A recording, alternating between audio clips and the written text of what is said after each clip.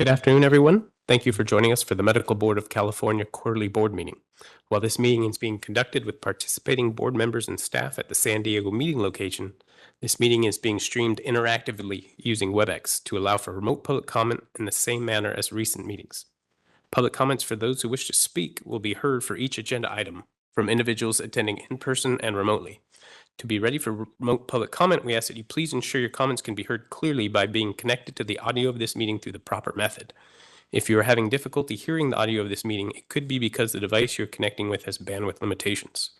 If you do have difficulty hearing the audio of this meeting using your device, please click the ellipsis button at the bottom of the WebEx application or the audio and video menu item at the top of the WebEx application and then select Switch Audio.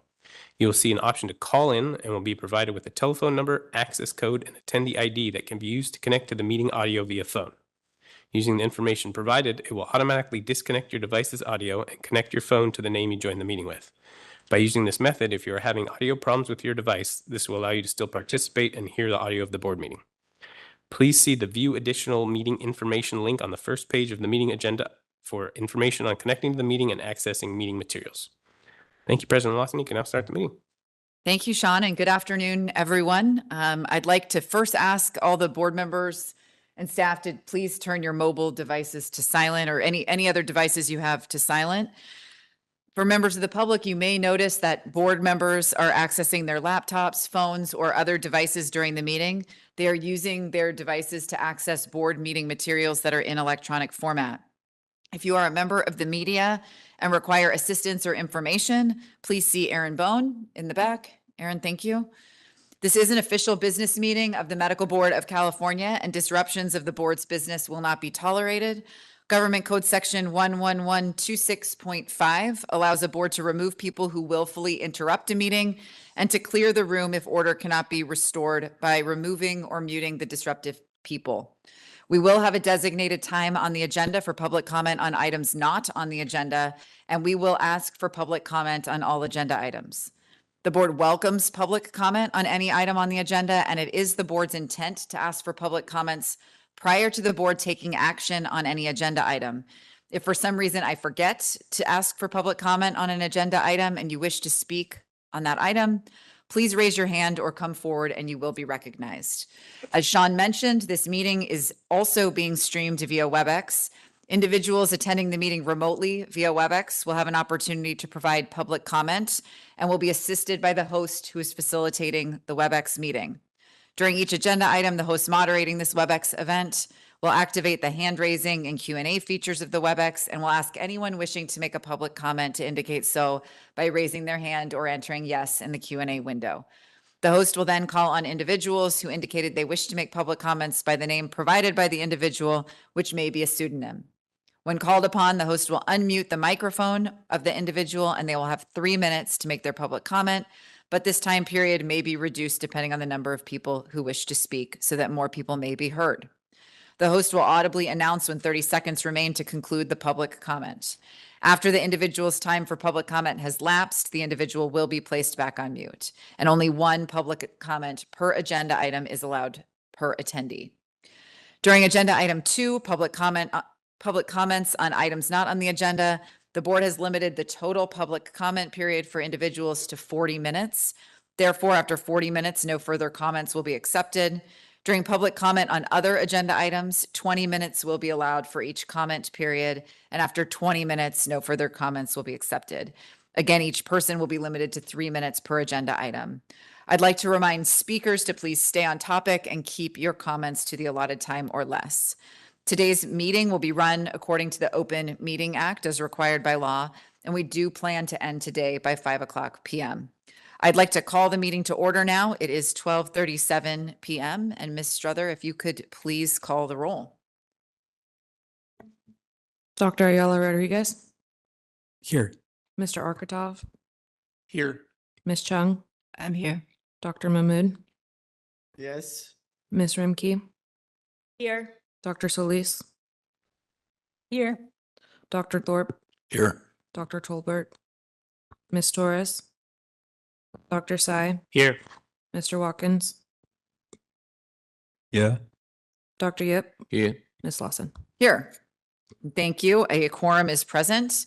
I would like to remind the members again that we will be taking a roll call vote on all action items. Moving right along to agenda item 2, public comments on items not on the agenda. And before I ask for public comments, I would ask individuals making comments to please not discuss pending complaints, pending licensing applications, or pending disciplinary actions that may come before the board for a decision. Such discussions would be considered ex parte communications, as they could provide information to the members that is outside of the record in violation of the Administrative Procedure Act. Therefore, such discussions could create a conflict and lead to a board decision being challenged in Superior Court. The board can receive public comments regarding the board's processes in general, but it cannot receive specific comments on specific case circumstances where a decision is still pending.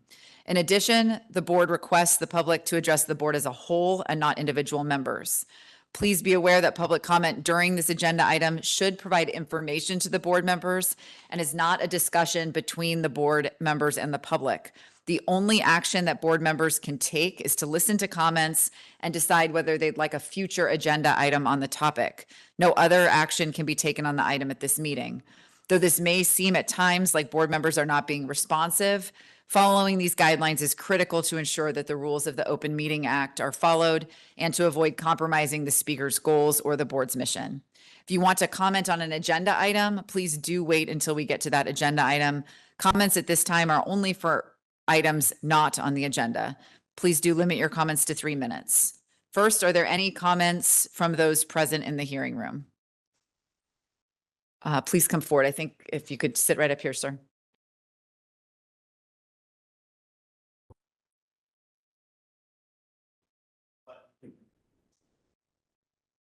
Button.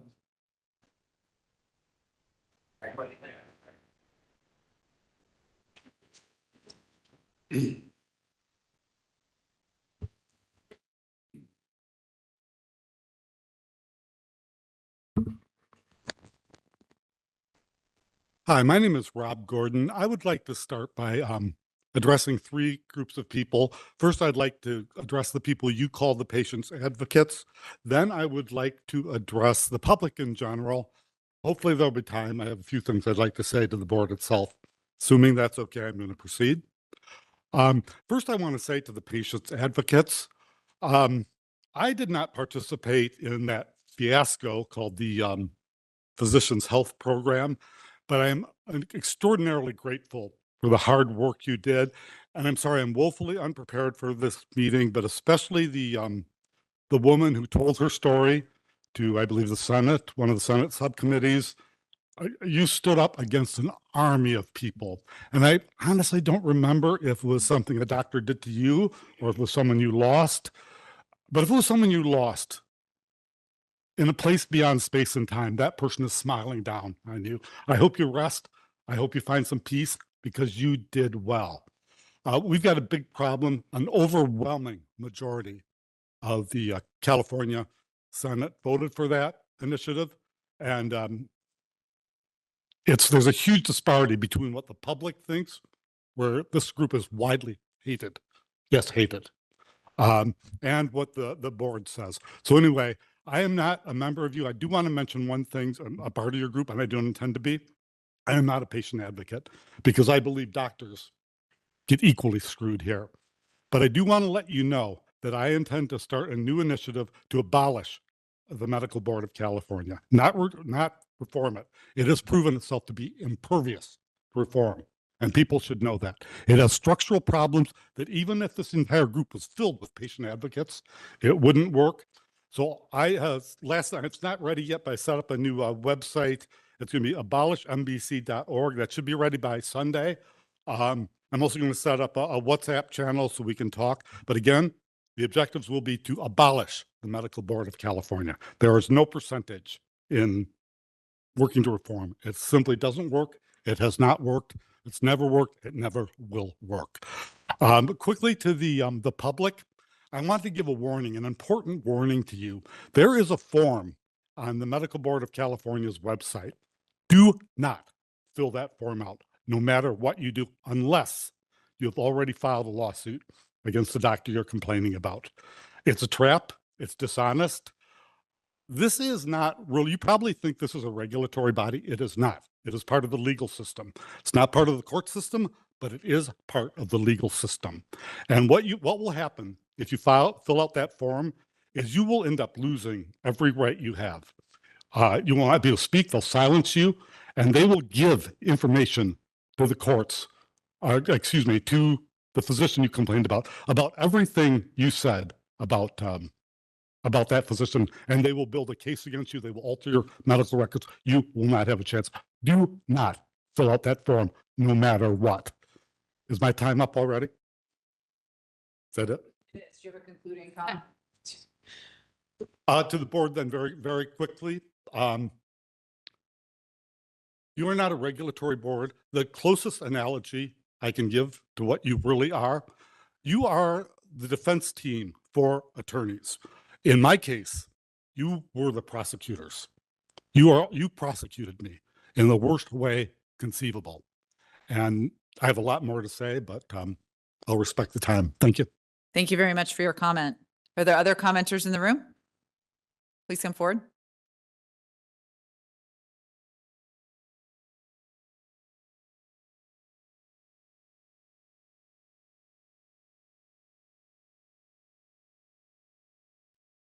Can you hear me okay?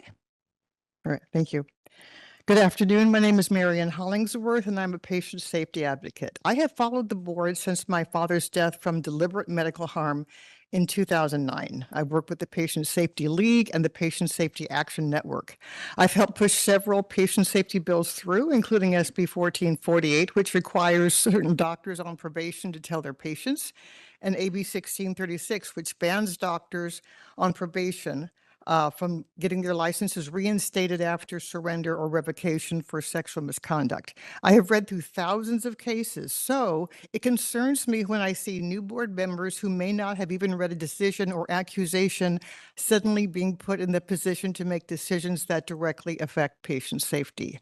Therefore, I'd like to ask for an agenda item detailing how new board members are selected, what previous experience is required, and in particular to explain why they are allowed to vote on cases before they have completed training, which according to page 15 of your manual, they have a year to complete.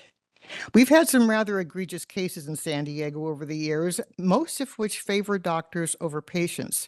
For example, a cosmetic surgeon was allowed to remain in practice after he was accused of second-degree murder of a patient. Yes, murder. There's a surgeon who was found responsible for 3 patient deaths who received a probation less than the board's own disciplinary guidelines. 3 deaths. There's an OBGYN who just got probation for the 3rd time for substance abuse and DUIs. So how many chances should he get? And don't forget, there was a doctor with 1,300 illicit pictures of women and minors on his phone who was allowed to remain in practice for months while his case was worked on. A patient finally tipped off a reporter, making the board look complicit and incompetent. Again, these are all local cases, and I can give names if requested. So while I welcome all the new board members, I implore you to take your oath seriously to protect the public first and foremost.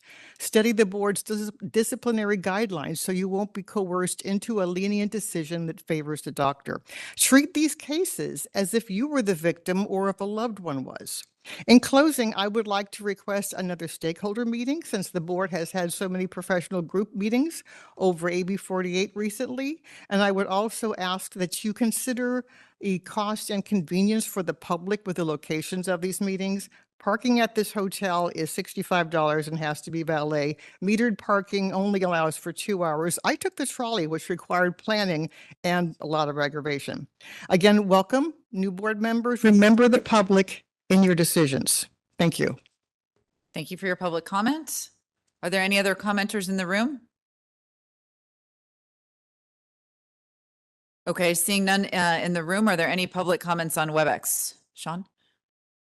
If you'd like to make a public comment on WebEx, you can use the hand raising feature. There's also a new Q&A window called Slido. You can type something in there if you'd like. Hand raising is preferred, but either would work. First up here, we have Michelle Montserrat Ramos. Michelle, you should be receiving that prompt.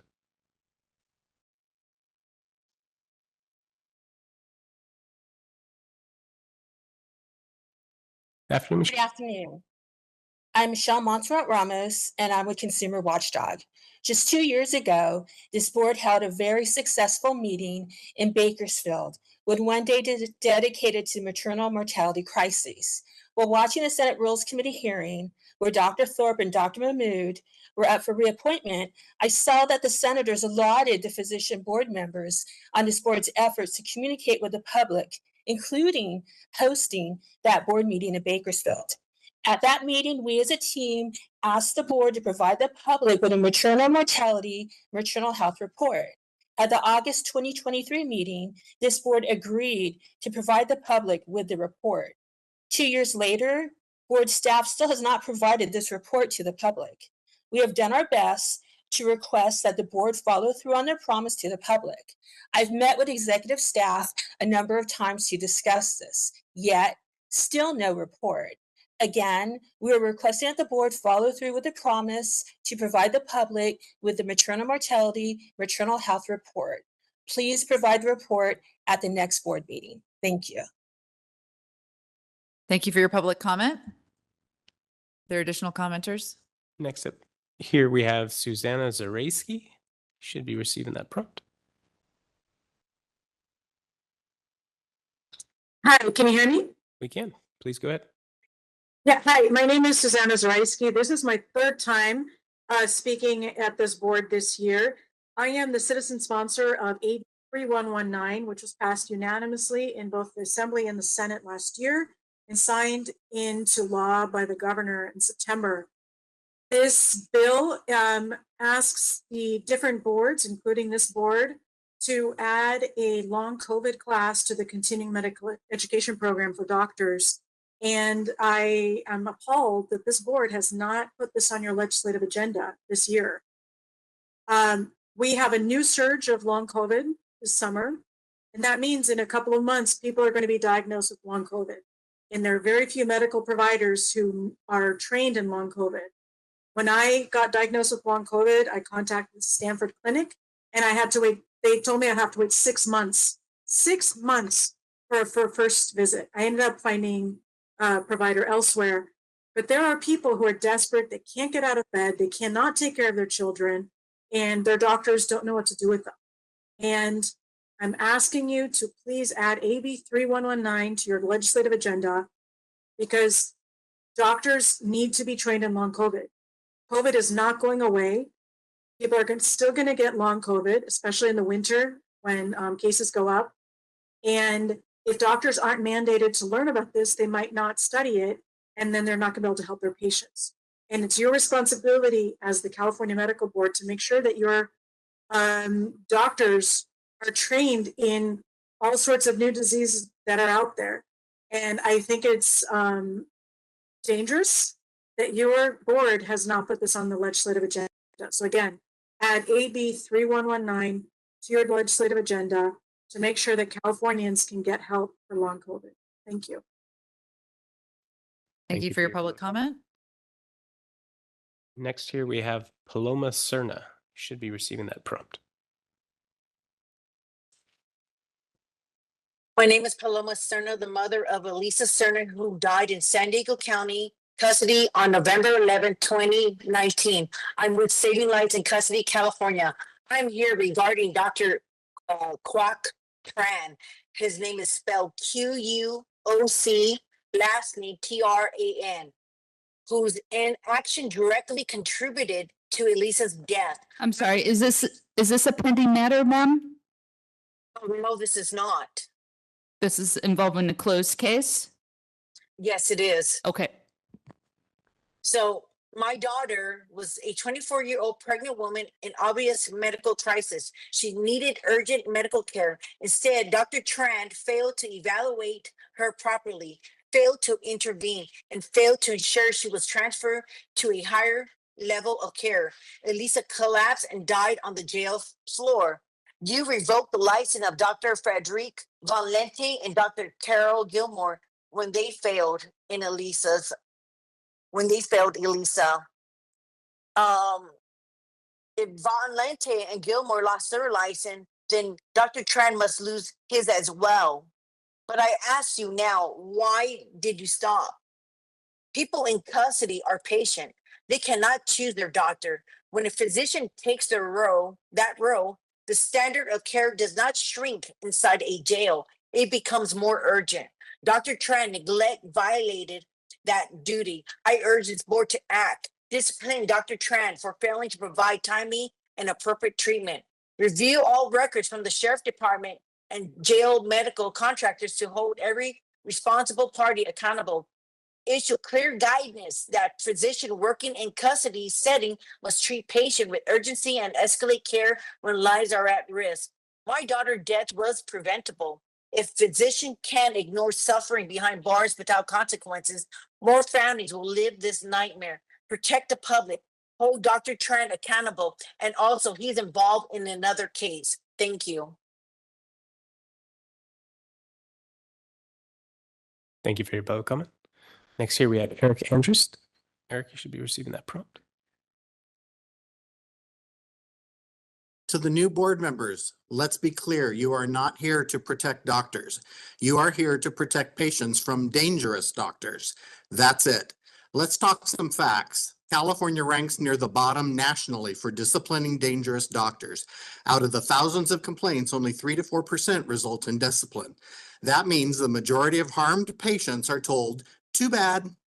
Why does this happen? Because medical board leadership has other motives. Reggie Vargas answers to the legislature, which answers to the California Medical Association, the same club pouring money into campaigns to protect doctors, not patients. Carrie Webb, staff attorney, is not here for you or patients. Her job is to protect this board at all costs. She's lied before, she'll lie again, and when she gets called out, as she did with the Robert's Rules of Order fiasco, she just changes the rules so that she can't be proven wrong. Christina Lawson isn't leading this board for patient safety. She's leading it for her political future.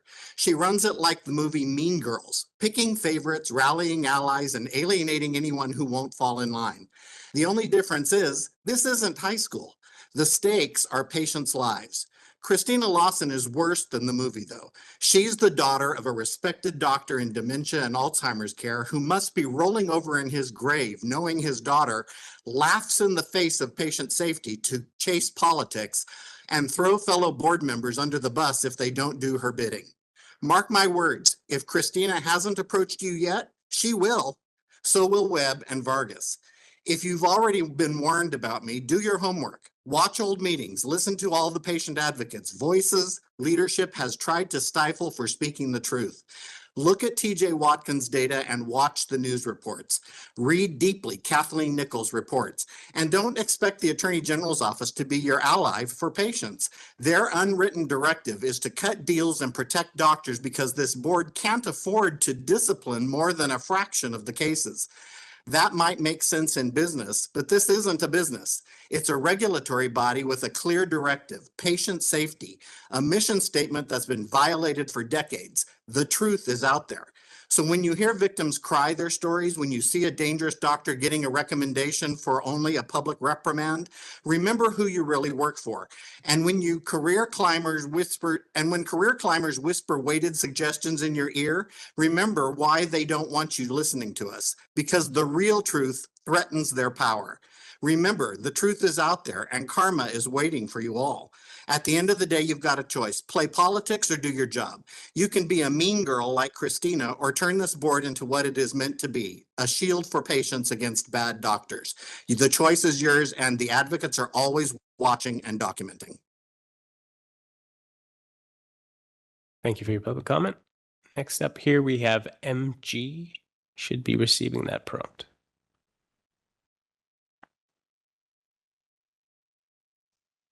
Good afternoon, members of the board.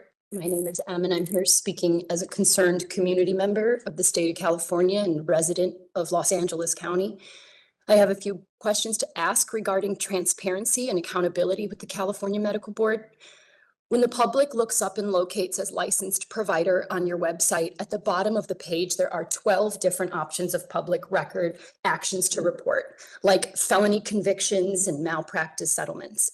If a California licensed medical provider has 14 public civil cases, that include deceased babies, disabled babies, medical negligence, botched surgeries, and 4 cases that are sealed shut from the public, whatever that means.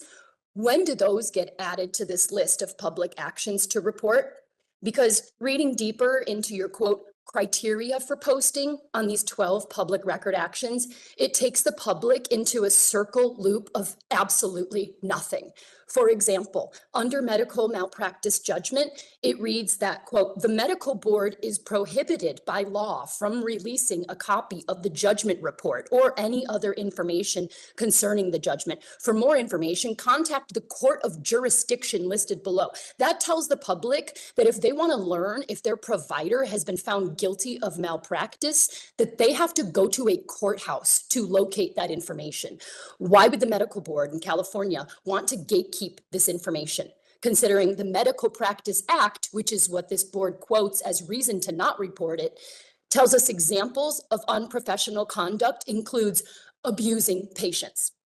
The California Medical Board also gatekeeps how many complaints have been filed, claiming under California law that complaints made to the Medical Board of California are confidential, including investigations conducted by the board, misdemeanor convictions after January of 2007, and some medical malpractice information like pending or dismissed cases, and lets the public know the information may be available at the local county courthouse, bringing us back to find the information on the licensed provider at a courthouse.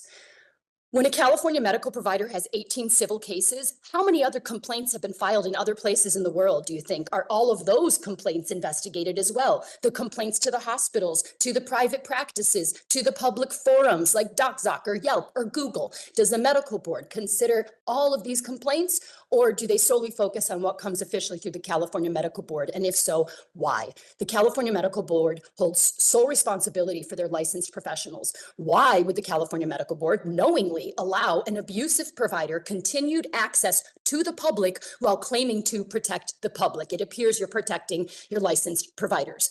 What are the board's plans to do better and be transparent in the future so abusive providers don't have free range to harm the unknowing public? And what are your plans to investigate all of the other current licensed providers that have multiple complaints? What are you doing to protect us?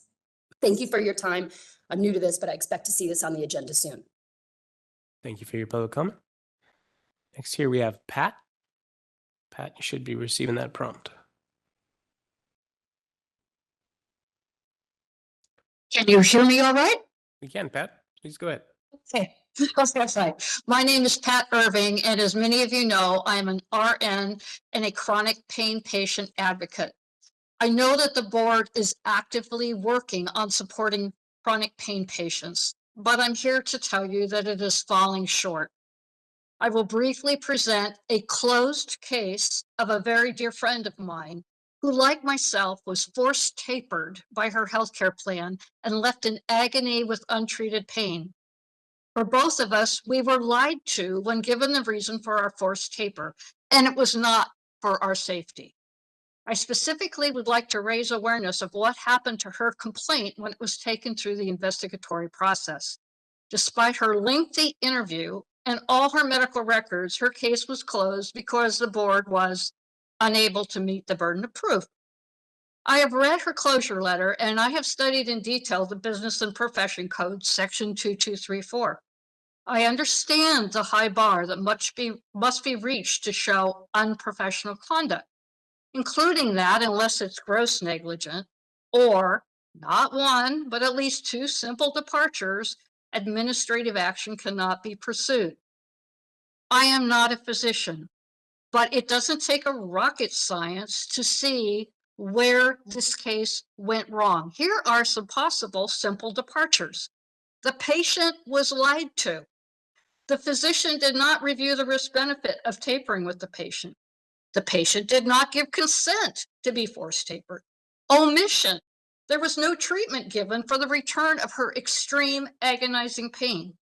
The patient was misdiagnosed, alleged to have OUD, which she does not have, so she could be forced on Suboxone. Even if the reviewer missed these obvious simple departures, I would recommend that the board start following the Medical Practice Act. that says, whenever the protection of the public is inconsistent with other interests sought to be promoted, the protection of the public shall be paramount. I would like to leave the board with some questions. Your investigative unit was presented with a case that was in stark contrast to opioid prescribing guidelines. It also violated the California Intractable Pain Act. Is the board doing all it can to protect patients like my friend? Who, if not the medical board, will speak for patients like my friend who is suffering at no fault of their own? Thank you. Thank you for your public comment. Last request we have currently in queue is Tracy Dominguez. If anyone else would like to make a public comment on agenda item 2, please raise your hand now. Hello. Hi, I am Tracy Dominguez. I am from Bakersfield and I'm a volunteer with Consumer Watchdog. We are still waiting on the maternal mortality report from August 2023. It is a vital part to Bakersfield. We feel that we have waited patiently on this report, and can we please have it on the agenda at the next meeting? Thank you very much. Thank you, Tracy. At this time, I don't see any additional requests in queue. Thanks, Sean. I'll just check one more time in the room. All right, seeing no further public comments in the room or on WebEx, we'll move on to agenda item 3, approval of the minutes from the last board meeting. Just a reminder for board members and for the public that the minutes are a summary and record of the votes, but the full recorded meeting is posted on the board's website. Members, does anyone have any corrections to the May 15th, 16th, 2025 board meeting minutes? May I have a motion to approve those minutes as submitted? So moved. Thank you. I think that was Dr. Thorpe. Can I have a second, please? Thanks, Dr. Tsai. We'll go to public comment. Are there any comments from the public present in the hearing room about the May 15th, 16th, 2025 board meeting minutes? All right, seeing none. Sean, if you could just check the WebEx for public comments. If anyone would like to make a public comment on this agenda item, please raise your hand or type something in that Slido window. First up here, we have Ann O. Ann, you should be receiving that prompt.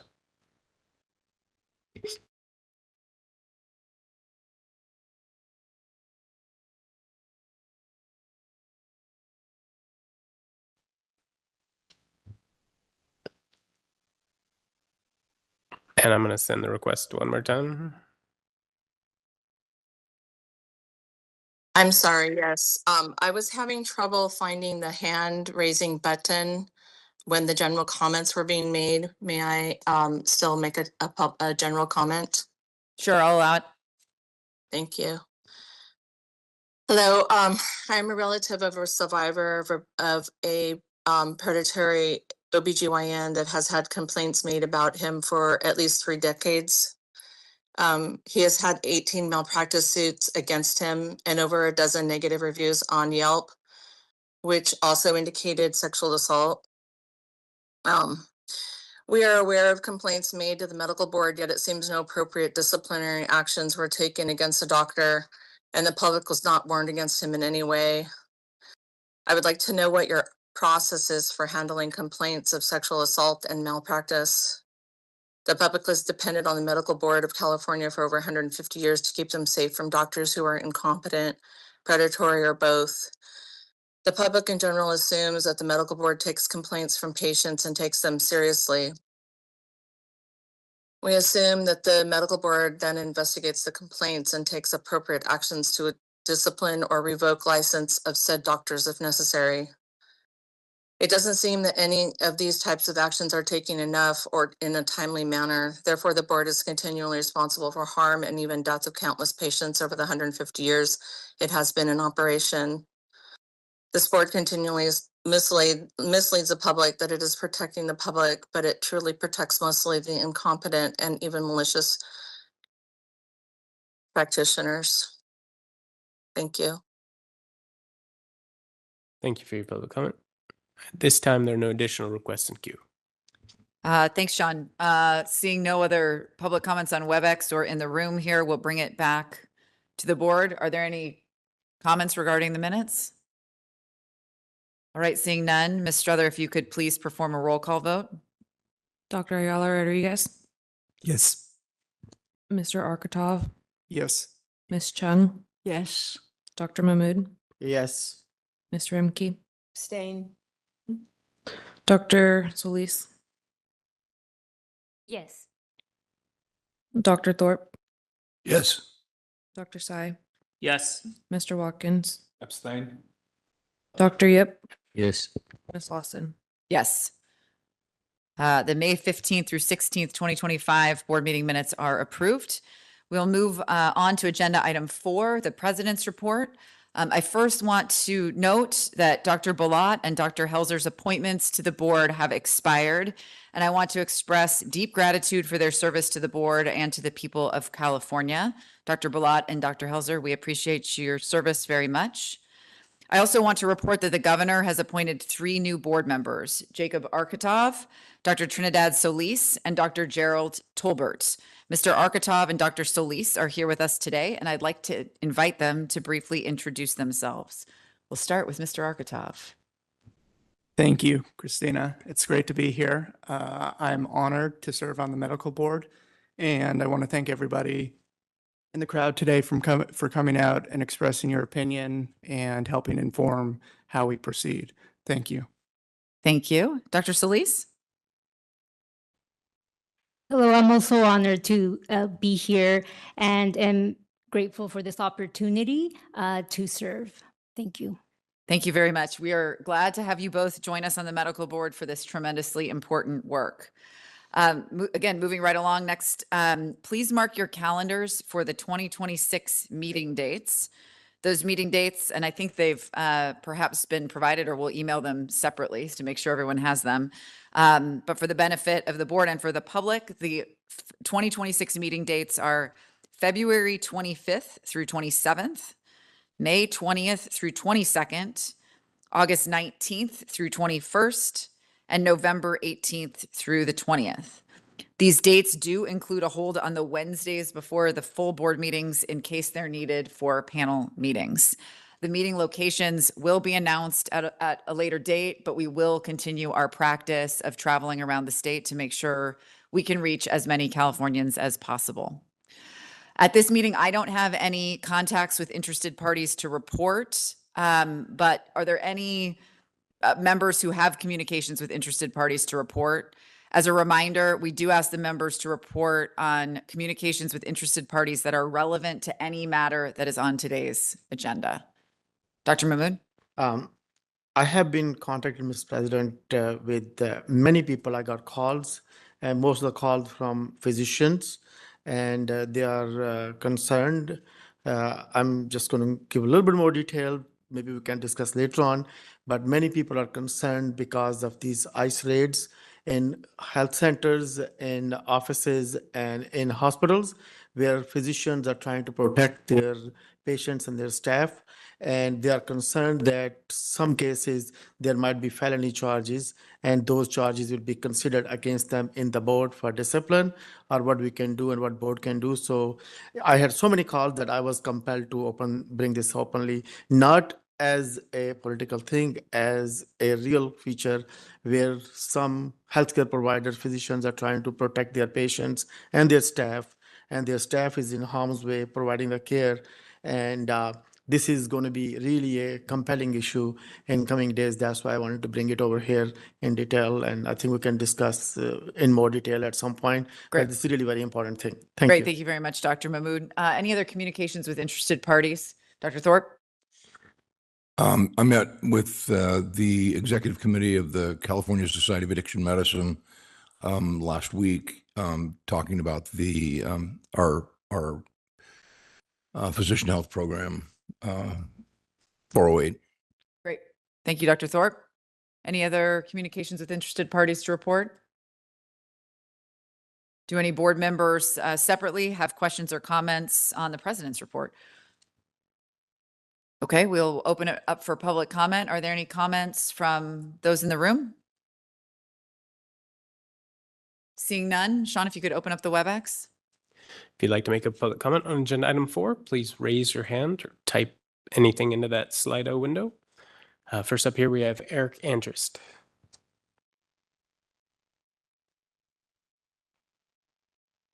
It's ironic that the new board member doctor from San Diego isn't there. I guess he couldn't afford the parking at that expensive hotel you chose again.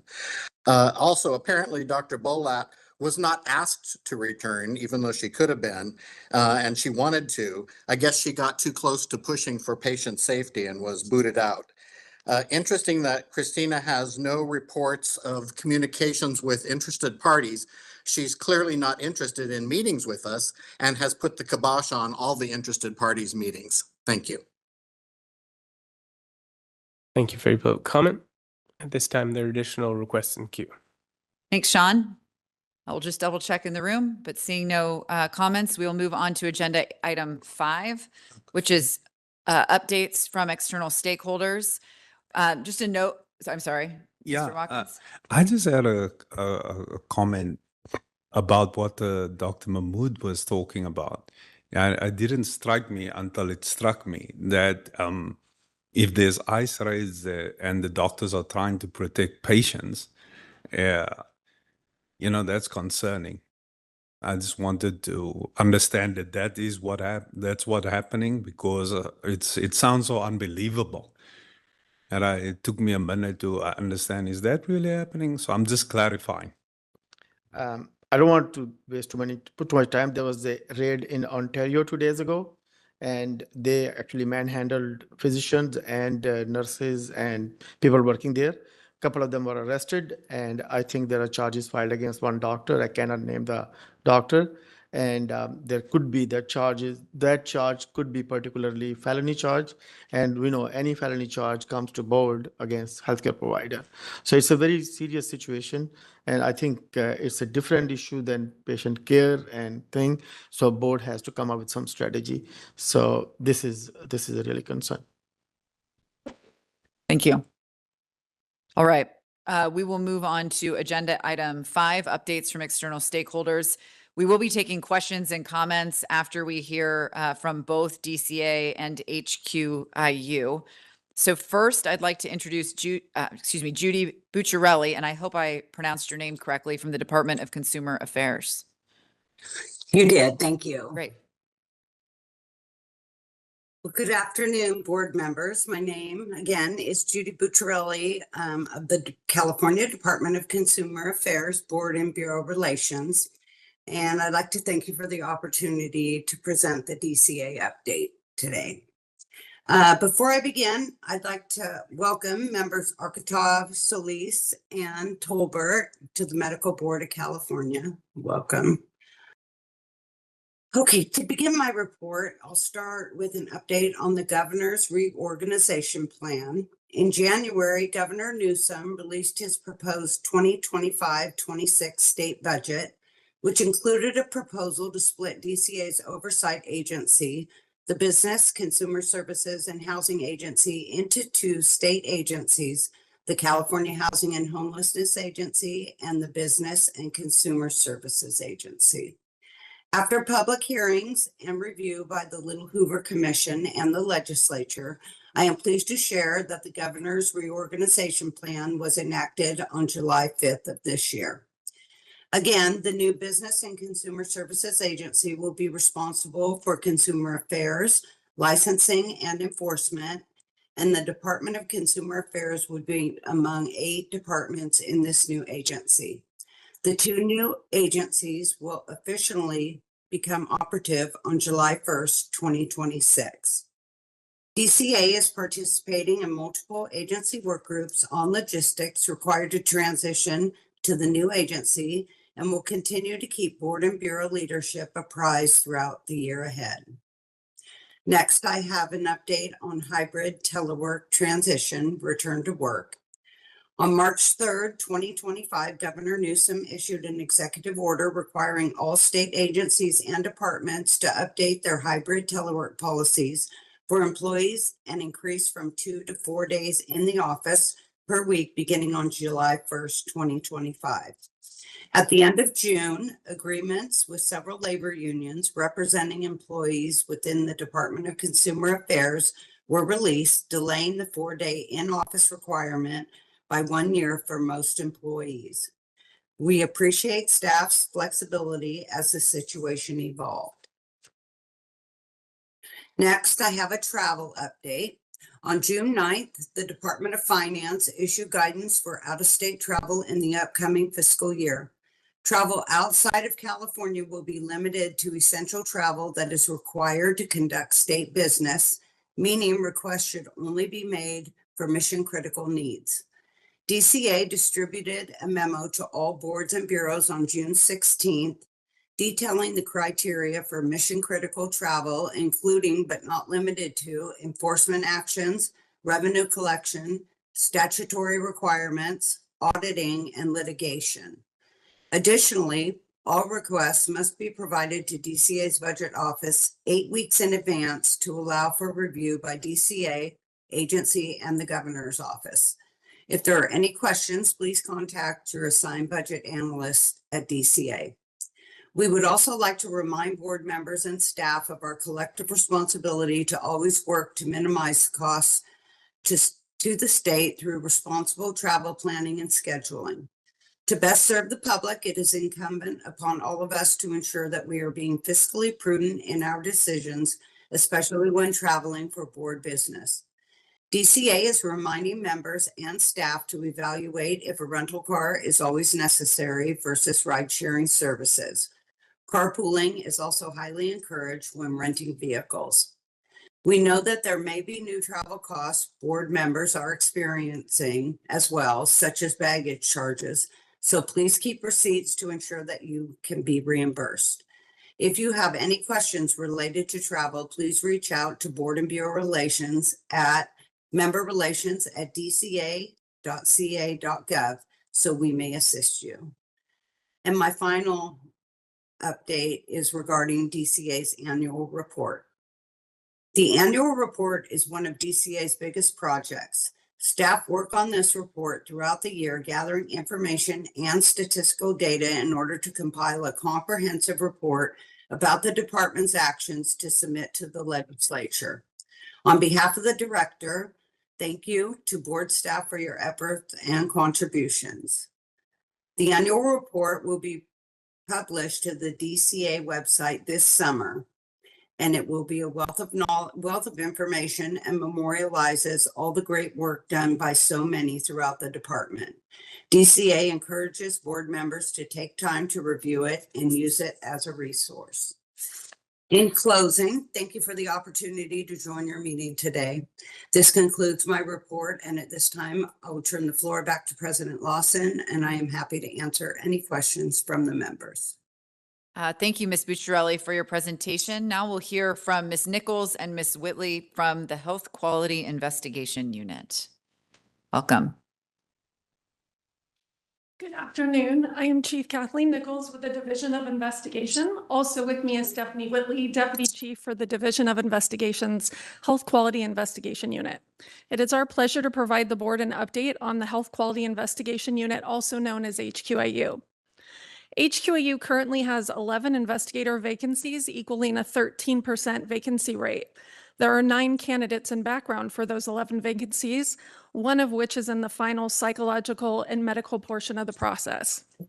Some other important progress on our vacancies. All supervisor and manager positions are filled statewide with 0 vacancies. That has led to a huge foundation in properly monitoring the work. With our final clearance last week in San Diego, the southern area has every single investigator position filled with no vacancies. I don't even know the last time that I could say that, which is a huge victory for us. Our remaining vacancies are in LA Metro and Northern California, and we are focused on finding candidates for the remaining few positions that do not have candidates identified.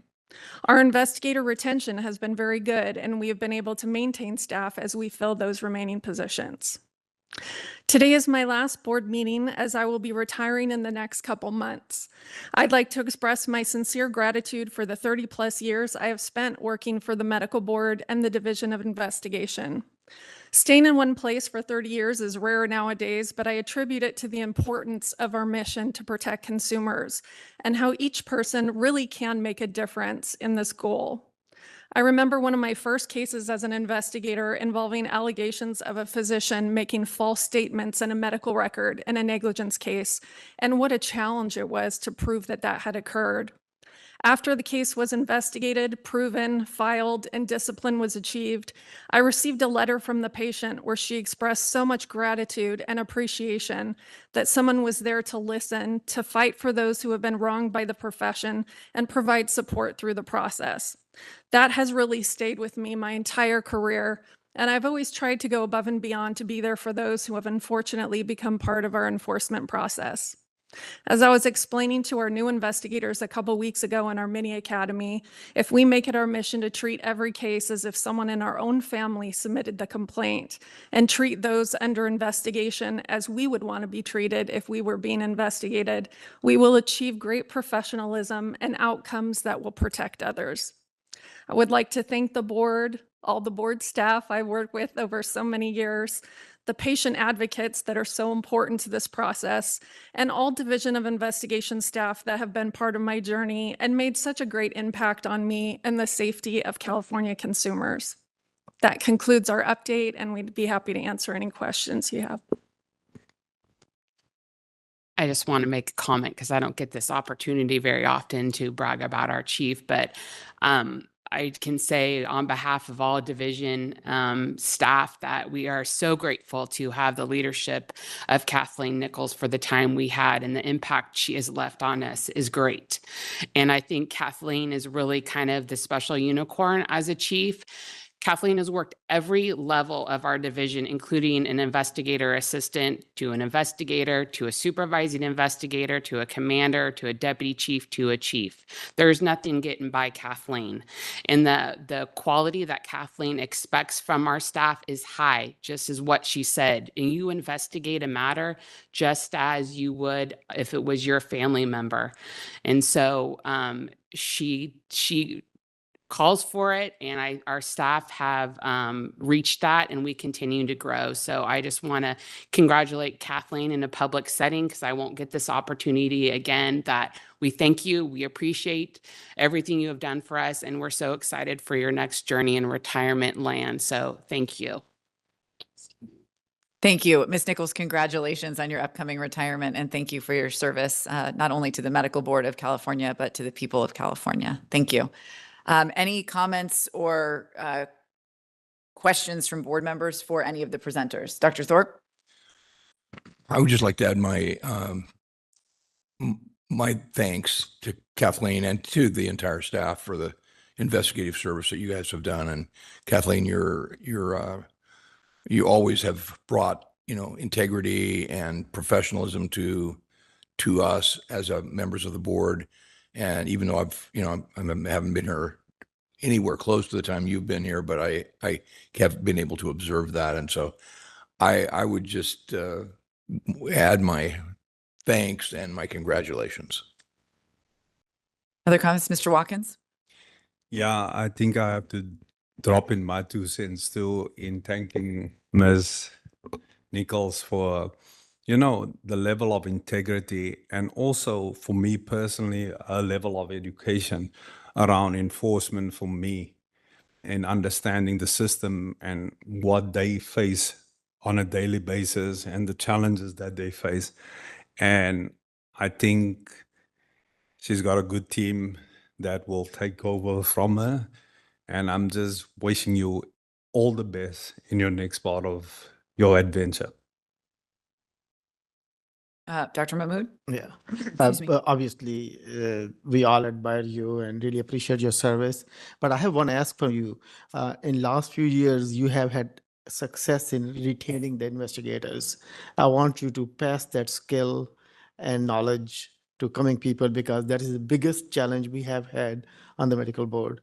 And retaining those people are not only because it's kind of difficult to hire new people, because the effort and input we put in them, that's very useful to protect Californians.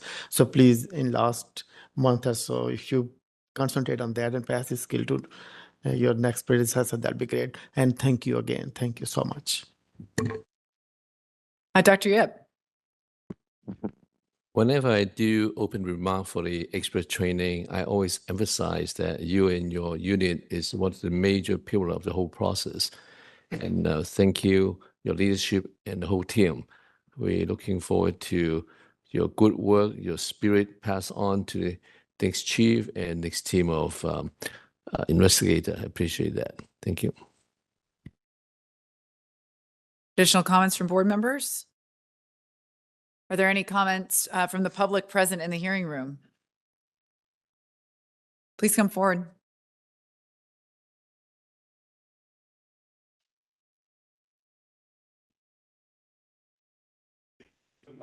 Congratulations on your retirement. I got it. I'm sorry. I get it. I said, congratulations on your retirement. I will be brief, not to rain on anyone's parade here.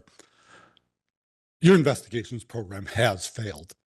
It just so happens I know a lot about failure. As an adult with ADHD, anytime you did not call somebody who filed the complaint and you go ahead and contact the persons they complain about and get the rebuttal without talking to them or not talking to them at all, ever.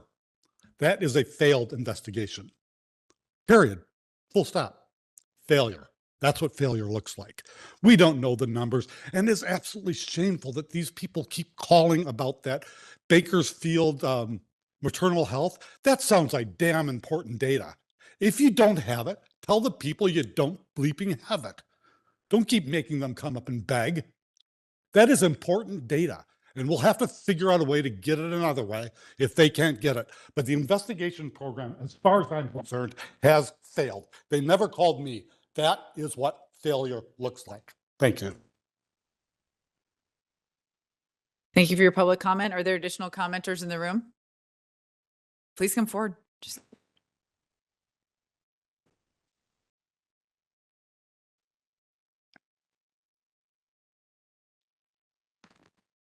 Hello, is this on? Okay, sounds like it. Hello, this is Marian Hollingsworth, patient safety advocate. I would like to personally thank Kathleen Nichols for just being there for advocates when we had questions and for being friendly and open to answering our questions for how the system works, what we can do, and ways how we can be helpful in a non-threatening way. I hope your replacement does as thorough a job as you have and will always be willing to work with the public. So thank you so much, and I appreciate all you have done, and I hope you have a wonderful retirement. Thank you. Thank you. Are there additional commenters in the room? Seeing none, Sean, can you please check online? Yes, if you'd like to make a public comment on agenda item 5, please do so by raising your hand or typing something in that Slido box. I see Evelyn Drinker raising and lowering her hand. I just want to call on her to make sure if she's interested in making a public comment here.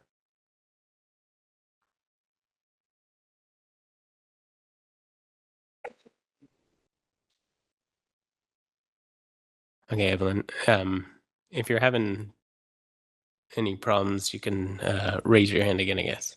First up here, we have Michelle Montserrat Ramos. Should be receiving that prompt.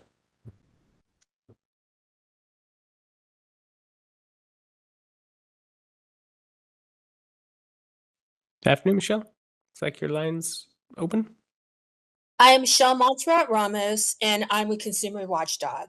We would like to extend our sincere congratulations to Kathleen Nichols on her upcoming retirement. While we celebrate the new chapter in your life, it's undeniably a bittersweet moment for the public. Kathleen, your courage in advocating for consumer protection has made a significant impact, and your willingness to support our advocates with their questions and concerns for the board has not gone unnoticed. We are deeply grateful for your dedication and the invaluable contributions you've made. Thank you for everything. We appreciate you. Thank you.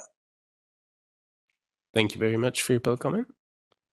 Next here, we have Eric Andrist. Eric should be receiving that prompt.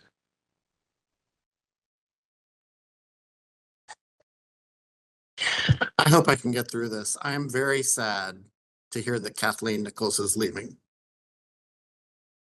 She is one of only 2 people at the medical board that I trust implicitly and have always put the victims first and fought to try and improve a truly broken system. I have seen her department thrive during her tenure, and the amount of quality information she provides to the board and the public has always been top-notch. I hope that her replacement has paid attention and shares Kathleen's personal requirement to strive for patient safety. I hope that in her retirement, she will continue to help make California safe from dangerous doctors. While I hope her staff continues in her honor, I hope this board, all of you board members up there, have learned from her. And if you're new, I hope you go back and listen to how she has helped patient safety advocates through her entire tenure. I hope you all have learned from her and you will take it to your hearts to try to be more like her instead of like mean girl Christina Lawson, who is only out for her career. Kathleen Nichols is out for patient safety. She wants to protect us all from dangerous doctors. Christina Lawson just wants to move on in politics. So Kathleen, you're the best. Thank you for everything. Thank you for your public comment. I'm going to try one more request here to Evelyn Drinker. Evelyn, I saw you toggle that hand again.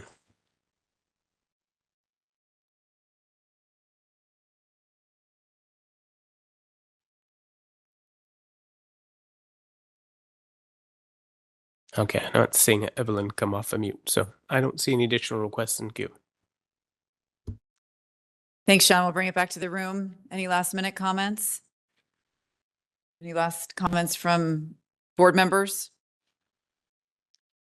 All right, we are going to move on to agenda item 6, a presentation on the University of California, San Diego Physician Assessment and Clinical Education Program, otherwise known as the PACE program, that we all hear frequently about during our disciplinary cases. And I am very pleased to introduce our speaker, Peter Bohl. As a brief introduction, Peter Bohl is the Director of Administration of the UC San Diego PACE program. Mr. Bohl is also the current president of the Coalition for Physician Enhancement, or CPE, a consortium of professionals with expertise in quality assurance, medical education, and the assessment, licensing, and accreditation of referred physicians seeking higher levels of performance in patient care. You may find additional details about Mr. Bohl's background in the materials. Mr. Bohl, welcome. We very much appreciate you joining us today to discuss the PACE program. I will turn it over to you.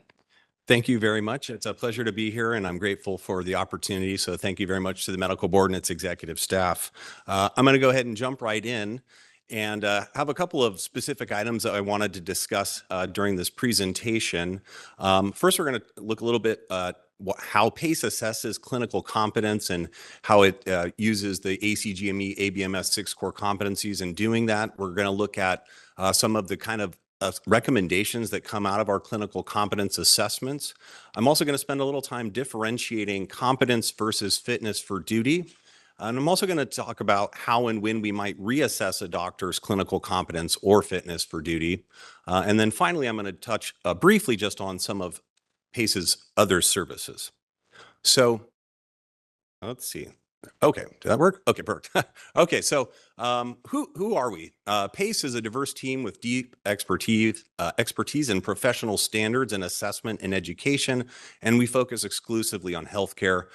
We've been partnering with healthcare organizations to limit risk and enhance safety and quality for over 28 years. And just as an aside, I started working with the PACE program as an undergraduate student at UCSD in 1998, 2 years before the program began. So it was just in its infancy when I started. This is okay. So looking a little bit more at the PACE program, we are a group of experienced assessors and educators. We make a specific point of being friendly and engaging to both at the staff and faculty level. We want our participants coming through the program to be as comfortable as they can. We know it's a very stressful, challenging time for them, so we want to see them at their best. And I make this a point of emphasis for all of our staff and faculty. UC San Diego is, of course, a top-tier academic medical center. PACE is administratively housed within the Department of Family Medicine and has been since its inception. Over the years, we've assessed over 2,000 physicians and provided remedial education to more than 7,000. And we've also provided ongoing clinical monitoring to over 300 physicians.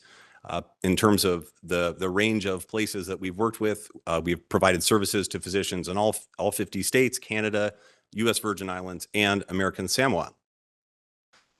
So this is our mission statement. We are dedicated to the detection, evaluation, and remediation of deficiencies in the clinical performance of physicians and other healthcare professionals. In collaboration with physicians, state medical boards, hospitals, and others, we work to promote public protection, patient safety, and the attainment of highest possible quality of clinical care.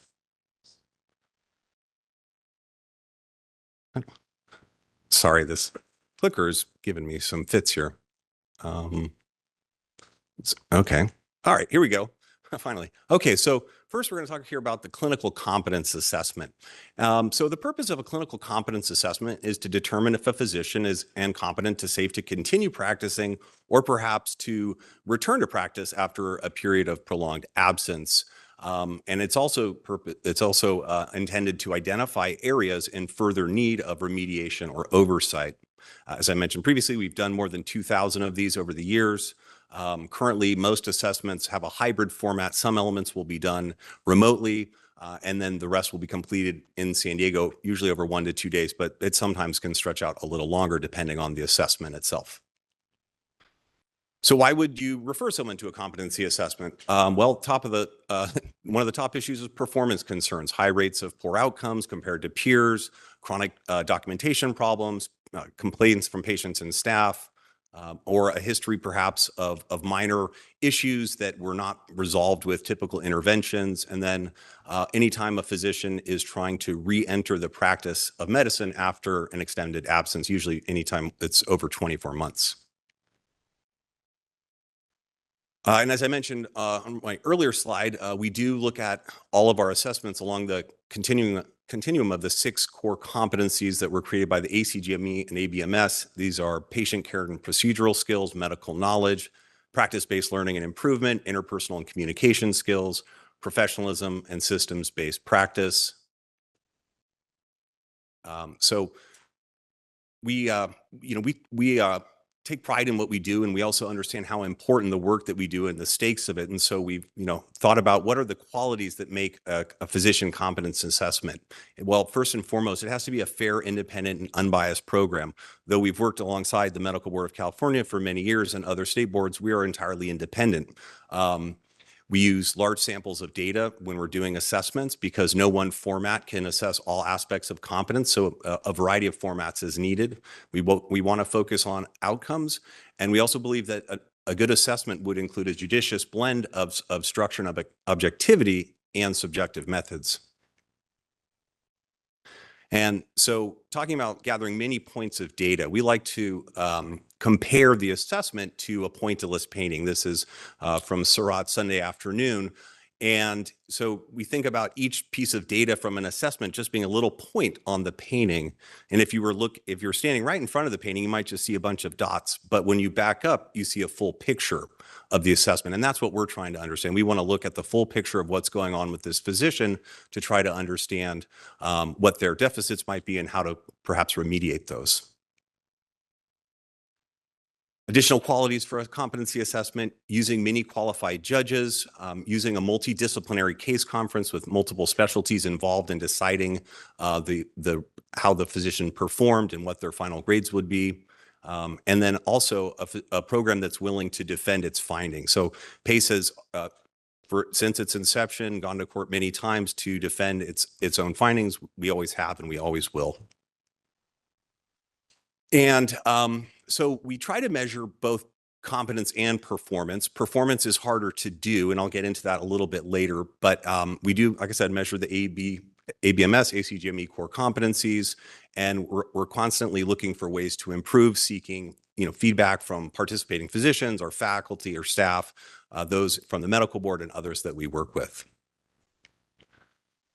Now I want to spend a little time just looking at some definitions so that we can all be on the same page. But when we're talking about competence, I'm talking about the physician possessing the requisite abilities and qualities to perform effectively in their scope of practice while adhering to professional ethical standards. That's from the FSMB. Betsy Williams had described performance as the actions during clinical practice. So it's what the actual physician does. Now, the PACE assessments are usually happening in San Diego, not in someone's office. So it is harder for us to measure performance, but I'll talk about the ways in which we touch on it. I know this is a busy slide, but I was asked to talk about how the PACE assessment is measuring its tools against ACGME core competencies. And so on the left-hand column, we've listed out some of our most common assessment components, and then the subsequent columns to the right are the 6 core competencies. And you'll see that every one of those is filled in. Some have more than others. It can be more of a challenge looking at systems-based practice and practice-based learning when you're not doing worksite assessments, but we still nonetheless are able to touch on all of these. And I also wanted to take a minute to discuss Miller's Pyramid, which is a framework for assessing clinical competence. And what this shows, and it's designed for measuring initially, I think, residents, but it's been also used by assessment programs like PACE and others. And at the bottom of the pyramid is knowledge, so kind of what you know. And usually you would test for that type of knowledge with traditional true false or multiple choice question exams. But then as you go higher into the pyramid, you're getting a better sense of what the physician really is able to do and perform. And so the next level up is knows how. So this would be something like we can measure in an oral clinical exam presenting hypothetical case scenarios and seeing how the physician would manage it. And then going up a level, you can look at asking them to demonstrate these skills. And we can do that with simulated patient examinations. And we also can do that through other types of simulations where we actually get to watch them perform a surgery on a cadaver, for instance. And then like I said, this one is tricky for us since we're not doing workplace assessments. But the closest I think we can get to it is for physicians in practice, we're going to also look at their charts as part of our assessment. And we do something called a chart stimulated recall, where we usually will ask for about 20 sets of charts. A faculty will review those ahead of time and then have a structured interview after the fact. So we get to talk to them about how and why they did the things they did. The reason that it doesn't quite meet the level of does is watching someone in practice is because we don't know what's been documented is actually a reflection of what happened. It's just what's in the chart. So but that's the limitation that PACE and all other kind of competency assessments are dealing with when you're not doing a workplace assessment. So this is just to show you kind of how our process works. We start with an information gathering stage where we take in information from the referring organization. So for medical board cases, we'd be reviewing the decision, the accusations, and then on the physician side, there's self-report forms that give us a sense of what the scope of their practice looks like. We look at their CV, we get their charts, like I mentioned earlier, and then we gather all this information and we meet once a week on our multidisciplinary case conference to review those materials and then come up with an assessment plan. So that's the first step, create the plan. And then from there, the physician will be scheduled, attend the assessment. We'll get back all of those results. That same committee will meet again to determine how the physician performed and what types of recommendations may be required.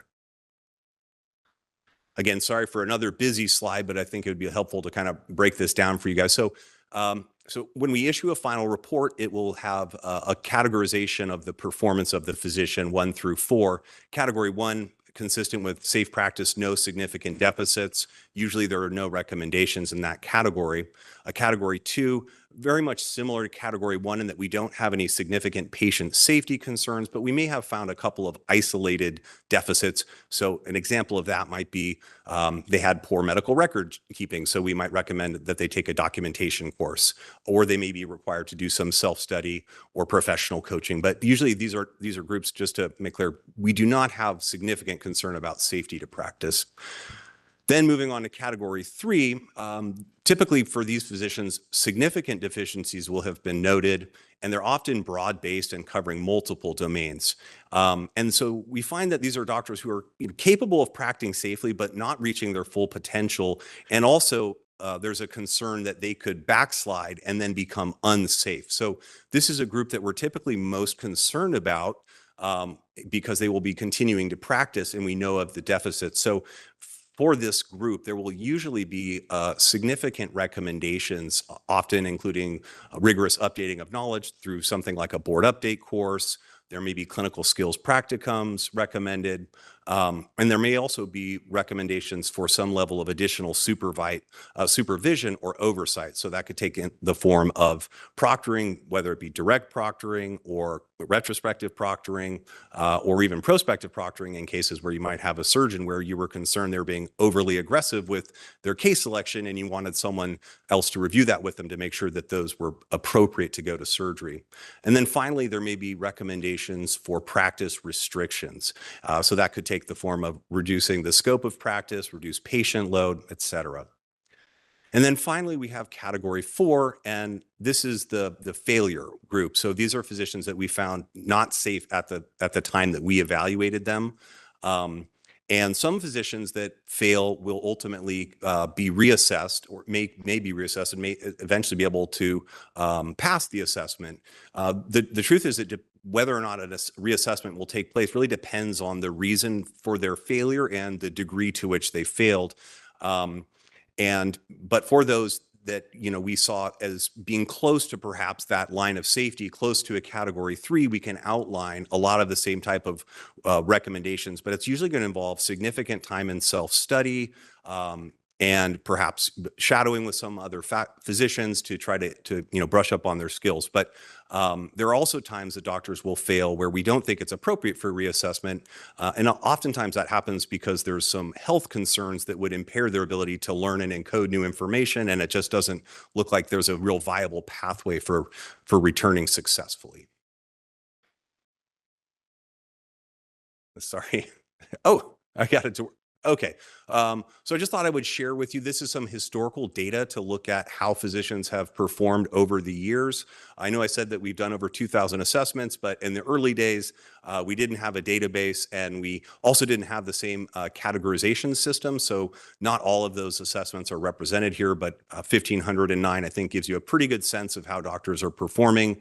And what you can see right off the top is if you look at category 1 and 2, you have about 60 to 65% of doctors who are passing or maybe just have a couple of minor recommendations.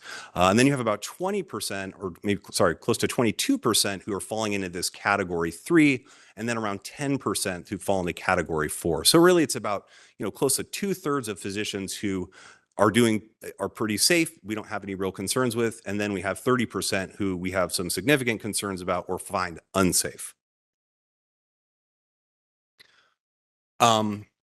So I was asked to talk a little bit about this reassessment. I think I addressed that just a minute ago, but so as I mentioned, if a physician was close to passing but was ultimately found unsafe, then we would kind of outline a pathway for them through study and other types of retraining to bring them back up to a place where they could be reassessed and hopefully pass the assessment. But there are certain conditions where physicians have health problems, or perhaps they had a medical knowledge base that was so deficient that essentially they would need to they would need to retrain through residency or fellowship, that kind of level of training. Now we're going to switch gears a little bit to fitness for duty evaluation. And I think it'll be helpful just for a second to distinguish the two. But basically, competency and fitness are both trying to answer the same question. Is this physician safe to practice? But they're looking at it through a different lens. Competency is looking through the knowledge, skills, and abilities, and fitness for duty is looking at it through a health lens. So, the kind of factors affecting physicians for competency, knowledge, skills, and attitude, whereas fitness, we're looking at illnesses and injuries that could potentially cause someone to be impaired. And the purpose of the fitness for duty is to determine if the presence of illness, and that could be physical, cognitive, psychiatric, or substance abuse, interferes with that physician's ability to safely perform their duties. Most of the fitness for duty program is going to happen on site because we're physically examining them, and that'll take usually about 2 to 3 days. Okay. So here's why would you refer a doctor to a fitness for duty? Well, here are a couple of kind of common scenarios. You notice a sudden change in behavior. The doctor is suddenly acting erratically. That's a concern. There's they all of a sudden are not showing up to work or on time. They're not returning pages and calls. Another reason might be the physician needs or an organization needs an independent verification of their ability to return to work after suffering a severe illness or injury like a stroke or motor vehicle accident. Commonly, we also see referrals due to age-related changes. So there's concerns about a physician's forgetfulness or confusion. And then also, lastly, they might have had a recent diagnosis of a health problem that has known cognitive or neurologic implications. In fact, our very first fitness for duty assessment was done on a physician with Parkinson's, and it led to a serial assessment of their abilities. And it was really neat because when he came in, and he had self-disclosed to his hospital, and they reached out to us and we agreed to perform this. And what we were able to do with him, and this person was in critical care, and we were able to set up some simulation using a mannequin, a high fidelity mannequin simulator, where we could do difficult airway assessments as well as central line placements. And, you know, there are special concerns, obviously, for procedures for this individual. And so he did fine the first year, he did fine the second year, fine the third year, and then the fourth year was when his performance dropped off. But what was really interesting about the process is that you might have expected, because when watching him perform these central line placements and the difficult airway, he was not holding the devices in the way someone typically would. He was struggling, yet despite that, he was doing so in a way that was more efficient than the fellows for which he was being compared to. So UCSD actually had, you know, that data. They use these simulations to train their residents and fellows, and he was knocking it out of the park, even with the concerns. So it's really interesting what you can do, and I think that's one of the benefits of what PACE can do with its Fitness for Duty program, because we could take the stuff that we're doing with assessment, and instead of just relying on occupational medicine to tell us what their range of motion is or how likely their tremor is to affect their ability to practice, we can actually try to see how it affects specific job duties that they have to perform. So some common elements of a fitness for duty evaluation: neuropsychological evaluations, psychiatric evaluations, neurologic evaluations, occupational medicine, other specialty medical evaluations, you name it, we've probably done it. And then simulated procedural and skills evaluation. So like I was saying, as much as possible, if we have someone who's a proceduralist, we're going to try to find a way to meaningfully evaluate their ability to perform some of the duties of their job. And so this is another busy slide, apologies again, but basically Fitness for Duty has 3 grades instead of 4. It's either fit for duty, fit with accommodations, or unfit for duty. So fit for duty, obviously we didn't find the presence of an illness that's likely to impair their ability to practice. There may or may not be recommendations. If they were there, like the person who came for Parkinson's, there'd probably be a recommendation for reassessment at a point in time, like a year later. For fit with accommodations, this is someone that's able, that in our mind, they have a presence of illness that has the ability to affect some, but not all of his or her job duties. And so for these individuals, we'll try to provide recommendations for some reasonable means of accommodation. And again, reevaluation will be kind of recommended depending on the prognosis of their present illnesses. And then lastly, we have the unfit for duty. And these are those individuals we found impairment that we believe will make it unlikely that any level of accommodations would allow them to safely practice. And so recommendations for this group, it varies because again, depending on where they are in their health journey, sometimes we get doctors who may have tried to come get an assessment, 6 months after or 3 months after a significant stroke, and their body is still recovering from that. And so we may recommend at a period of time where they'll have a chance to have improved more significantly, and we'll provide guidance on reassessment there as necessary. I don't need to, I think, go through this again. It's basically the same process that we use in our competency assessment. The only difference is that during the Fitness for Duty program, we request the personal medical records of the individual physician as part of our assessment plan review. So we would have that in addition to the normal background materials that we might have had for competency. Again, so here are just some final grades for the fitness program. About 50% we have found fit for duty, 27.5 unfit, or sorry, fit with accommodations, and then unfit at 21.4. I didn't comment on this earlier, but I don't know if any of you caught it, but with each of these grades, the age keeps going up. And that's not a coincidence. Age has been known predictor for having the chances of causing additional patient safety concerns. So we see that in our fitness program, we see that in our competency assessment program, and as I was introduced, the president for the Physician Coalition for Physician Enhancement, which includes other groups in North America and Canada and the U.S. that are doing assessments, and that is also one of the main risk factors. So again, I think I touched on this for reasons that we might do a reevaluation for someone's fitness. If their care is not optimized, they may be a good candidate to come back after a period of getting treatment. Or likewise, if they're recovering from some illness that's maybe they're still, early days in recovery, we'll recommend they come later. And then if they have some debilitating or degenerative condition like Parkinson's, then we would typically recommend some serial assessments. And then finally, I'm going to brush up on our additional services offered by PACE. This just lists them all. I'm going to go through them individually, so I won't need to read this out.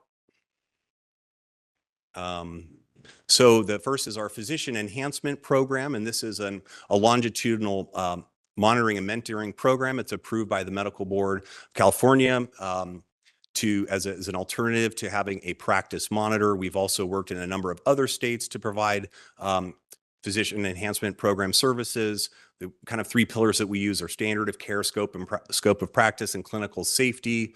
The kind of core components of this include monthly chart reviews that we select and ensure that they're giving us the charts that we ask, so they're not cherry picking notes for us.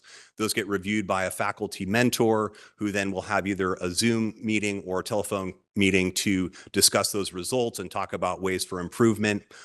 We issue quarterly reports to the board discussing how they're performing, whether they're safe to practice. And then we also provide on-site visits to the physician site. And we also, the reason we don't call them monitors, we call them mentors, because our goal is to hopefully not just ensure that they're meeting minimum standards of practice, minimum standards of safety to practice, but we're trying to improve them. And so I think that's one of the benefits of working with our faculty at UCSD, who are used to being mentors to their medical school trainees as well as residents and fellows. So I'm going to kind of keep moving on here. So the PACE program, since its inception, has been offering remedial education for kind of common problem areas for physicians. And we've always had a belief in making CME that matters. And to achieve that, we use small groups, interactive courses that generate learning and normalizing professional behavior. We're constantly updating our programs to make sure we're bringing current standards into practice. And then finally, and I think an important distinction from a general CME program is that the performance is, their attendance is mandatory, and we're going to go to great lengths to ensure that they're participating, they're engaged, and if they're not, they're going to be held accountable for that. So this is our physician prescribing course. Sorry, there's a typo on this state that I mixed up. The purpose of the prescribing course is to improve prescribing behavior by providing education on the legal, biomedical, and clinical aspects of prescribing, especially controlled drugs. And then the topics include overprescribing, dealing with difficult and drug-seeking patients, managing chronic pain, state laws and medical board guidelines, documentation requirements for prescribing, drug interactions. As an aside, I've been here long enough. When I started working, this program was around the time the compassionate use of pain was in place. And so we were at that time saying, we need to be a little more liberal with prescribing opioids. Well, things have changed quite a bit. And so that is no longer the mandate that we're trying to teach anybody. But so moving on, the medical record keeping course. This is a course that is designed to improve charting behavior and documentation. We cover, things like the law on the medical record, billing, coding, and compliance. We help cover technology to improve record keeping. And most recently, we've added talks that are addressing AI and how that's going to be potentially used in medical records, as well as the healthcare systems in general.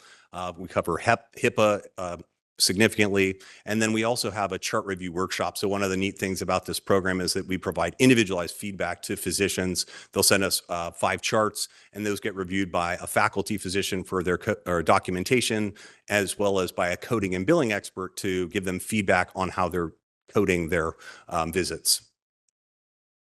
We have a clinician-patient communication course.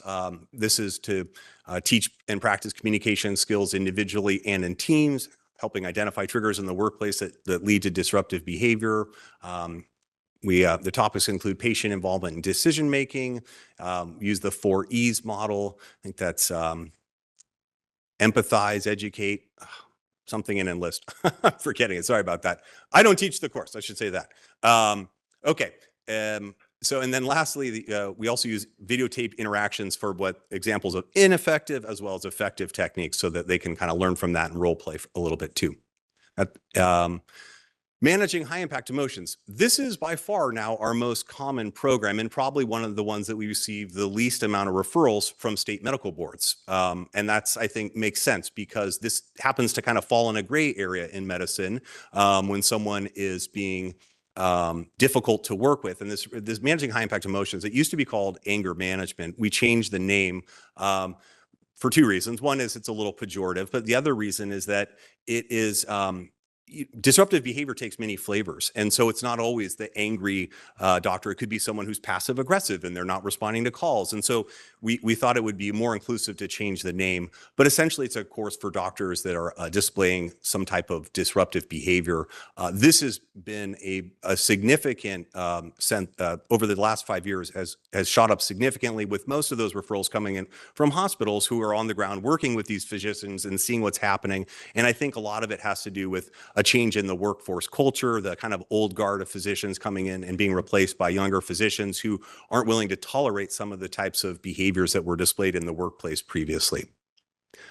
And that course is now offered 12 times a year. So that, I think, says a lot about how popular it is. We also have a professional boundaries program. This is designed to assist the professional addressing the issues that contribute to their misconduct in the workplace. Some of the topics include boundaries as a universal issue, power and roles, building awareness of blind spots, role of burnout in boundaries events, and empathy with patients. That's a 3-day course. It's offered 5 times a year. And this is our most recent addition of PACE CME courses, the Ethics for Medical Professionals. We've been offering it now, I think, for 2 years. And this was, so this has an in-depth review of guidelines and ethical codes that define the safe and ethical practice of medicine. And throughout each program, each physician that's participating in this, and actually this is true for the boundaries and high impact emotions course I mentioned, we call those our behavioral programs. They have to create something called a maintenance of accountability and professionalism plan.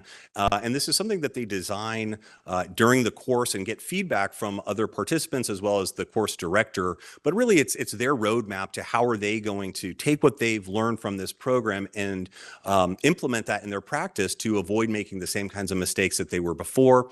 And this course has a required follow-up component at the 6 and 12-month level. So there'll be some additional coaching and discussions with the coach about their progress on meeting their MAP goals. Some of the topics, principles of medical ethics, risk factors and vulnerabilities, basic tenets of patient rights and responsibilities, including informed consent and capacity, and so on. I just thought I'd show you this. This is a little bit another busy kind of slide, but I created this a few years ago for a talk I did for the CPE group, and it was about recidivism. So I just thought it might be interesting to show you guys what it looks like for the doctors who come through these courses. And so in the left-hand column, you can see the name of the course we have, and the right-hand side is the recidivism rate. The record-keeping course has the highest recidivism rate. The course that has the highest board certification is managing high-impact emotions. And they tend to be like a really smart group of physicians, and they're, I think respected in their hospitals, or at least they're good earners, and that's why they've been allowed to get away with some of this stuff. But anyway, just thought I would just share this, and I will move on. And so the last thing I'll cover is just a follow-on to those behavioral programs. So ethics, managing high impact emotions, and professional boundaries. We do offer something called PACE Plus one-to-one coaching. And this is really designed for physicians who have, there's a couple of factors, but it has to do with their level of responsibility, the impact that their actions have had on the other's environment, and then also the pattern. Is this the first time that they've had some kind of unprofessional behavior, or has this been something that's been ongoing and previous interventions have not kind of resolved? And so for these doctors who are having some additional problems, we offer this ongoing coaching. Well, it's a set time. It's 7 sessions that'll happen over the course of about 3 to 4 months. But the goal really is to try to help the physician achieve their goals. And it starts off with, I'm just going to jump ahead here, trying to be mindful of time. So we start with a discovery session. The coach will meet with the participating physician. They'll agree on the timeline for the coaching, and the coach will select some behavioral assessments. And the goal of this is to kind of figure out how they learn, what makes them tick, get a better understanding of their vulnerabilities, and then incorporate that into the coaching program. And so the next step is to design the assessment, and that's where the coach will integrate the information they gathered from the behavioral assessments, as well as the doctor's own MAP plan. And then from there, they'll go on and do the coaching sessions and goals. It's really focused on accountability. And then at the end, the last session, kind of integrating all the work, what they've accomplished, how they've realized their goals, what maybe goals they still have to achieve, and kind of putting some short and long-term goals additionally for the physicians to work on their own after the fact. And of course, we also provide verification of engagement and kind of a letter indicating to the referring entities what that looked like. And I believe that's it. So here to thank you again for the opportunity. It's a pleasure to present to you. And I don't know if I sit here for questions or go back. You're welcome to stay there. Thank you, Mr. Bull, very much for the informative presentation. It's very helpful, I know, to me, to kind of put some substance behind what we always hear is the PACE program and referral to, one program or another. I'm actually very interested in that, whatever you called it, managing high impact emotions, because I think that isn't something that we typically use, although we see reasons perhaps. So it's something we should think about. Are there any questions or comments from the members? Dr. Tsai? Excellent presentation. We always talk about it, and now we know what's it about. I had a question on your recidivism rate. The recidivism slide? Yeah. Yeah. Sure.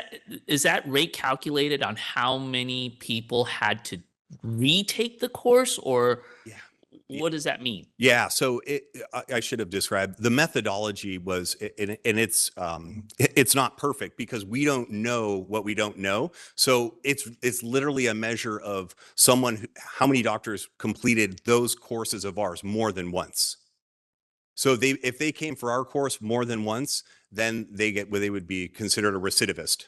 Okay. And the follow-up question is, other than physicians, you said allied health physicians also take these courses. Does that include NPs, PAs? So, okay, we do assess PAs. We've done competency assessments of PAs as well as DPMs. And we do allow some of those to also participate in our CME courses. But usually once you get below, I think, an NP, we're not likely to have them included. And they'd be more than welcome to take some of the programs, the non-behavioral programs. That's usually one that our director doesn't like to have nurses in, because nurses and physicians is where a lot of the conflict is happening at the on the work site. So they're not usually allowed in those programs. Sure. All right, I'll go to Dr. Yip and then Dr. Mahmood. All right, thank you for the presentation. Over the years, I actually think about myself being to one of the courses just to see how it is. Question one is of PACE Plus. Is there any role in licensee who has DUI or just substance abuse other than going to psychotherapies and mandated, get on this one-to-one plus kind of change your life? Yeah, great question. I would say it's not a good fit for someone that had those types of circumstances. It's accountability coaching, and what the goal for us is to maximize the likelihood that they're going to be successful implementing their own goals to change the behaviors that got them in trouble. So it's not therapy, and it's probably not gonna. It's really designed, and to be eligible, I didn't mention this. I think it was on the slide, but I glossed over it. In order to even enroll in the PACE Plus coaching, you'd have had to take one of those 3 behavioral programs. And those are the programs where they're going to make a MAP plan to begin with, and that gets to become an integral part of the coaching itself. Thank you. Second question is that regarding the age of the physician. Years ago, there was talk about certain provinces in Canada actually require physicians who are older than 65 or 70 years take the test in the neuropsych. And you mentioned some meeting, they also mentioned US and Canadian physician. What is the trend now? Yeah. So they have in Quebec. Quebec's been doing that for quite some time. They've been doing assessments of physicians. I think it's once they reach 70. But they're far advanced. I have it listed on my slide. I didn't talk about it because it's a program that it exists but has no participants. We have something that we created called the Late Career Health Screening, and it was designed for hospitals that have created a bylaw that requires physicians, once they've reached a certain age, to undergo an independent health screening. And so, much like, pilots, for instance, have to go through annual health screenings. Doctors do not. So the idea here is that once you've reached a certain age, well, we know that those who, as we age, we're going to be more likely or more at risk, I should say, to having cognitive deficits or other types of problems that could potentially impair someone's ability to practice. So we had this program. Everything was going pretty smoothly. We had contracts with, I think, 6 or so hospital systems throughout California. And then the EEOC filed a lawsuit against Yale New Haven because they had created their own in-house program to assess doctors working at Yale. And now it's going through it's been ongoing for about 4 or 5 years. So kind of an age discrimination lawsuit. And right now we're not clear on what the outcome of that's going to be. And regardless of where the next court ruling, it'll probably get kicked up to the Supreme Court at some point. So we don't know. Great.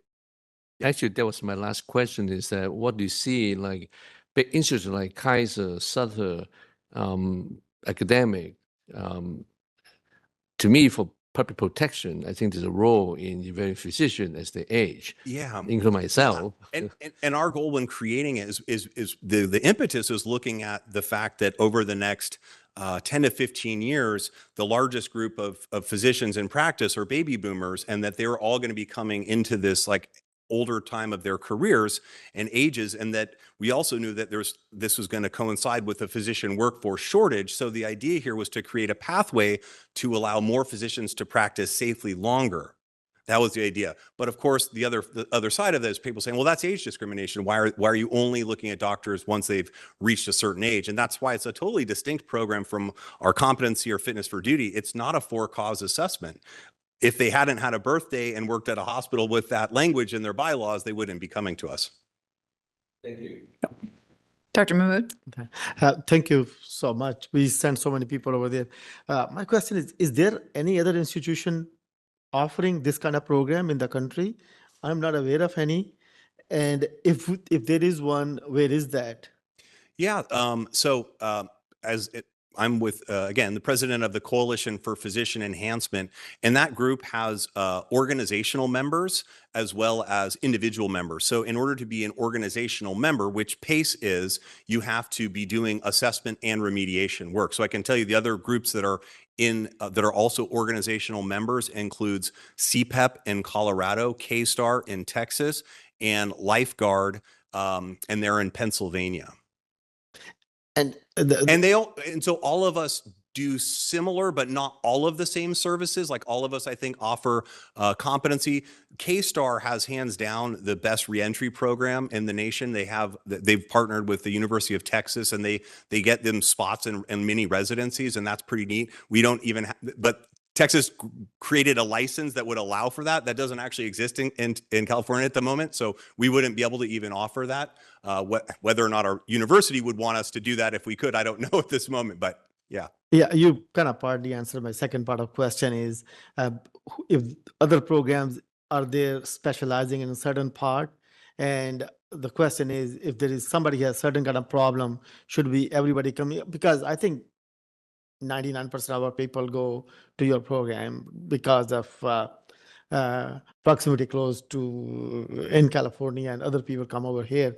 Is there any particular other programs who are offering results which are better than you, or there is any being comparison with the others programs that which offers better, maybe prescription program or anger management program or something else? Well, somebody else should say that. I probably am biased to say this, so I don't know if I can fairly answer the question. I think we're the gold standard. That being said, others may disagree, and that's okay. I think having, competition is a good thing. It's an American thing. It's healthy for us all. But I will also say, I work alongside my competitors. I don't call them that. I call them collaborators. We do work together. That's what CPE is about. We're about learning from each other and trying to advance this relative nascent science of physician assessment post-licensure. And so that's really, I think, one of the neat features of CPE. And then especially learning from the Canadians, because, they're doing things that would blow your minds. And part of that is because they have socialized healthcare. But for instance, in Alberta, they're really going upstream. They're looking at prescribing habits. They're looking at outcomes of patients to flag physicians as potentially being at risk before something happens. I said, well, that's neat, but that's never going to happen in the United States. We care too much about our privacy. So it's a different system, but that isn't to say that they've been very valuable to us and providing a lot of information. Yes, competition makes you better. Thank you. Dr. Ayala Rodriguez. Thank you so much for the presentation. My question goes in regards to the follow-ups. You mentioned about the importance of the follow-ups or repeating the assessments, specifically in fitness for duty cases. Because you also take referrals from outside of medical boards, also from hospitals, for example. If someone needs to have a follow-up, needs to have a reassessment, and the reassessment doesn't happen, is that something that gets reported to the board or to someone else? That's a good question. So before we engage in any assessment, the first thing that we have to determine is who our client is. And so and by the way, the vast majority of referrals for fitness for duty come from hospitals or medical groups. We have done assessments though with PHPs in other states. And so that may be something that happens in the future if the PHP program does get enacted here back in California. But so when we're deciding who's our client, and then we'll have a contractual agreement that binds us to only share that information with us with some important caveats. And this has happened. We had a physician who we found was suffering from dementia, had driven himself there, and we had to report to the DMV. So things like that can happen, but in terms of reporting to the board, I don't know that it rises to the level. And we do have our attorneys and work with everyone to look at this closely. Obviously, we do value making the sensitivity and confidentiality of our work. That's part of staying fair and objective and impartial. But it's That's a great question. I think we wouldn't necessarily inform the board if someone was unsafe to practice. But what has happened, and I've seen this down the road, because then we do hear from the board later. Let's say we find a physician's unfit to practice.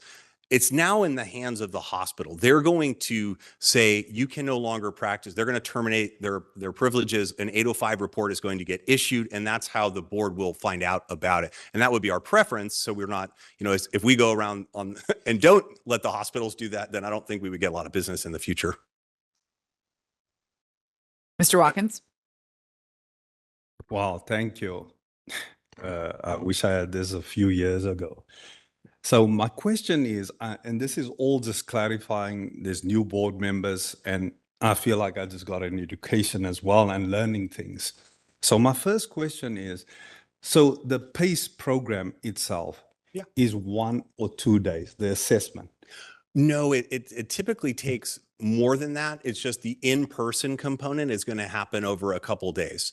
And there's also other components that are done remotely. So this is something that was a feature of COVID. Before, we would have 2 people sitting in a room in San Diego, but if that was the only thing that was needed, then we would just say, well, we don't need to have 2 people in a room in San Diego. We can use Zoom and we can share a screen and we can have, show the participant, okay, look at this X-ray. What do you think this shows me? So things that lend themselves to being completed remotely now are. But yes, the in-person time will usually be 1 to 2 days. Sometimes it's longer. It does depend on this. Every single assessment is custom tailored to that individual based on their reason for referral, the scope of practice, et cetera.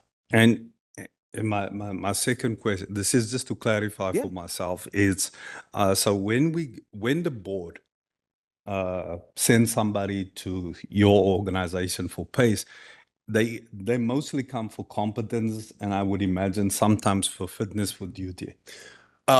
So the answer to the first part, yes, competency assessments as well as those CME programs, those we get as well, and our physician enhancement program. Those are all programs that we routinely get referrals from the Medical Board of California. Not for fitness for duty, because I don't think the board has a way to do that. We have on a back end way.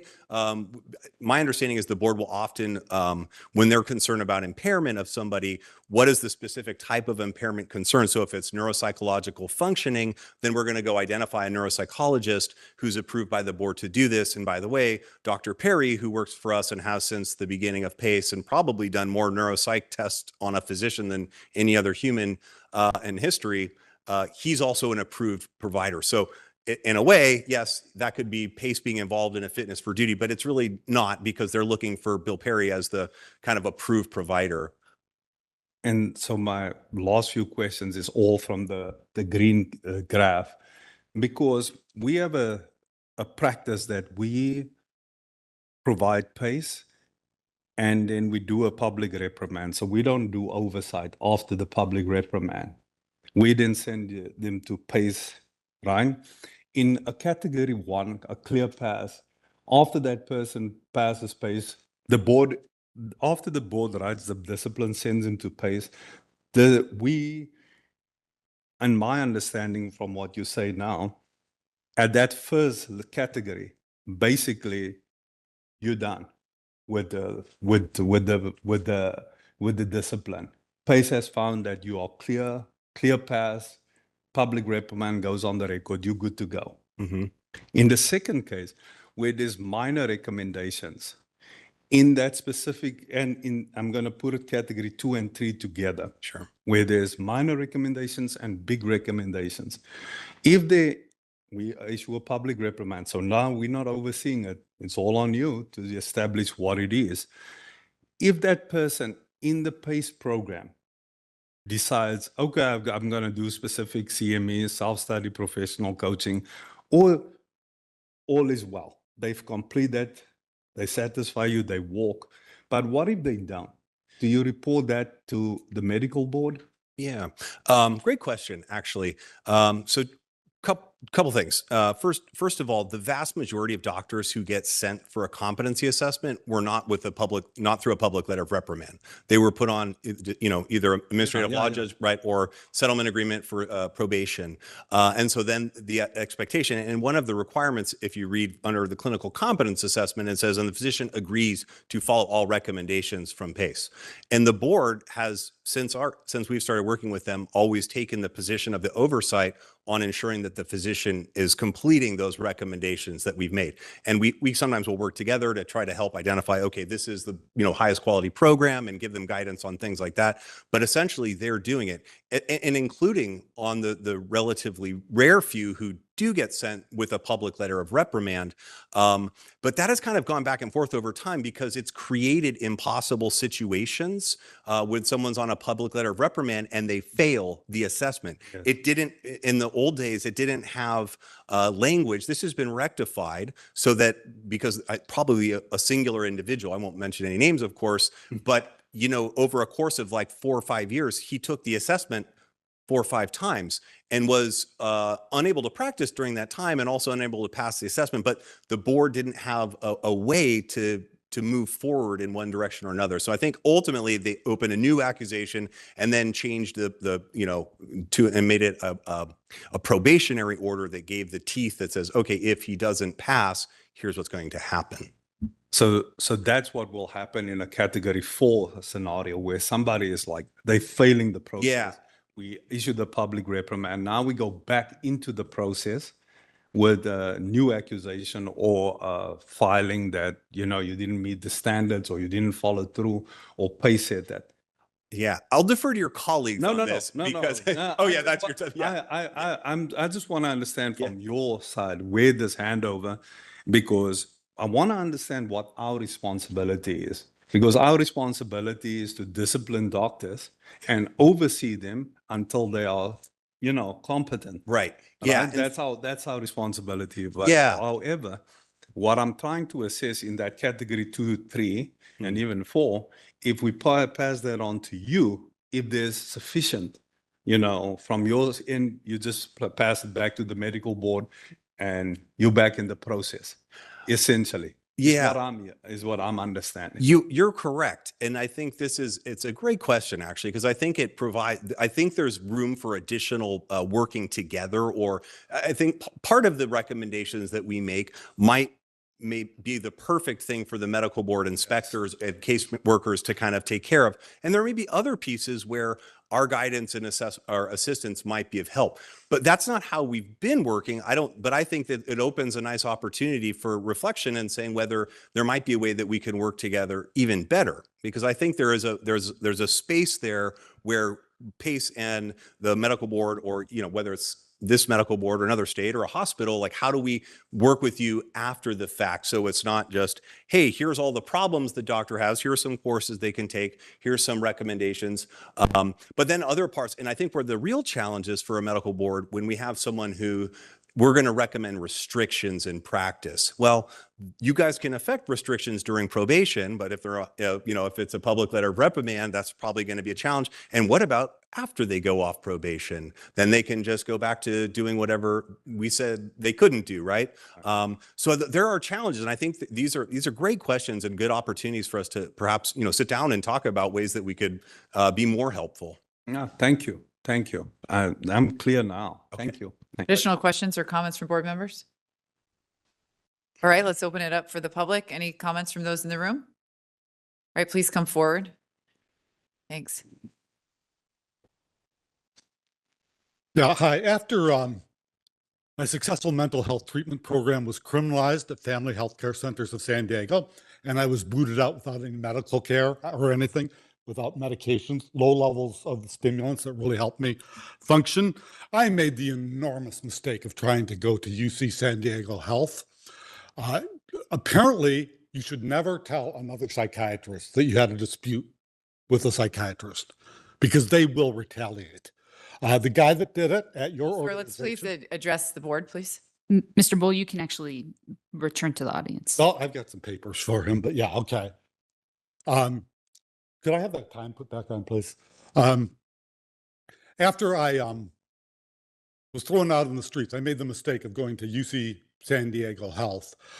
Saw a psychiatrist, his name was Gregory Bishop. He specialized in gay and transgender issues and substance abuse. They're all going into substance abuse because it's a cash grab. They're all going into that now. But like a little, you know, to a little boy with a hammer, everything looks like to a little boy, yeah, everything looks like a nail, exactly the same thing. So I was told I was part of your zero tolerance program, meaning you're just suspected of drugs and you're subject to a drug test anytime. This was after one meeting with this guy. Did not go well. And the entire Department of Psychiatry, I wrote letters. Fake psychiatrist Joseph Polvita is also a fake professor at UC San Diego Health. I don't know how an organization that allows a fake professor, that would not be accepted in any other field. The psychiatry department is involved in a lot of quackery, including TMI, giant magnetic resonance machines, to see whether, to help people who are depressed. It doesn't, there's no such thing as endogenous depression. But the biggest concern is this neuropsychological testing that has been weaponized. They used that, Family Healthcare Centers of San Diego used it uses it, and so do you guys. I had to report for neuropsychological testing, and it was just nonsense. The guy just gave me a bunch of friends of his that were psychologists. Costs that went for like $20,000. It was absurd. They have ignored several Freedom of Information Act, California Public Records Act requests. So UC San Diego Health is breaking the law. And plus, I don't know who died and made the UC San Diego system change. I believe all of you have some connection to UC, or almost all of you. I think the legislature made some kind of rule that there should only be one or two board members from UC, because they will take over the place and they have a certain worldview. So the head of psychiatry, the chairman of the board of psychiatry has ignored my Freedom of Information Act several times. He's from Canada, which is fine. I love Canada. My sister had. Please conclude. Well, very, very quickly, if he cannot follow American laws, he should get out of Dodge. Thank you.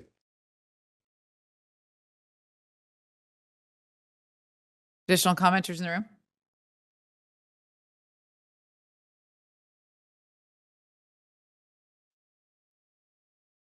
Hello, Marian Hollingsworth, Patient Safety Advocate. I have a few questions since the board members were able to ask questions. Can I ask a few questions regarding Mr.? You may ask us You have- questions, but we Yeah, can't 3 respond. minutes of public comment. Okay, thank you. First, Mr. Bull, thank you for your presentation on the PACE program, for clarification and for kind of helping us all understand what goes on in the program. I had two concerns that I don't know if the questions can be answered or not. But one is since the classes are mostly online now, how does PACE ensure that this truly is the doctor who needs to take it and not somebody else who is sitting in his stead? I know for the clinical assessment, part of it has to be done in person. So, but if it's just online, if it's just going down through Q&A, how do we know who is doing that? And also a concern is the way the system works. By the time a doctor actually gets to PACE, it has been usually in excess of 5 years since the initial harm. The complaint process, it takes 3 years, and the disciplinary process, it takes at least a year and a half. So the doctor in question has had a lot of time to have bad habits ingrained, and I was wondering how they ensure that this person is safe, and how secure are they in their knowledge that this doctor has been, has had his bad practices corrected. So those are my concerns as a patient safety advocate about how the program works. So if you can answer, fine. If not, I understand. Thank you. Thank you for your public comment. Are there additional commenters in the room? Right, Sean, could we check online? Anyone like to make a public comment on agenda item 6? Please raise your hand now. Type something in that Q&A window. Give you a few seconds to see if anyone queues up. Not seeing any requests at this time. All right, thanks. We'll bring it back to the board. Any further comments or questions from board members? All right, seeing none, thank you again, Mr. Bull, for sharing your expertise with the board on this very important topic. We really appreciated hearing from you. We are going to take a 10-minute break, and I guess 9-ish minutes. We'll return at 2:45. All right, we're going to return to the meeting. It is 2:49 p.m. We're going to move on to agenda item 7, which is our executive management reports.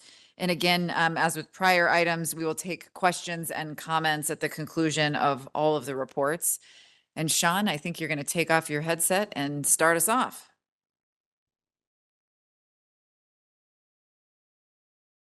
Thank you very much. For the ISB updates, staffing updates, we have got a full help desk, like Kathleen said. I can't remember the last time that was true. So we've got 3 positions still vacant. We're actively recruiting for a web developer, a report developer, and a business analyst for enforcement side of the house. 2 of those are still open, 1 closing today, actually. So recruitment's ongoing there. Hope to have those positions filled and have a full house for a while. Infrastructure updates. Next week, our network team is finishing rolling out the switch project for the HQIU and NBC field offices. So that will get all those offices up on hardware that's covered by nice reassuring warranties and things like that, just to make sure that we're up with the latest and greatest and covered should anything go wrong. While they've been doing those switch upgrades, we've been adding wireless to all of the district offices. The investigators are getting excited about that. They're getting the guest access, and eventually they'll have access for their laptops and conference rooms, things like that. And at the same time, our help desk is rolling out laptop refreshments to all the HQIU staff. After the HQIU staff is completed with that, we'll be procuring and then rolling them out to MBC staff as well. We just do regular 5-year refreshes to make sure they have accommodating hardware that can keep up with all the security upgrades and things like that. And then we're also working with the Department of Consumer Affairs on moving a lot of our virtual environments from on-premise hardware to Azure. So it's just a way for us to keep up with keeping cost of ownership low. Instead of buying a lot of hardware every 5 years, we can put it up in the cloud and just pay for it on a subscription-like basis. So in terms of our software project updates, here we've got the Medical Board of California iOS app update. Happy to say that that one is past all of our testing now. We're happy with the timing of the background notification pushes that are happening. So we're starting to deploy the pieces for that. Since the developer resource is still being shared with the complaint tracking system, we're probably expecting September, October, depending on how much work is going on in there. But we'll be rolling that out, and we'll have a lot of new analytics on that now, from how many devices are actively running it, how many doctors they're following. We're not tracking who they're following, anything like that, just usage statistics, anonymous device IDs, just so we know how many are out there in the wild and how users are using it. And we've also built the new application to support future enhancements, so we could send out things like the subscriber alerts that we send out, license alerts, and just news from the board when newsletters are posted, things like that. We can also add that functionality in the future if it's so desired. In terms of the direct online certification submission, the docs application update, you can see in that chart there that we're entering the last month there on that report there, at least it's June 2025, and we're entering our peak season of receiving those applicant documents. The last couple of years, it's been kind of the same little peak. Expect the same repeat this time. What's more interesting now is that you're seeing the license documents starting to gain a little bit of spread there in that chart. And so we're seeing that starting to pick up. We're going to have a meeting here in the next couple of weeks with the licensing program about adding another document type instead of just the initial license renewal form that they get for completing their postgraduate training verification. Program status change update will be submitted by the programs on behalf of the licensees so that we can accept those documents online as well too. Hopefully saving them more time in the processing of those documents. The volunteer physician registry update, we saw a big spike when we did a lot of outreach about that when we first launched the newest version. In this past quarter, only 5 new users. So we're gonna keep up with the advertising about that, but we still have close to 1,000 registered users in there, so that's good to see. The Department of Healthcare Access and Information, HCAI, we call them, their survey application that we've been doing. I think it was about another 1.5% in terms of our population growth. We're starting to inch closer to that 85%, which is where we were on our prior physician survey before that survey went live in July of 2022. We think with all the additional notifications and things like that go out to licensees, like right when their license is issued, we can probably get closer to a 90%. So I still expect that number to keep just creeping up a little bit. I'll be happy when it's over 85, but like I said, I think we'll get to 90. There is some legislation that we've been meeting with HCAI recently about, proposed legislation, and they also have some desires to change some of the race and ethnicity questions on that survey just to kind of align them with other surveys that they do and things like that. So we're tracking that legislation. No plan changes yet, but I know there's some in the hopper that they're requesting. The print it yourself wallet licenses, I think you've seen that one kind of plateau here, where it's just month after month. Licensees, when they renew their license, they print their license at home, or they take that PDF, forward it off to who needs it. But we see fairly consistent usage there.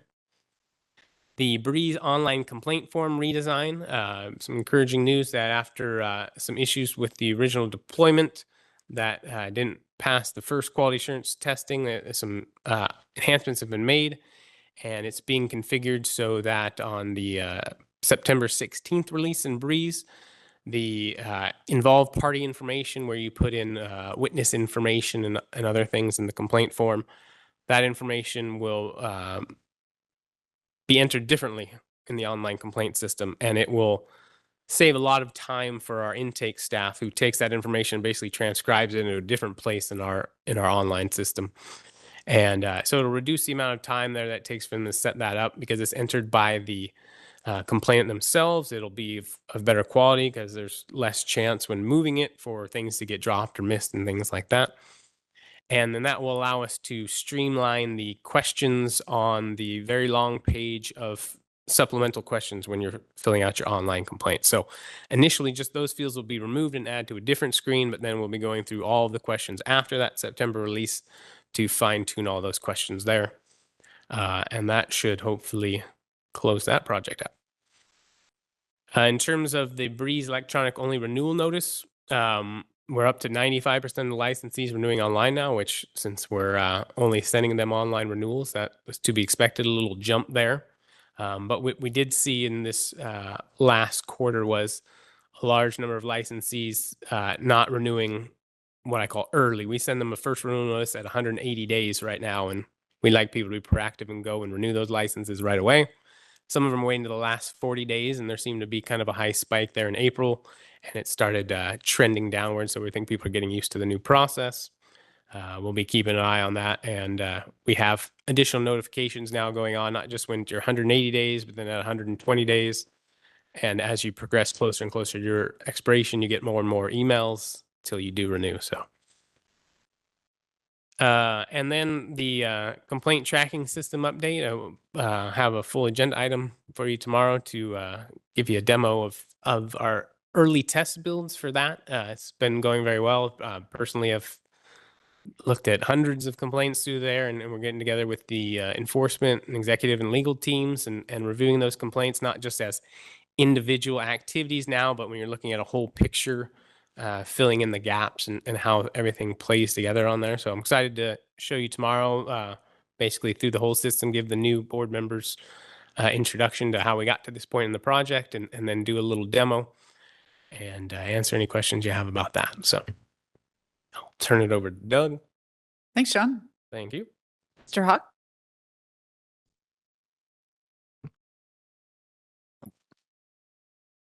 Good afternoon, everyone, and welcome new board members.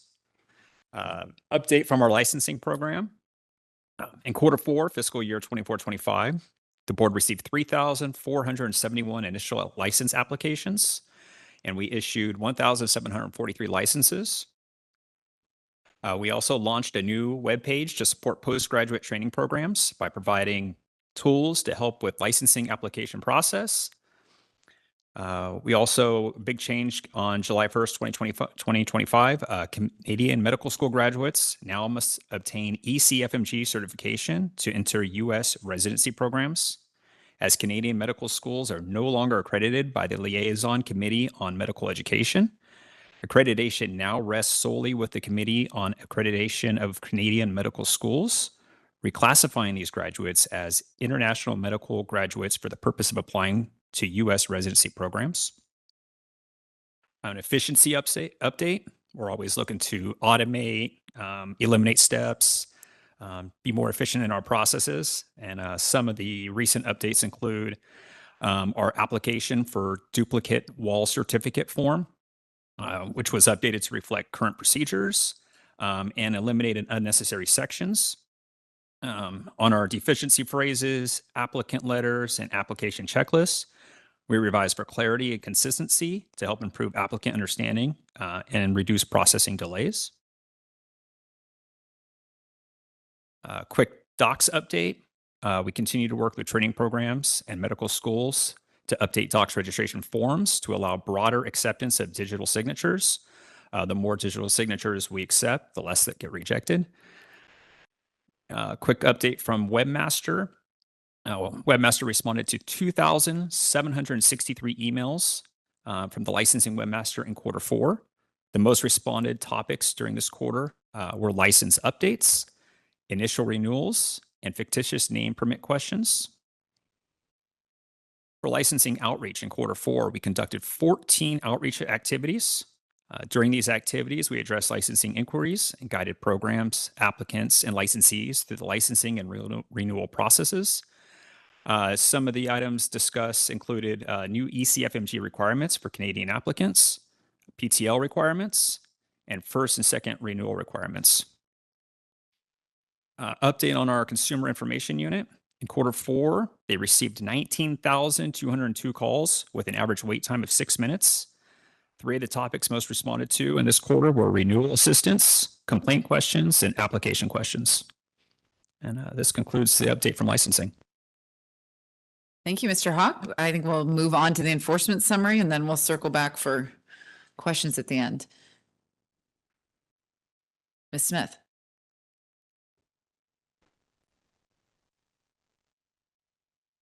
Good afternoon, members. It's my pleasure to provide an update on the enforcement program. The Central Complaint Unit, we are maintaining our average days to initiate the complaints. We're complying with the 10-day mandate. Our average processing time in the Central Complaint Unit is 155 days. And for fiscal year 24-25, the board received 9,707 complaints, slightly down from the previous fiscal year. In CCU, we currently have 2 vacant positions that management are working to schedule interviews and conduct those and then go through the hiring process. In the Complaint Investigation Office, which is our non-sworn unit, for the date range of April 1 to June 30th, CIO, the Complaint Investigation Office, closed 38 cases. They transmitted 24 cases to the Office of the Attorney General. 13 of those were criminal convictions, 10 were malpractice cases, 1 was a fraud case, and they also transmitted 4 petitions for reinstatement for probationers. Additionally, CIO referred 3 cases for public letters of reprimand, and they currently have a non-sworn investigator vacancy. For the Complainant Liaison Unit, as of July 22, 2025, they have received a total of 985 referred cases. Now, this is just from their implementation January 1st through July 22nd.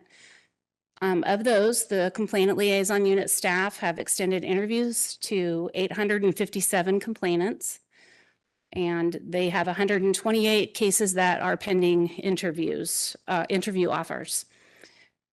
Currently, the status of the 857 interviews that have been conducted, how that breaks down is 169 interviews offered, 10 interviews scheduled, 29 interviews were declined, 125 we received no response from the complainant, and they've conducted 524 interviews.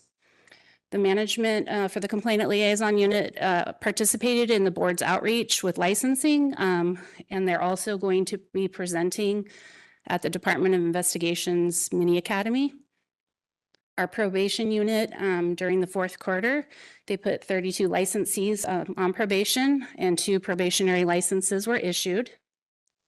24 licensees successfully completed their probationary terms, and 9 probationers surrendered their licenses while on probation.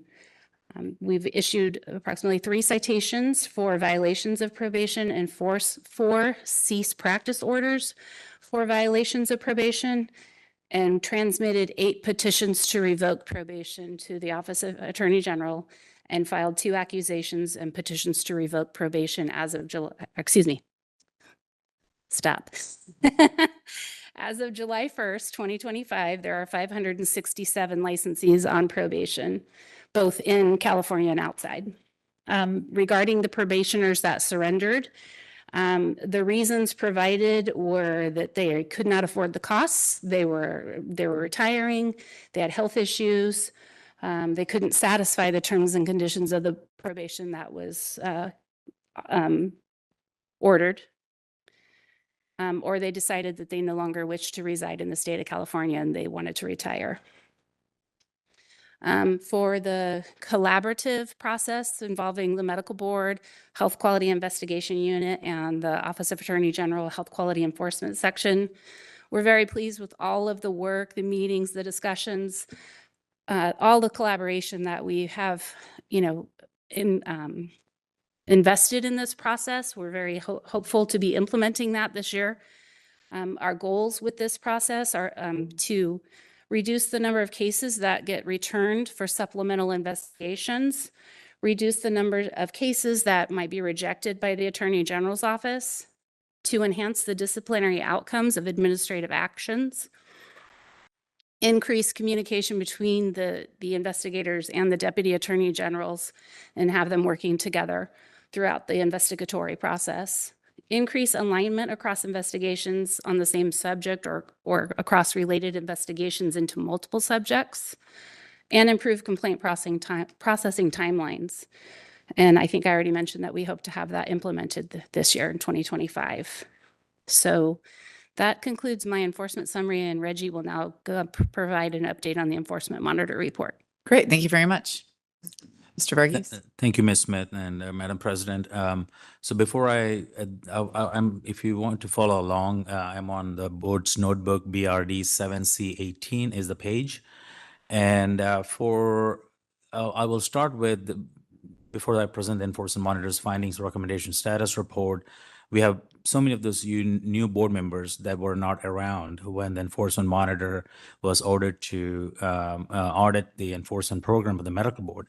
I know Judge Remke and Ms. Chung went through the orientation, heard about it a little bit from your onboarding process, and so is Mr. Jacob Arkatow. You heard it from also on your first onboarding all-day training at the medical board, and Dr. Solis had a mini training the other day just to prepare her for this meeting.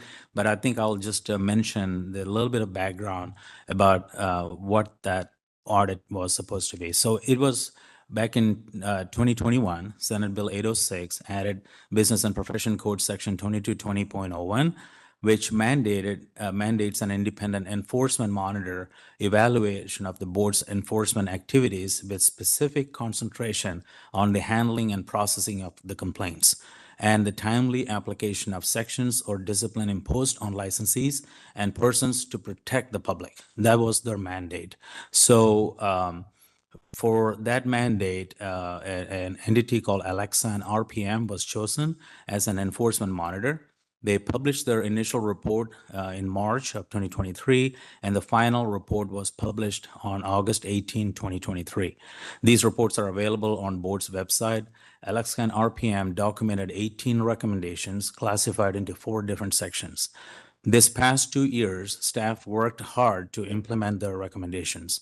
I will attempt to quickly report on the progress of their efforts next. So I'm on the next page now if you want to follow along.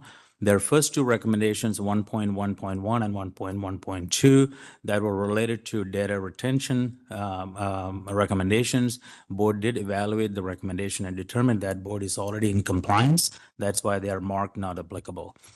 The 1.1.3 is about conducting interviews with patient representatives, and as Shar mentioned in the complaint liaison unit, their update earlier in her report, and you can also refer to BRD 7C2 for more information on that. I don't want to repeat everything Ms. Smith actually mentioned, but basically this recommendation is complete from the enforcement monitor. However, it is also marked as ongoing because this is the first of such unit under the Medical Board of California, much less in the country, and we are learning as we go along, as we interview. We are fine-tuning this process, so it is an ongoing process. But as far as staffing of the unit is complete, the training of the staff is complete.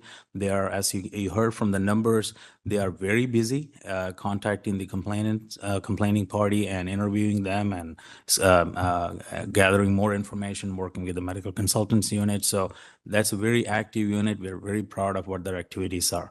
1.2.1, that's to do with complaint tracking functionality.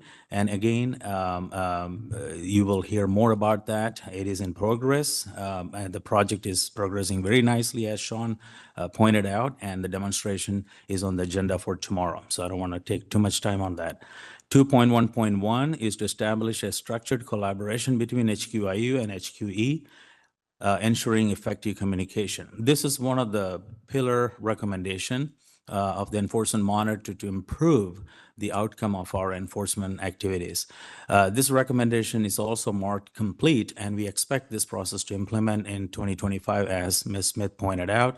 And I was going to go over the goals again to reinforce what the goals of the model is, but I'm not going to repeat for the sake of time. But ultimately, it is to improve the complaint processing timeline and the outcome.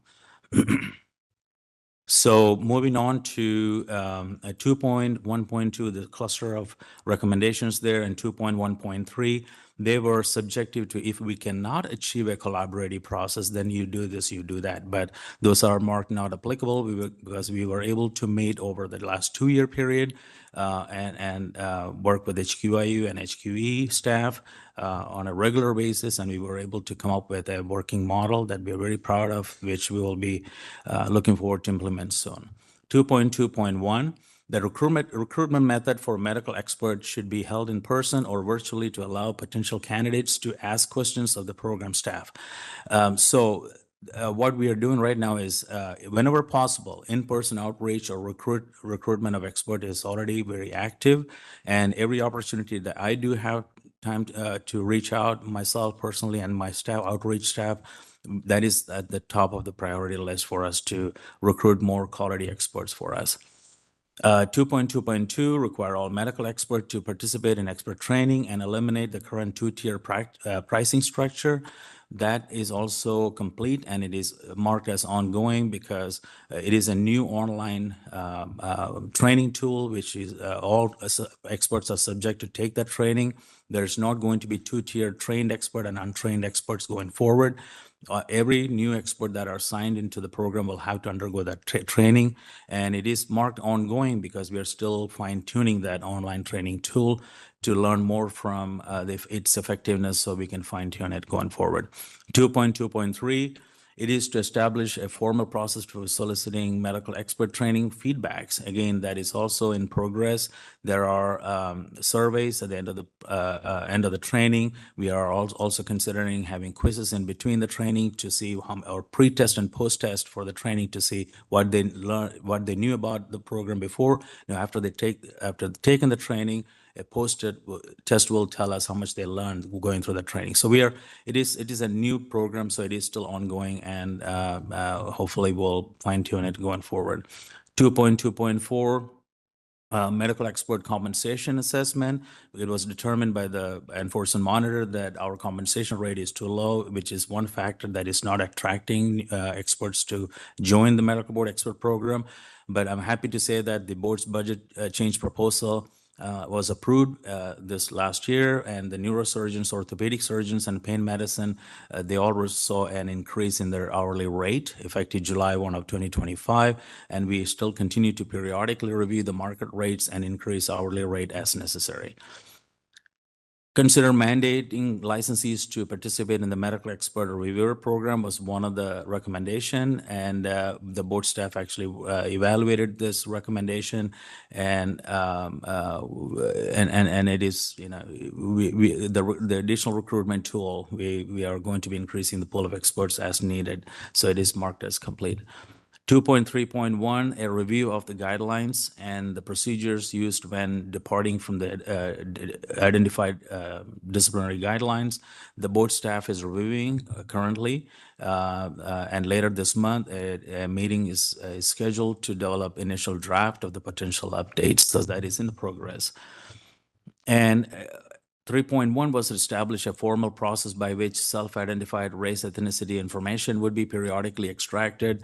That recommendation is pending. The framework on the task needed to meet this recommendation is still being identified by the staff at this point. Moving over to the last section, section 4, update standard of clear and convincing proof to reasonable certainty versus preponderance of evidence. That is on hold. This will require a legislative change. We tried to obtain this standard during our last sunset process. It was not approved by the legislators, but it is on hold, and our goal is to ask for that threshold to be achieved at some time in the near future.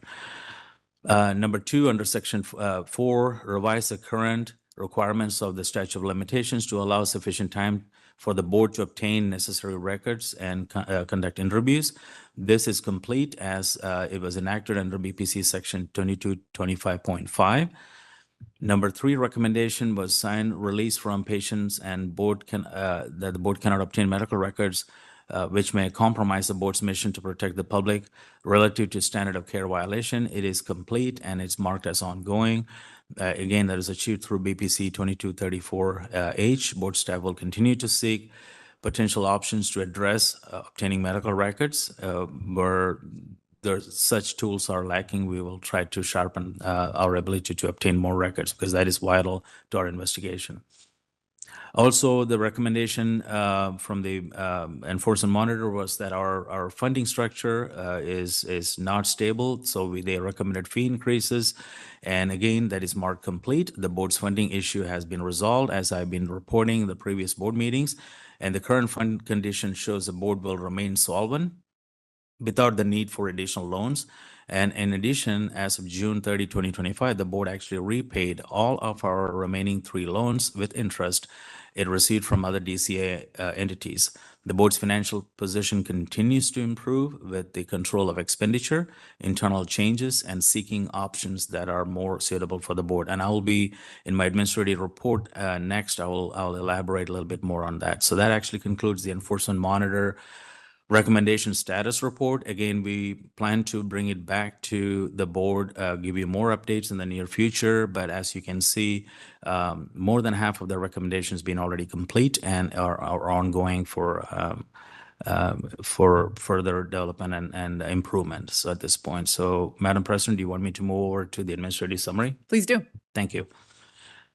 So as in previously reported in my report, board staff and myself meet with board leadership, individual board members, local, state, and national organizations listed in this report. I'm not going to read all of that, but the discussions are on various topics of mutual interest of the board and those entities. And as of July 1, and going over to staffing updates, as you can see that we have 27 vacant positions and the vacancy rate is 14.27, and a list of vacancies broken down by units are listed there. But I just want to give you a most recent update as of August 19th. This report that as it is printed in your report is as of July 1, but as of August 19, the board has a 11.63 vacancy rate, which equates to 22 vacant positions. And that's because we filled more positions since the report was generated. So our current vacancy rate is 11.63, which is the lowest so far that we've been tracking this. So we are we're able to, like you heard from both enforcement program and also that we are filling positions and retaining our employees, and the employee turnaround is reduced. So between April 1, 2025 and August 19, 2025, we successfully filled 17 vacant positions. So that is great news. Budget update, again, going back to my previous update, the board repaid all the loans, outstanding loans. And again, this is really happy news to report that we are going into our 150 years of existence next year, that we are starting this fiscal year without a loan and no interest to be interest burden to encumber our funds for going forward. Moving over to media relations and external communication update, on August 17th, myself, I had the opportunity to present at the medical professionalism and ethics from the MBC standpoint, point of view, and empowering physicians, what California Medical Board do to improve patient care. This was in Alhambra at the Golden Stethoscope Medical Professionalism and Ethics Symposium. August 14, board member Dr. Richard Thorpe and myself had an opportunity to attend the California Society of Addiction Medicine conference. At this venue, they promoted the guideline. We actually promoted the guidelines of practicing controlled substances for pain, and also Medical Board's medical consultant and medical expert program, and answered questions from the physicians attending the CSAM conference there. We had great turnout of physicians come to us and ask questions. July 25, 2025, the board distributed an e-blast to all licensees and sent by California Department of Public Health regarding update to COVID-19 reporting. July 18th, I presented AB 408 and other medical board updates at the 37th Annual Virtual Conference of Physician Wellbeing. On May 30th, the board published distributed our 2025 first quarter newsletter. That concludes my prepared remark, Madam President. Myself and my staff are available for any questions. Thank you, Mr. Varghese. All right, we'll bring it back to the board for questions or comments for any of the staff members. Any questions or comments? Dr. Thorpe? Thank you, Madam President. I think it's instructive to look at the graphs in a number of areas, but I do think it's, we had a long history of complaints that were extended for many of them for over 365 days. Those complaints have been dropping. Our average days to complete investigations in HQIU have been steadily dropping, and I just think it reflects I'm just grateful that to see that happen, because it has been a serious problem that we were facing for years as we came into this process. So thanks, Mr. Varghese, and to all your team for the hard work that you're doing. And in so many of these areas, it's a complex and difficult process. And so I just want to say thank you. And obviously there's more work to do, but I think it just shows the morale appears to be significantly improved. May I respond? Please. So we do meet with both Kathleen Nichols and Stephanie Whitley on Thursdays every week. And that's top of our agenda. We do case studies and we look at aging cases, and we do get metric reports where we can track all that. I mean, this is like myself and Shar Smith and the Assistant Chief of Enforcement and Deputy Director Marina Connor. This is our standing meeting every Thursday with HQIU, and it's not at that level. And I know HQIU do the same thing, and their district offices, they do case reviews and case studies. So our ethos is in making sure the aging cases get proper attention and see what's going on and prioritize cases. Thank you. And just one other comment, that the area where I do see sort of a trend heading more upward is the central complaint unit. Looks like there's kind of a gradual trend up in the amount of time taken to complete complaints, and just wondered if there's is there something going on with this time of the year, or is there some structural problem that we need to address? There's staffing, vacancies that doesn't help, and bringing on new staff, onboarding them. I've been at this board for 2 decades, and I'm still learning things and seeing things, and as trends change. So, we're working to identify efficiencies as well that will help to, be more efficient.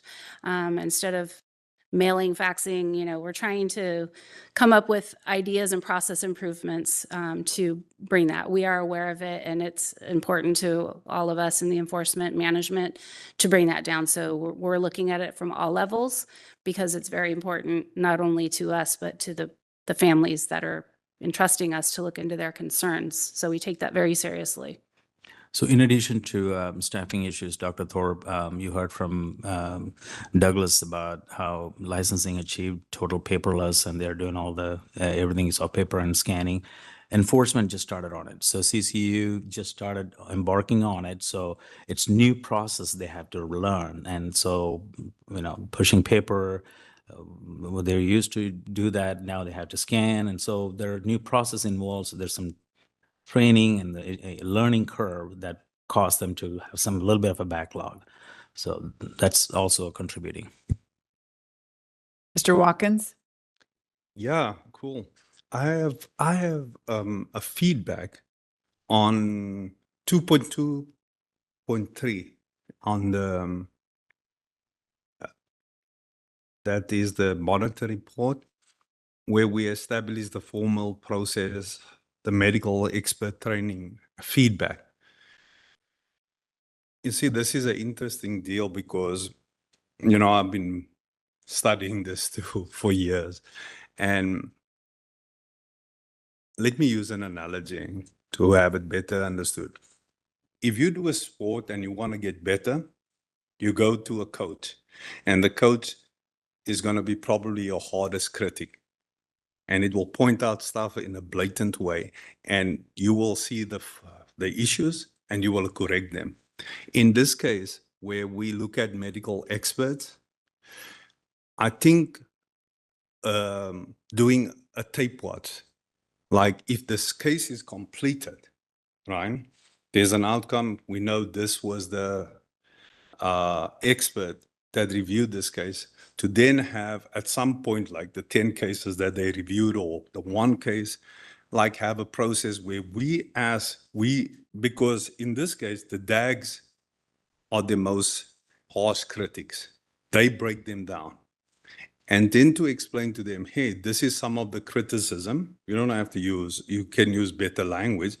These are the criticisms that was leveled against you when you did that case. And then they have kind of an awareness where they've strayed off. It's very specific, because if you go vague, you don't make somebody better. You make them better by being specific as to what are the deficiencies, what's their blind spots. So I'm just suggesting on that one that there's some kind of a feedback to the actual expert after they've reviewed the case. That's my first recommendation. My second recommendation is, this is going to be controversial, since we are doing within the first 155 days at the Central Complaints Unit, 50% of all complaints are closed at that stage. So if we receive 50% in that range, on average, is closed in that 150 days, more or less, right? So I'm suggesting, this is controversial, but it's the future. Let's build an AI model, because the criteria is pretty clear of what would constitute of a case moving forward, right? Let's build a learning model, and we put it through it. So that case moves way faster. And then the chief can review it, Reggie can review it, whatever the reviewing process is. And then probably a third of the time. But like I said, it's just a suggestion. I'm trying to think out of the box here. Yeah, I mean, I just on that last point, Mr. Watkins, I mean, I do think that's the future, right? Where we're going to use these AI tools to help us all be more efficient. So it's worth us thinking about it and considering it. And I mean, frankly, again, you're right to point out that a certain number of complaints are closed in that early process. Many of them are closed, right, because they filed them with the wrong agency or what have you. And you can create AI agents to make sure they're immediately sent over to the Board of Registered Nursing or the PA board or what have you. So I think there's a lot of opportunity over time to make sure those things work, to make our processes more efficient and to help the public, experience our processes in a better way as well.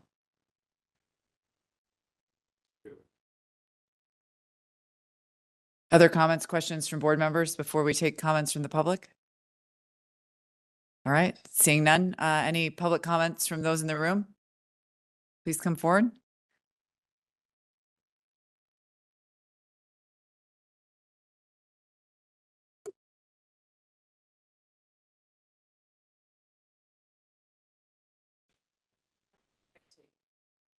Okay. And yeah, these comments are going to be a little scattered and all over the place. First of all, if you look at any 1 month data, it does not give you the picture. Go back at least 2 years, especially for new board members. You can see all trends going in the wrong direction. The trends are just crossing like this. Costs going up, performance going down in all areas. And I think the areas you measure are wrong. I'm also very suspicious about that 10,000 number with the total number. of complaints, which seems to be going down. That's a tiny number. You guys keep talking about like it's a big number. That's minuscule. 10,000? That's nothing. How many people dropped out? Let's get back to Sean's form, that monstrosity form you have. I know the difficulty of legacy IT systems. It's a tough business. But we've been saying the same thing. You guys have been saying the same thing for 2 years. This complaint tracking unit, but especially the form improvement, it never gets better. But the main thing about the form, I have to mention again, especially the attorneys, there's usually a bunch of them here. What do we got? 1 or 2? Anybody who fills out that form, they destroyed their own legal case they were going to have trial on. That's it. It's destroyed. Mr. Watkins, you've pointed that out. That is immoral. It's not, it's un-American. It is immoral. Stop it. You have sworn to pledge to protect a bunch of things, the California Constitution, but also the American Constitution, United States Constitution. California Constitution is word salad. Pay attention to the American Constitution. That's what you need to look at, and people are getting screwed by that. So I think that, I mean, this would not be a perfect solution, but you have to warn people not to fill out that form. And if you are going to do this summary, which they, public, they do not really do a summary. They give them a full data dump. The attorneys that prosecuted me used your information, Mr. Varghese. You were the prosecutor. You guys were all the prosecutors against me. We're adversaries. I'm not your friend. I'm not a patient advocate. I'm your enemy, if you'd prefer to use that word. I do intend to do everything I can do, and it won't succeed. It's impossible, but we're allowed to try impossible things. I'm going to try to have this agency shut down. And so if you want to hate me, go ahead. I'm not an evil person. I'm a rational actor. That's the conclusion I have made. The form, everything, you see the same thing happening over and over again. When you look at this through time, you're seeing the same thing. You guys all thank Sean for his good work, and he probably is doing good work. That Breeze thing is a mess. Do you even have a patient lookup thing? I got rejected for another California Public Records request from you. You said you've never done a focus group study or whatever. That contaminates every piece of your data. Please conclude. I'm concluded. Your data is contaminated unless that form is fixed, unless you really know what's going on. Thank you. Any other commenters in the room?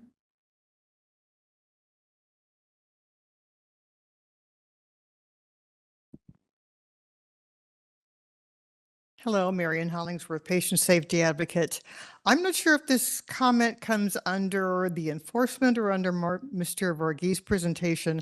I had a comment about the supposed confidential letter that the board approved for the executive director to send to doctors whose level of violation did not come up to a level of discipline. When the decision was made to send out these letters a couple years ago, we advocates asked the board to report the number of letters that were sent out, and this has not yet to happen. I understand that the content of the letters is confidential, but it would be helpful if the actual number of those letters would be reported as part as the enforcement statistics. This way, the public would be aware of this discipline alternative and how it is used in the enforcement process. Also, regarding the comment from Dr. Thorpe about improved morale, I mean, it's good that the board feels good about the job they've done, but the public has not been impressed because the discipline rate is only 3.7%, and that's the latest stats as of this last fiscal year with 366 decisions and 9,707 complaints. So that's not an impressive number. The public would like to see more doctors held accountable, and that would therefore create better patient safety. So if we could get the letters in with the enforcement statistics, that would be very helpful. Thank you for your time. Thank you for your public comment. Any further comments from the room? All right, Sean, let's open it up online. If you'd like to make a public comment on agenda item 7, please do so by raising your hand or type anything into that Q&A box. First request here is from Michelle Montserrat Ramos. Should be receiving that prompt.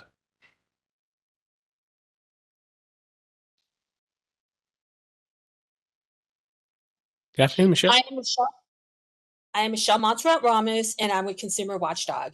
I'm discussing 7A and 7C, so please bear with me time-wise. We have expressed our interest on several occasions to engage as stakeholders in the Consumer Complaint Update project, yet it remains unclear why our offer has not been embraced by staff. Recently, the Osteopathic Medical Board extended an invitation for us to contribute to updates in their enforcement program tools. Our insights contributed to refining both their consumer complaint form and their complainant notification letters.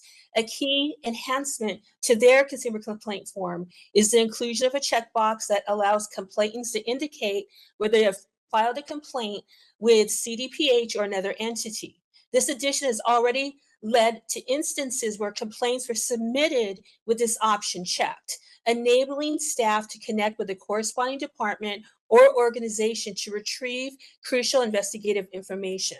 By adopting this approach, your enforcement staff will be better equipped to gather all relevant information, leading to more streamlined and effective investigations. We truly believe that our collaboration can enhance this process and benefit all parties involved.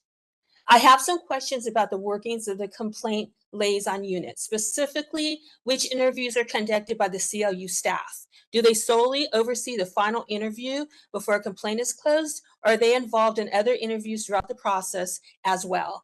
I observed a scenario where it appeared that the interview offered to the complainant was meant to be the final interview. However, the CLU staff failed to make this clear. Even when they were questioned and pressed for clarity, they insisted they were just trying to gather information. Yet, following the supposed information gathering interview, the complainant received a letter indicating that their complaint had been closed. The CLU staff should clearly articulate the type of interview being conducted and maintain transparency when asked about it. This clarity is vital for the complainant, empowering them to approach the interview prepared and ready to effectively advocate on behalf of their complaint. Which cases complaints go to the complaint liaison unit? Question. The CLU process has unfortunately contributed to confusion among complainants rather than offering the clarity they need. It's essential that your CLU staff undergo further training to enhance their effectiveness and better serve those who rely on their assistance. I can see the potential it has to help families, but currently it is not helping anyone. In regards to the comment that Reggie made, I'd like to know when the board is going to be speaking on patient safety and AB 408 at public events to the public, not just to physicians, but to patients as well. Thank you. Thank you for your public comment. Next request here is from Tracy Dominguez. Tracy, you should be receiving that prompt. I am Tracy Dominguez, and I am from Bakersfield, California, and I am a volunteer with Consumer Watchdog. I know we have brought this to your attention before, but I must emphasize the importance of the consumer complaint form. It plays a key role. I urge you to genuinely welcome input from the stakeholders who rely on it, families like mine who seek to assure that it meets all the public needs. I have filed several consumer complaints, including multiple submissions to this board, in hopes of seeking resolution and assuring my voice is heard. It is not only my voice to be heard, but it is my daughter, Demi, and my grandson, Malachi, who no longer have a voice. I have been in a situation where I have submitted a complaint to the health department, only to have it forward to your board. Before I could file my consumer complaint with this board, I believe there was a simple reversion that needed to be made that would have made a difference, not only to the families, but would have helped your enforcement staff to be better equipped to gather the necessary information and to thoroughly review and effectively address the complaints. So again, please include us in the consumer complaint updates process. We use this form and we know that it would change and make a difference for families. Thank you. Thank you for your public comment. Next, here's Eric Andrus. You should be receiving that prompt. Oh, come on, Reggie. That enforcement monitor report was so skewed and clearly information was kept from those people who did the report. They even admitted that certain information was never provided or considered. Anyone who thinks that report was impartial and complete is part of the problem. I recommend to the new board members to take a look at the report and then talk to TJ Watkins as to how it is faulty. Of course, Christina will likely attack you after the meeting and tell you that I'm crazy and that the report is perfectly legitimate because that's what the CMA would want her to say. And she can't cross them and jeopardize future campaign donations from them. New board members, this is the kind of thing that you have to watch out for because the staff isn't always truthful with you, especially Carrie Webb. As a lawyer, she skews things to protect the board. Look how she always gives herself a prime seat next to the president when she should be just sitting in the audience like most boards and councils do with their staff attorneys. Richard, whose morale is improved? Certainly not the people of California and the patient safety advocates who are continually disappointed in this board. You all pat yourselves on the back to make it appear like you're doing your job, but the advocates always and regularly come in and prove how you're all failing. Saying things like that is so selfish and proves you only think of your own attitudes and needs and not those of the public. How many of the new board members will allow that to continue? Several of the newish board members are doing like Christina used to do when she first got on the board and are sitting on their hands, not really participating or saying anything. Have any of you done any research on the history of this board to know what you're representing? Or are you just going to spend your entire tenure sitting there not participating, not trying to make patients safer like TJ Watkins is doing? Christina always loves to point out the complaints that are closed because they're sent to the wrong board, but never talks about the egregious cases closed simply because they need to so you don't go broke protecting the people of this state. She always has to try and negate everything that TJ Watkins says. She's a mean girl. Yes, 150 years of existence, and if you look into the entire history, the board has been criticized for its lack of real patient safety the entire time. You still can't afford to discipline even half of the complaints that cross your trash cans. I mean your desks. Thank you. Thank you for your public comment. Last in queue here is Maria Ibarra Navarrete. If anyone else would like to make a public comment on agenda item 7, please do so by raising your hand or type something in that Q&A window.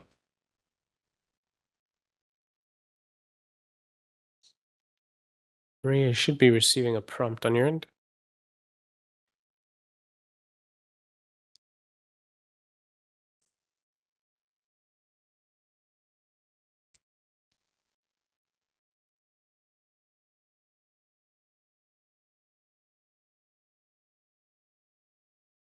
Okay, I'm not seeing Maria coming off of mute. I'm not seeing any additional requests at this time.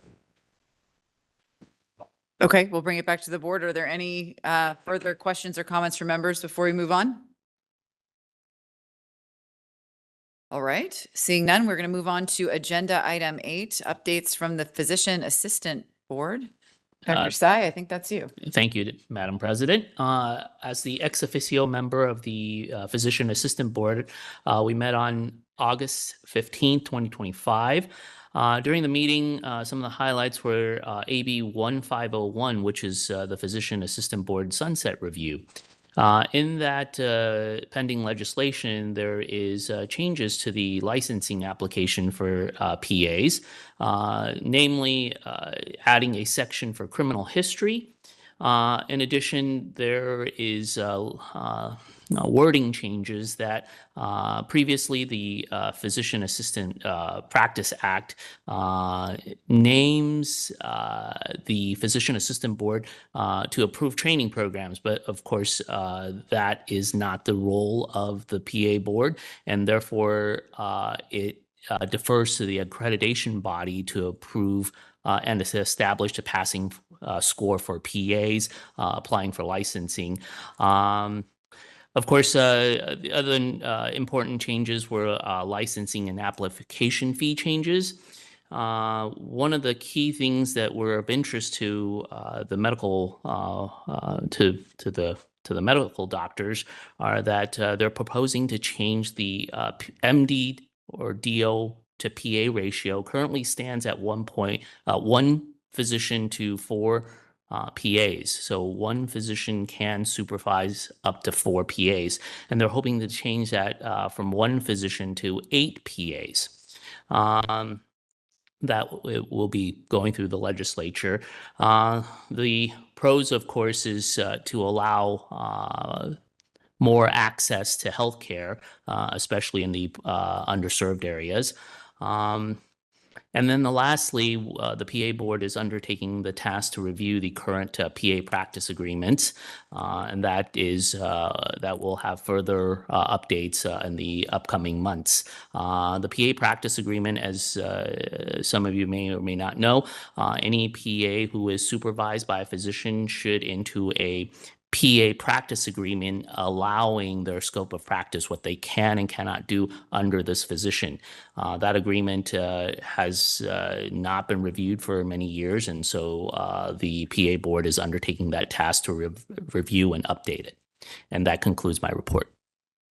Thank you, Dr. Tsai. Are there any questions or comments from board members? Dr. Thorpe? Thank you, Dr. Tsai. So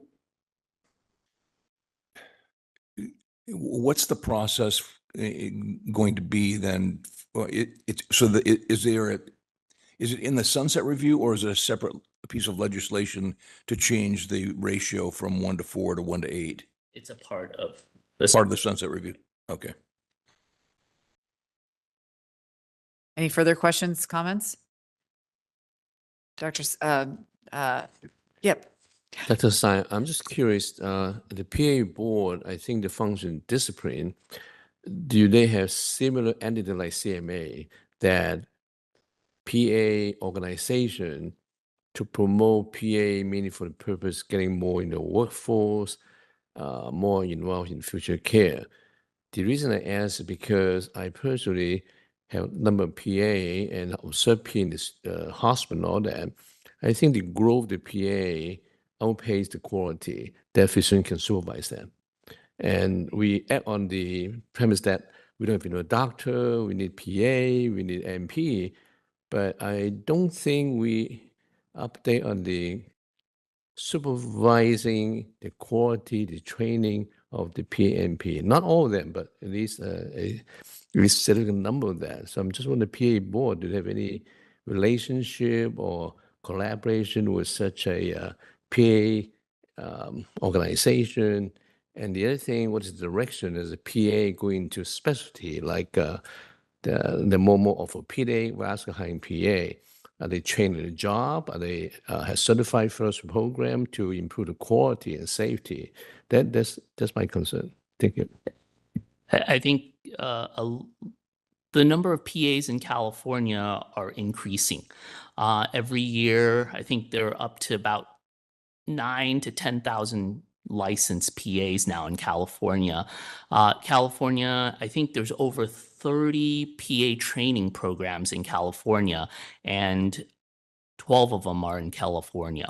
There's about 6 or 7 in southern part of the state. Then there's 4 or 5 in northern part, central, and then there's 3 or 4 in the Bay Area. I think, the issue with PAs, they're ancillary health professionals. They're meant to augment physicians in their care of patients.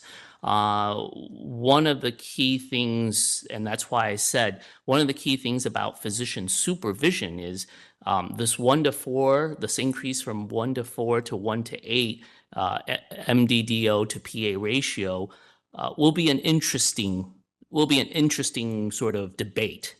How can we ensure the quality of care while not overextending the physician supervision? Now, I think one of the questions is that there still needs to be supervision. I know that the nursing board is looking towards independent NP practice, where the nurse practitioner can practice independently without a physician. Several other states like Las Vegas and I think Las Vegas comes to mind because NPs can practice without a physician supervision just by their nursing license. They can practice. And of course, the majority of these allied health professionals practicing independently are in aesthetics, the Botox, the collagen injection type of area. But of course, it's a slippery slope. What's to prevent a cardiac nurse practitioner from sort of opening up practice to a aesthetic nurse practitioner? So I think it's a fine balance, because obviously as physicians, we know that to supervise means that you have to read every note, you have to follow up on the patients. You can't just sort of be a person that says, oh, I trust you guys implicitly. You still have to monitor everything that your supervised PA does. So I think with that, there's going to be a lot of debates on what's the appropriate number. Is it 8? Is it 12? Is it 4? Is it 2? So I think that's why of all the interesting parts of the Sunset Review, I think that will be the most contested and most heavily debated. And I think I see what the other side of the debate is, because access to healthcare is really important in California. I mean, patients wait up to 3 months to see a doctor, a specialist. And like you said, most of the PAs are in surgical subspecialties, the orthopods, the neurosurgeons, but there's a lot of PAs working in primary care. So I think that will be something that the legislature will have to investigate, and we may have to provide some input as to what is the appropriate number. Other questions, comments? Dr. Mahmood? Yes. Yeah, your point is well taken, that what would be the right number. But I don't think the physician has to go through every single case of the PA. I think there's a percentage of 20 or 25%. Even that, if you spend 2 hours on one PA to reviewing everything, it's going to take 16 hours. So whoever came up with this idea of 8 is, I think, a little overrated. It's just somebody has to be a superhero. He's going to be doing his own practice. He's going to be watching all 8 PAs. And we are going to be extending care to more people. Quality of care is going to go way too low. And before it goes, I thought they could have done like 4, maybe 6, seeing what is going on. And also, I think there might be a need to restrict them certain specialties to do the work. Some specialties, especially in medical specialties, are hard because a lot more thought process and kind of stuff to make the diagnosis and everything. I mean, the reason they're working most in surgical specialties because surgeon does the job and they just do the follow-up or the pre-op and kind of stuff. So it's, as you said, it's really a very tough call. Has to be very careful. I don't know how much medical board is going to have involvement in that, but I think we should have say when medical MDs are going to be proctoring or supervising them, we should have some say on that. And I think you are representing us there. Other comments, questions? Comments, questions from the public on this agenda item? Yes, sir.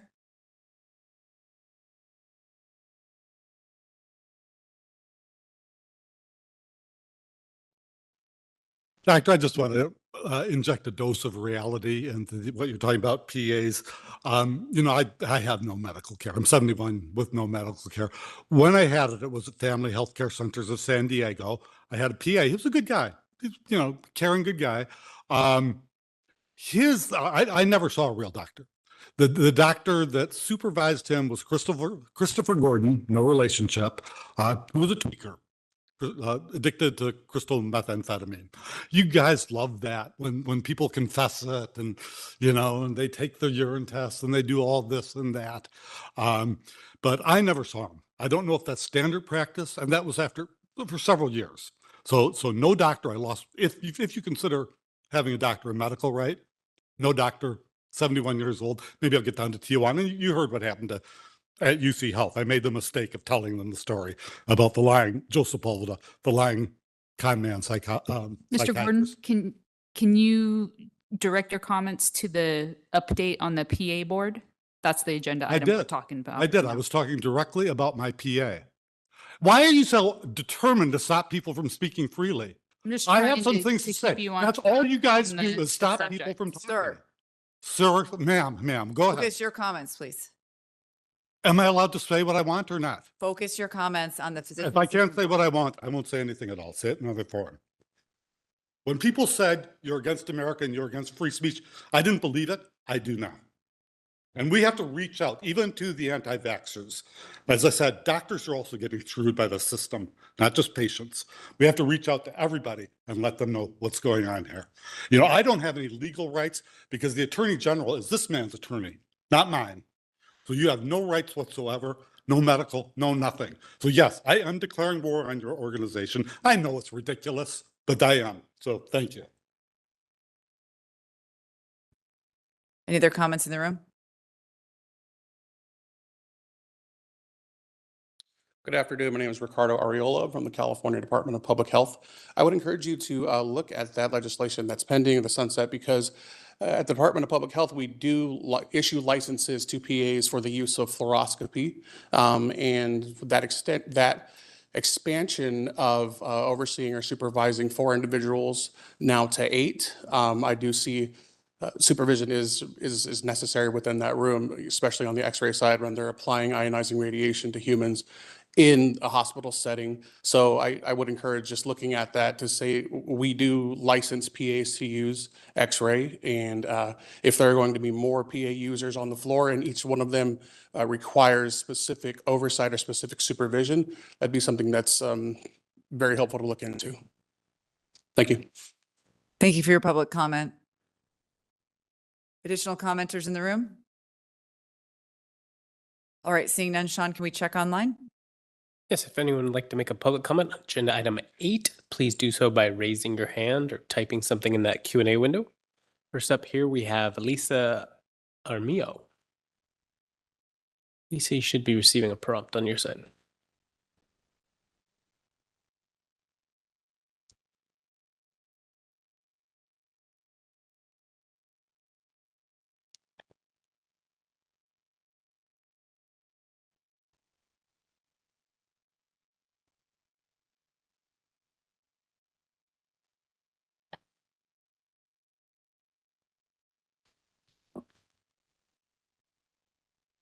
Yeah, it's like Lisa took her hand down. Excuse me. So I don't see any requests in queue. Okay, we'll bring it back to the board. Any further questions, comments? Madam Chair, Dr. Thorne? I just want, I think, so I do supervise 3 PAs and 1 nurse practitioner in my internal medicine practice. And I review 10% depending on, but essentially 10% across the board of their records get sent to me automatically. So I have that review, and it's a everyday amount of, today I had 35 charts to review. Well, you can't read, I mean, that's a lot of charts to look through and to try to make sure that care is appropriate and that there is, appropriate diagnosis and appropriate orders and intervention for diagnostic evaluation. It is, and I have to say, I think I'm on a little, even though this is supposed to be what happens, it's not common that this happens. I think it would be helpful to, I don't know exactly how to do this, but for one thing, I think it'd be interesting to do a survey to see if you call a primary care office and that does use PAs, what's your likelihood of being able to get in to see the doctor? How often does that work? And how many people will get automatically scheduled with a PA as opposed to the physician across just across the state, kind of just a sample of how that would work. And then I don't know if it would, I don't know how you would do this survey, but to see what is the standard for supervision, because this question of increasing the number of, or this ratio is really a big deal. And I think the chances for disaster, I mean, PAs are great. They do a great job. They're very, I have great relationships with my PAs and my nurse practitioner. I love the work that they do, but they don't know what they don't know. You know, and there's just a limit to what they know. They learn a good amount of stuff, and they learn more because they're very motivated to learn, but there's just a limit to what they know. And so I know that we can depend on Dr. Sy to straighten this whole thing out. Thanks, Dr. Thorpe, and thanks, Dr. Sy, for the report. Any further comments? Okay, we will move on to agenda item 9, which is discussion and possible action on proposed rulemaking on fees for petitions for penalty relief and proposed responses to public comments received during the 15-day comment period. Carrie Webb. I know this was the agenda item everyone's been looking forward to discussing. Please turn to agenda item 9 for all of the materials that are relevant to this topic. For some background, the board sustains significant costs in processing and adjudicating petitions for penalty relief, which is the tool that physicians use to have their revoked or surrendered licenses reinstated, or to have the terms of their probation modified, or have their probation terminated early. Between fiscal years 2021 and 2023, these costs exceeded $1.8 million. Historically, petitioners have not been required to bear these costs. However, at the board's request, Senate Bill 815, enacted in 2023, authorized the board to establish fees to cover these expenses. Board staff determined that the average cost to process a petition for reinstatement through the hearing process is $22,781, and the average cost for petitions for modification or early termination is $20,992. At the May 2024 board meeting, the board approved proposed regulations to establish fees for petitions for penalty relief to cover the costs up front before the matter was referred to the Attorney General's office and set for hearing. The proposed regulations were noticed for the 45-day comment period, and the board received 9 comments, all of which, among other things, expressed concern that requiring petitioners to pay in excess of $20,000 up front would be a barrier to individuals who are rehabilitated from being able to pursue penalty relief. In response to those concerns, board staff developed an alternative proposal, which would require individuals seeking reinstatement to submit $2,962 along with their petition, and individuals seeking to modify or terminate their probation early would be required to submit $1,242 with their petition to start the initial review. These fees represent the cost to the board up to the time the petition is referred to the Attorney General's office.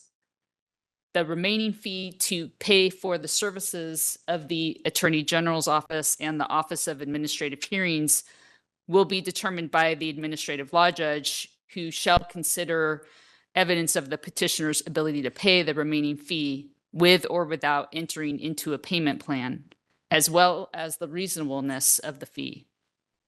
This proposal includes a cap of $22,000 less the initial fee already paid.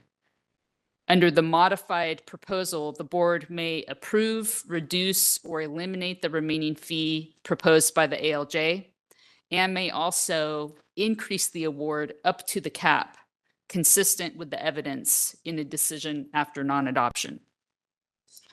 The board approved these modifications to the language, among others, at the February 2025 meeting, and board staff noticed the modified text for the 15-day comment period. During this last 15-day comment period, the board received 2 letters. The first from the Neighborhood Legal Services of Los Angeles County, and they welcomed the reduction in initial fees but they requested clarification on what evidence would be relevant in considering a petitioner's ability to pay the remaining fee. They suggested setting forth the criteria to be considered, but board staff did not recommend changes to the modified text in response to this comment, as the proposed text already allows petitioners to demonstrate financial hardship, and they are in the best position to provide relevant evidence. The second comment came from the California Medical Association, and CMA also appreciated the board's efforts, but continued to express concerns about the financial burden on petitioners. They suggested several modifications, including, but not limited to, specifying that the $22,000 fee cap applies to both the ALJ and the board, specifically indicating that the petitioner's existing cost recovery obligations can be considered when determining the petitioner's ability to pay, requiring a notice to petitioners that payment plans are available upon request, and incorporating the required form for petitions for penalty relief into the regulations by reference. Board staff recommended making several of the requested changes to address their concerns, including clarifying the maximum fee cap, allowing for the reduction or waiver of fees on financial hardship basis, providing notice to the petitioner that payment plans are available, and incorporating the form into the regulations. Staff, however, did not recommend specifying outstanding cost recovery as a ground for fee reduction, as the proposed text already provides a broad opportunity for petitioners to demonstrate financial hardship. Board staff also made additional minor clarifying changes to the text. And the second modified text being proposed is located under attachment 3.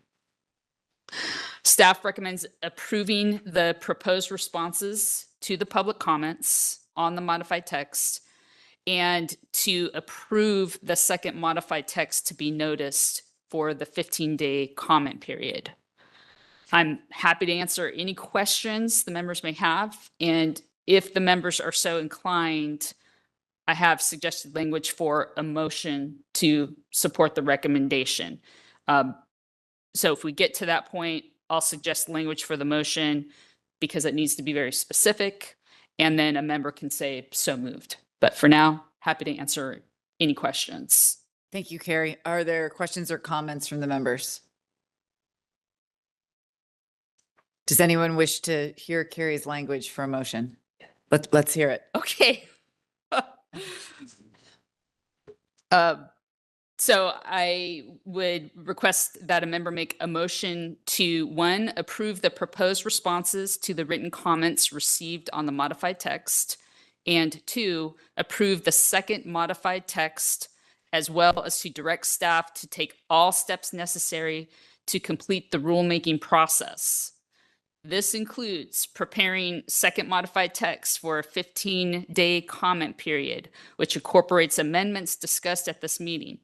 If after the 15-day comment period, the board does not receive any comments, providing objections or adverse recommendations specifically directed at the proposed action or to the procedures followed by the board in proposing or adopting the action, then the board authorizes the executive director to make any non-substantive changes to the proposed second modified text and the rulemaking file, and adopt the proposed regulations as described in the second modified text notice.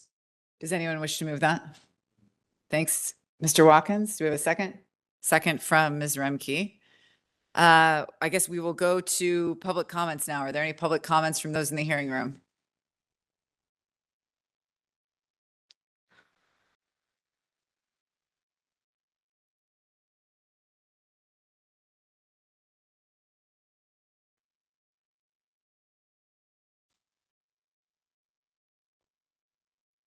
There we go. Sorry about that.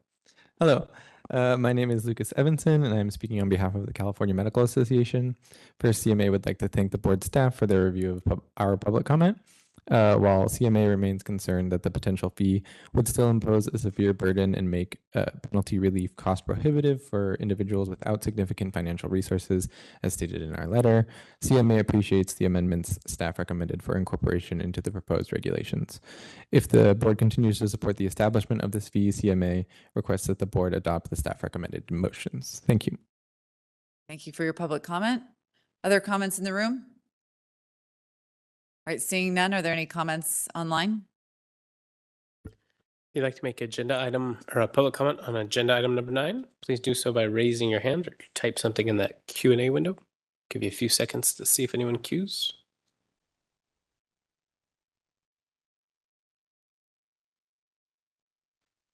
Not seeing any requests at this time. All right, we'll bring it back to the board. Are there any comments before we have a roll call vote? All right, seeing none, Ms. Struther, if you could please perform the roll call vote. Dr. Ayala Rodriguez? Yes. Mr. Arkatov? Yes. Ms. Chung? Yes. Dr. Mahmood? Yes. Ms. Remke? Yes. Dr. Solis? Yes. Solis. Not me. Not you. Sorry, You're Dr. sorry, Thorpe. sorry. You're Dr. Thorpe. Thank you. So yes. Yeah, great. Thank you. Dr. Thorpe? Okay, yes. Dr. Sai? Yes. Mr. Watkins? Yes. Dr. Yip? Yes. Ms. Lawson? Yes. All right, that motion passes. And we are moving on to agenda item 10, discussion and possible action on legislation. Mr. Bone, I'm looking forward mostly to the Chiquita landfill bill.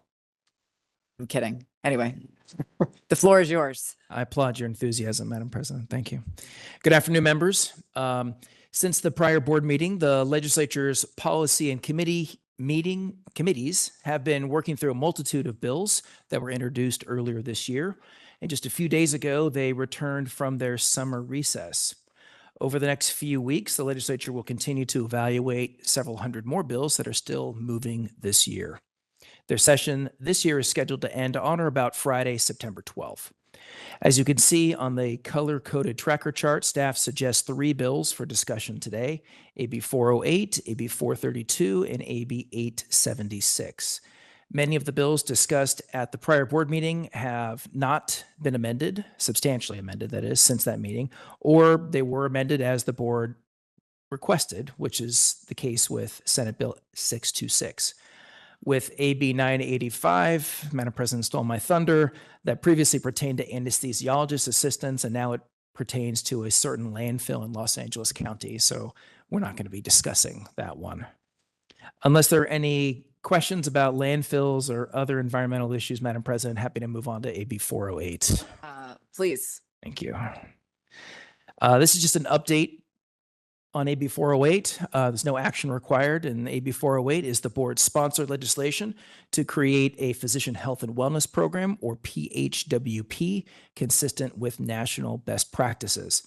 This program would prioritize early intervention in health conditions that impair or could possibly impair a current or future board licensee from practicing in a reasonably safe, competent, and professional manner. For our newer board members, welcome. And if you haven't had a chance already, I would recommend reviewing the board's prior work on the development of AB 408, including the various comments we received through multiple public meetings held in 2023 and 2024.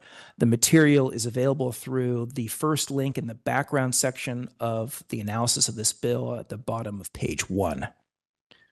Related to the topic of promoting mental well-being, the board members may be interested to know that the governor signed an executive order on July 30 that highlights the rate of suicide among males aged 15 to 44 and other deeply concerning trends related to loneliness and social disconnection facing this demographic. I find it encouraging to see that these topics of mental well-being continue to receive additional attention, which they sorely deserve. After the last board meeting, AB 408 was approved by the full assembly and by the Senate Business Professions and Economic Development Committee. The next vote on the bill is expected to occur next year in 2026. In the meantime, our author, Assemblymember Mark Berman, will be working with his colleagues to determine what updates or improvements to the bill, if any, can or should be made. In response to questions and comments from stakeholders and after consultation with President Lawson and Vice President Helzer. AB 408 was amended after the last board meeting. Those updates were largely clarifying in nature and don't change the essential aspects of the bill, and they are described on the first page of the analysis and reflected in the section-by-section description of the bill in the following pages of the analysis. In addition, you'll see that there is information related to some of the claims raised by opponents to the bill, and we hope the board finds that information to be useful. One of those resources is a letter from the Federation of State Physician Health Programs at the bottom of this analysis. Again, members, this is just an update. No action is required, and happy to answer any questions, Madam President. Thanks. Any questions about AB 408? We need to take comments on this separately. Fair enough. Right, but are we going to do that now and then take up the other two bills? Why don't we do that? Let's, I'll make an executive decision. Let's take, see if there are comments on AB 408 now, because it's been a big deal. And looks like we've got a couple commenters in the room.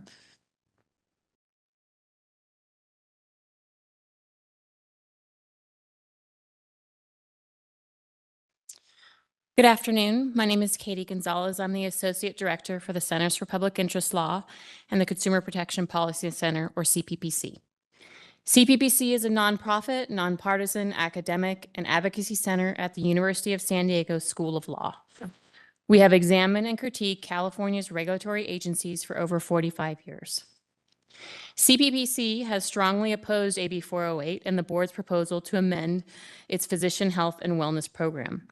Although the bill advanced in the Assembly, in committees, several senators, even those who voted aye, made it clear they would oppose it on the floor.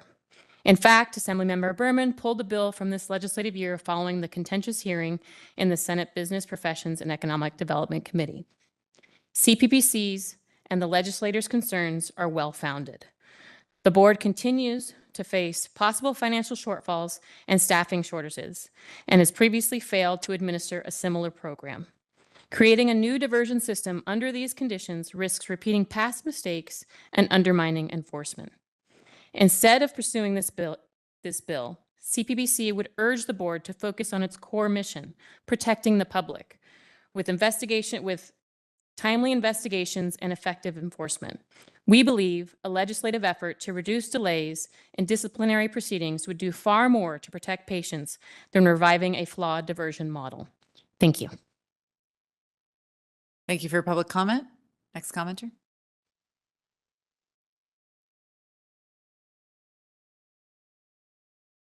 Good afternoon, President Lawson, members of the medical board. My name is Aaron Meyer. I'm a practicing psychiatrist and associate clinical professor at UC San Diego. I'm here on behalf of the California State Association of Psychiatrists and the California Public Protection and Physician Health Work Group in support of AB 408. These physician-led groups include experts who evaluate and treat physicians and other safety-sensitive workers. We thank the board for moving towards a modern physician health program, one that helps doctors get care early, which protects patients, preserves careers, and saves lives. Early referral to treatment is the best protection for patients. In states with confidential physician health programs, 75 to 90% of participants maintain sobriety and licensure. California is one of the only states still without a system. This means patients here must wait until a doctor is already impaired enough to be reported, which increases the likelihood of causing patient harm. The current system is not working. We look forward to continued discussion and work with you to bring an effective program to California. Patients deserve better, and our profession, with your leadership, can and will do better. So thank you for your commitment and for the opportunity to testify in support of AB 408. Thank you for your public comment. Other commenters in the room?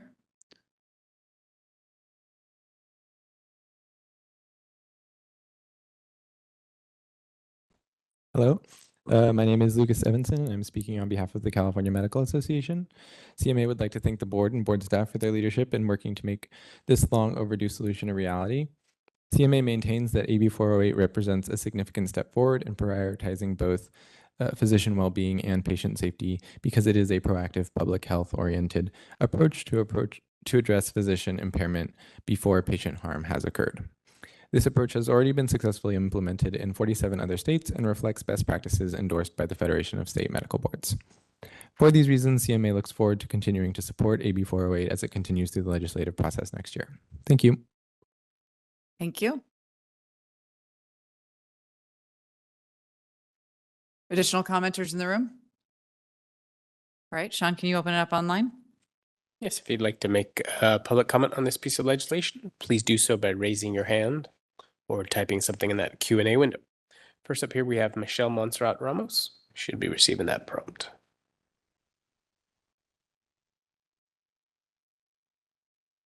I am Michelle Montserrat Ramos, and I am with Consumer Watchdog. We were pleased to see that AB 408 was held over for next year, as legislators acknowledged the considerable work still required on this bill.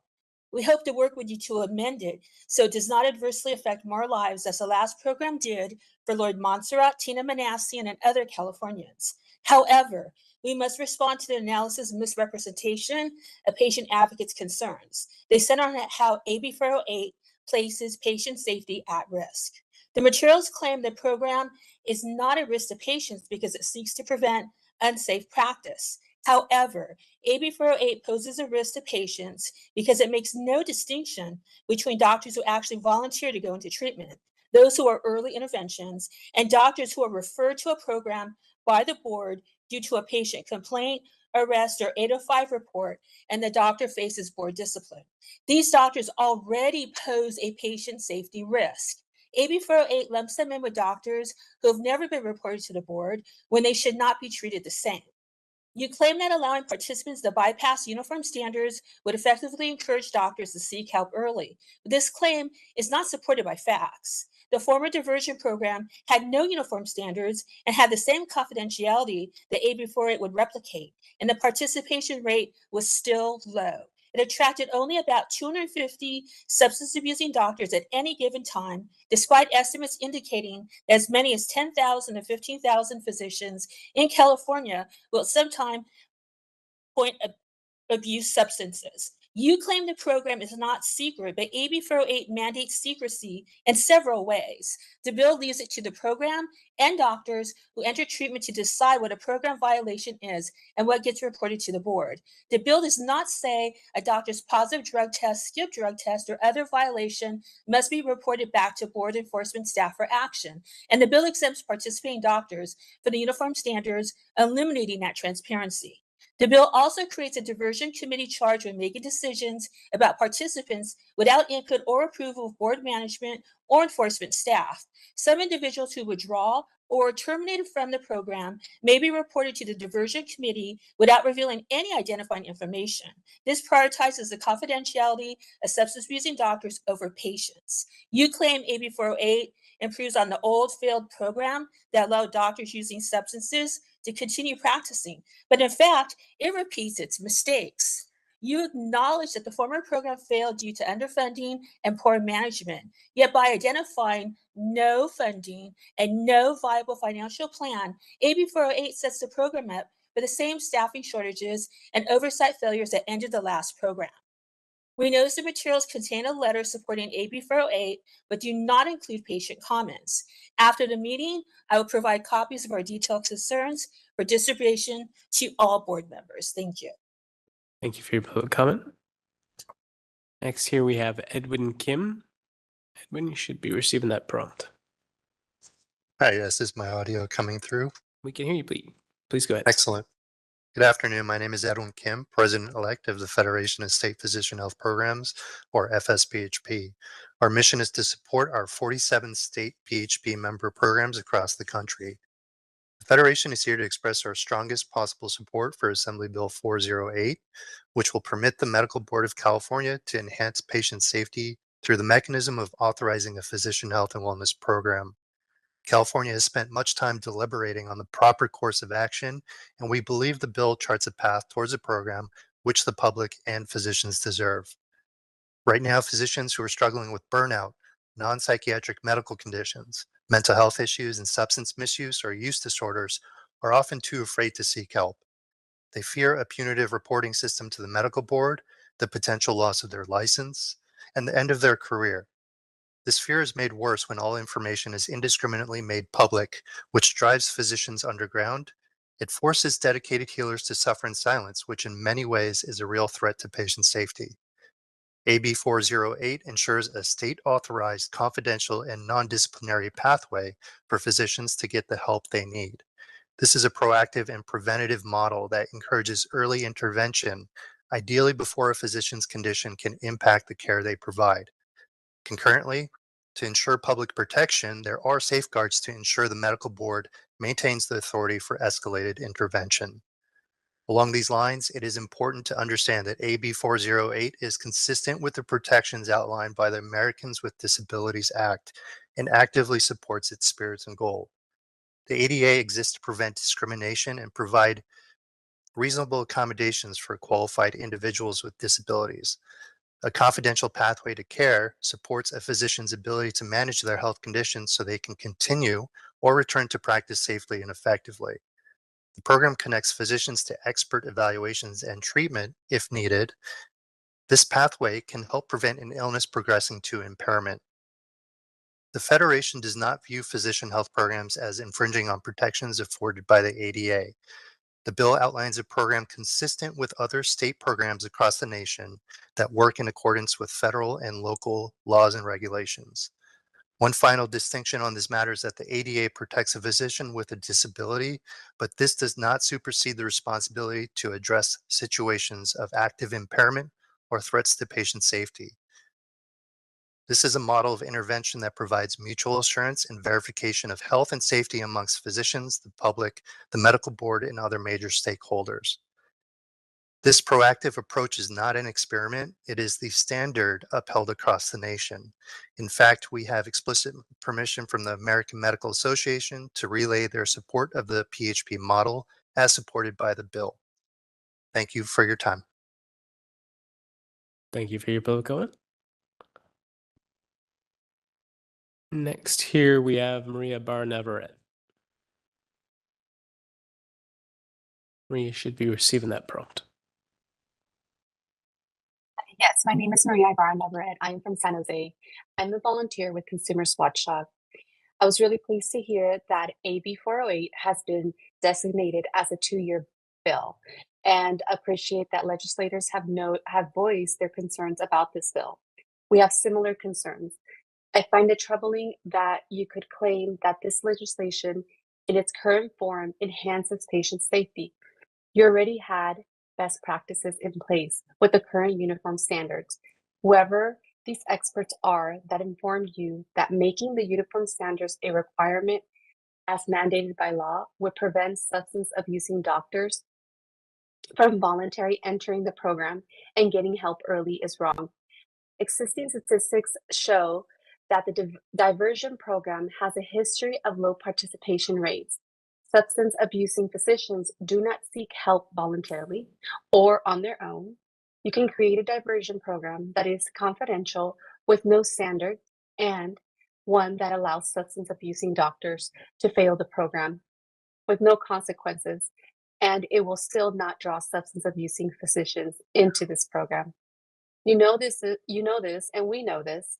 You have had every opportunity to bring this program back since we were required to do so by law in 2016.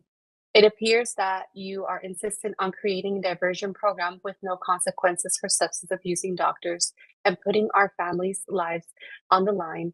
And for what? Another program with incredibly low participation rates. What is the point of this? All you are accomplishing is putting more Californians at risk. Thank you. Thank you for your public comment. Next here we have Eric Andrist. Eric, you should be receiving that prompt. New board members, notice how Mean Girl Christina questions, do we have to take comments on this now? You should want to see what the public thinks of each bill individually instead of limiting them to 3 minutes on all of them together. If she needs to rush out of the meeting, maybe she should reconsider being on the board. Thank you. Thank you for your public comment. Next, we have Tracy Dominguez. Hello.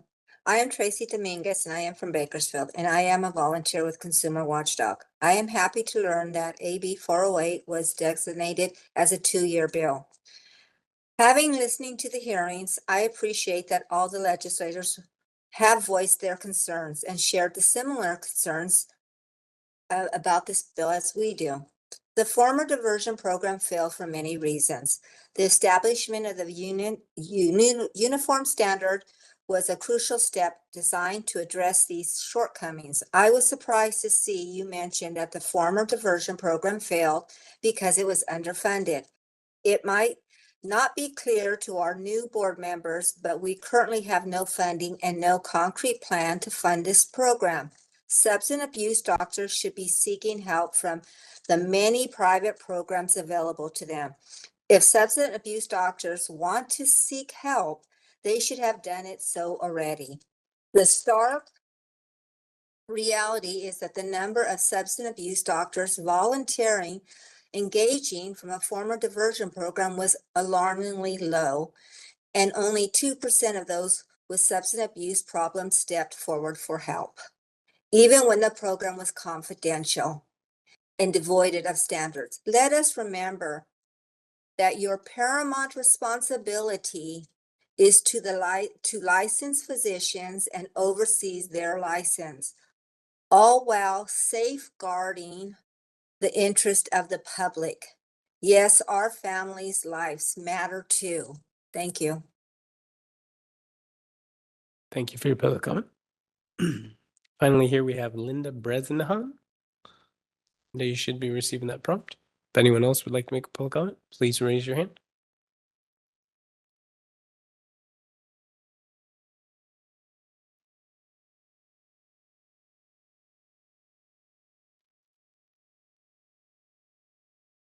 Okay, looks like Linda has lowered her hand. We're going to go to Tara M. Tara, you should be receiving that prompt. Oh, I didn't lower my hand. Is it okay to speak? Yes, go ahead, Linda. Okay, sorry about that. I think I just had some technical difficulties. So thank you. I'm Linda Bresnahan, currently the Executive Director of the Federation of State Physician Health Programs, and I formerly worked for the Massachusetts Physician Health Program for 30 years. And I want to speak in favor of AB Bill 408. I've seen the outcome of thousands of physicians' lives and careers saved by a physician health program that allows for a confidential referral with accountable steps to refer to the board when patient safety is at risk. PHPs have strong outcomes, including a study that shows physician health program graduates have reduced liability risk over their peers in the same specialty who have not been part of a physician health program. The evidence exists that these programs work both to restore physicians' careers and for patient safety. This bill in California has the elements for a physician health program to succeed. Thank you. Thank you, Linda. Next here, we're going to Tara M. I'm going to send you that request again.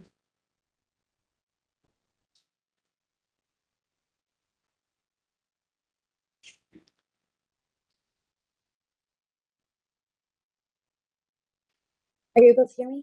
There we go, Tara. Thank you. Go ahead. Awesome. Sorry about that.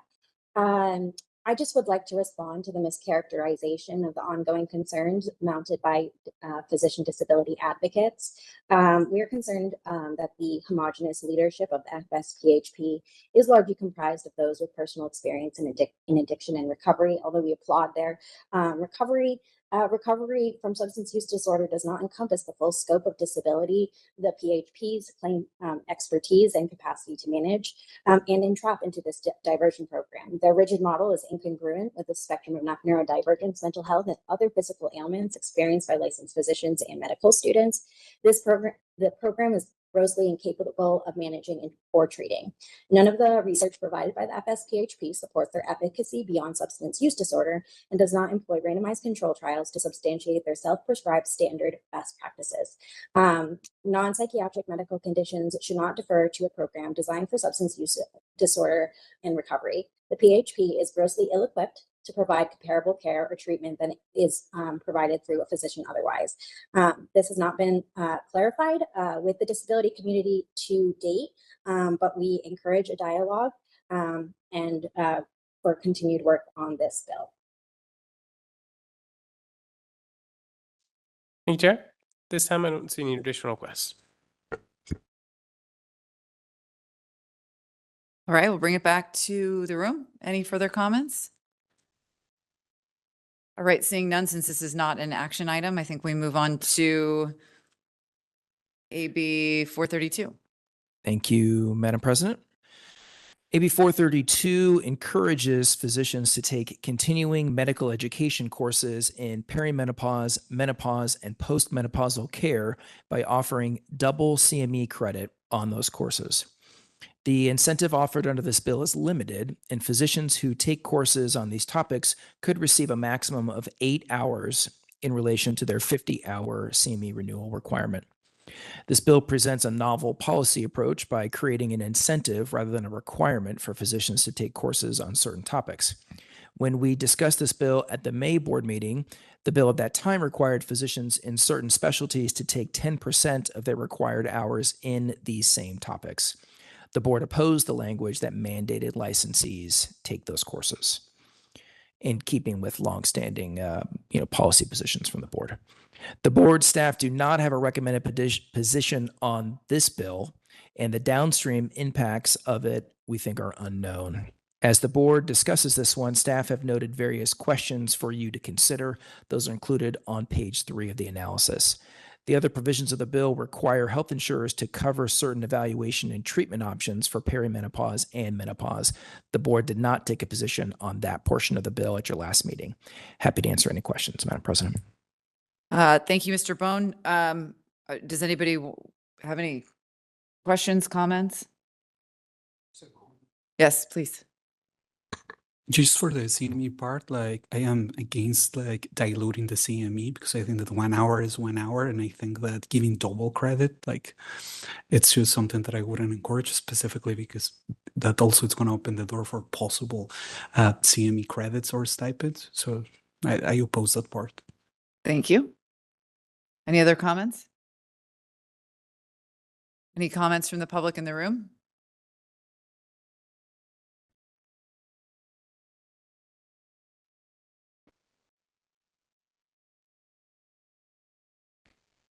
Hello, my name is Lucas Evanson, and I'm speaking on behalf of the California Medical Association. CMA supports this innovative approach to incentivize both the development of additional courses on menopause and physician participation in CME courses covering perimenopause, menopause, and postmenopausal care where appropriate.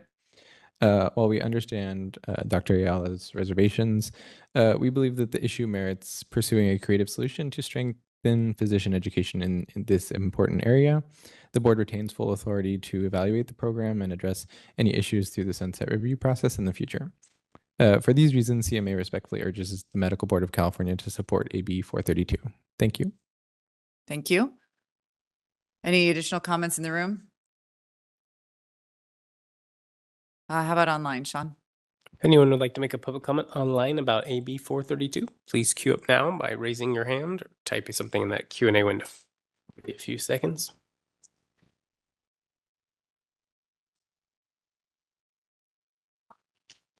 Not seeing any requests at this time. Okay, we'll bring it back to the board. I would refer you again, as Mr. Bone did, to page 3 of this analysis that has 4 questions for us to consider, if we'd like to do that. Dr. Zor? Well, I think this is a very important topic, and I think it's probably under-recognized in terms of the number of women that are aging into this area of their life. And there's really a lot of